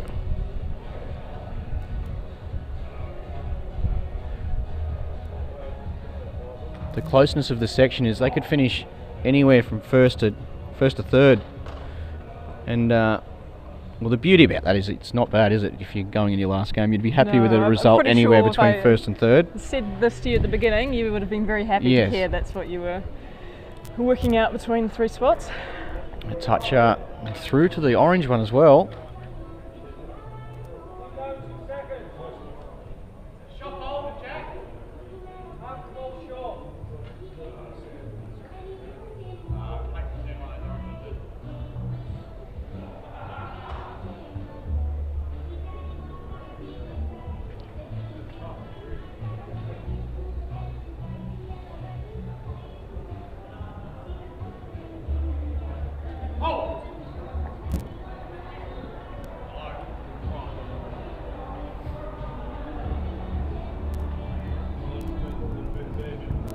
Okay, Ali's bowl there actually gives him a little bit of a setup. It's a bit of a pretty handy angle on, but this man Aiden, let's see what he can deliver here. Can he get onto his own? He's through. He's almost.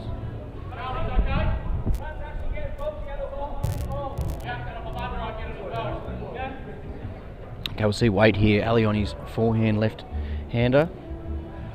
He'll be looking to reach up through those bowls, playing Wade here. Well, we'll find out. He's promoted bowls left, right and centre there. He's got second and third out of it. So currently holding second and third shot. And Streaky Bay 59, Whittlesea 46 back. And that's with 4 bowls remaining. What's Aiden got here? Can he get another bowl in the head? No, so it'll be second and third at the point. They'll move along to 84. 39 there for Newlyn. That's a big win there for Tarrant Point. Just what they were looking for. But now they've just got to sit back and see what the other results are. If Streaky Bay win, then they're definitely going to get in the top 2. So 45 points. 45 points the margin. So if Deer Park win by 50 or more, then they'll jump in front.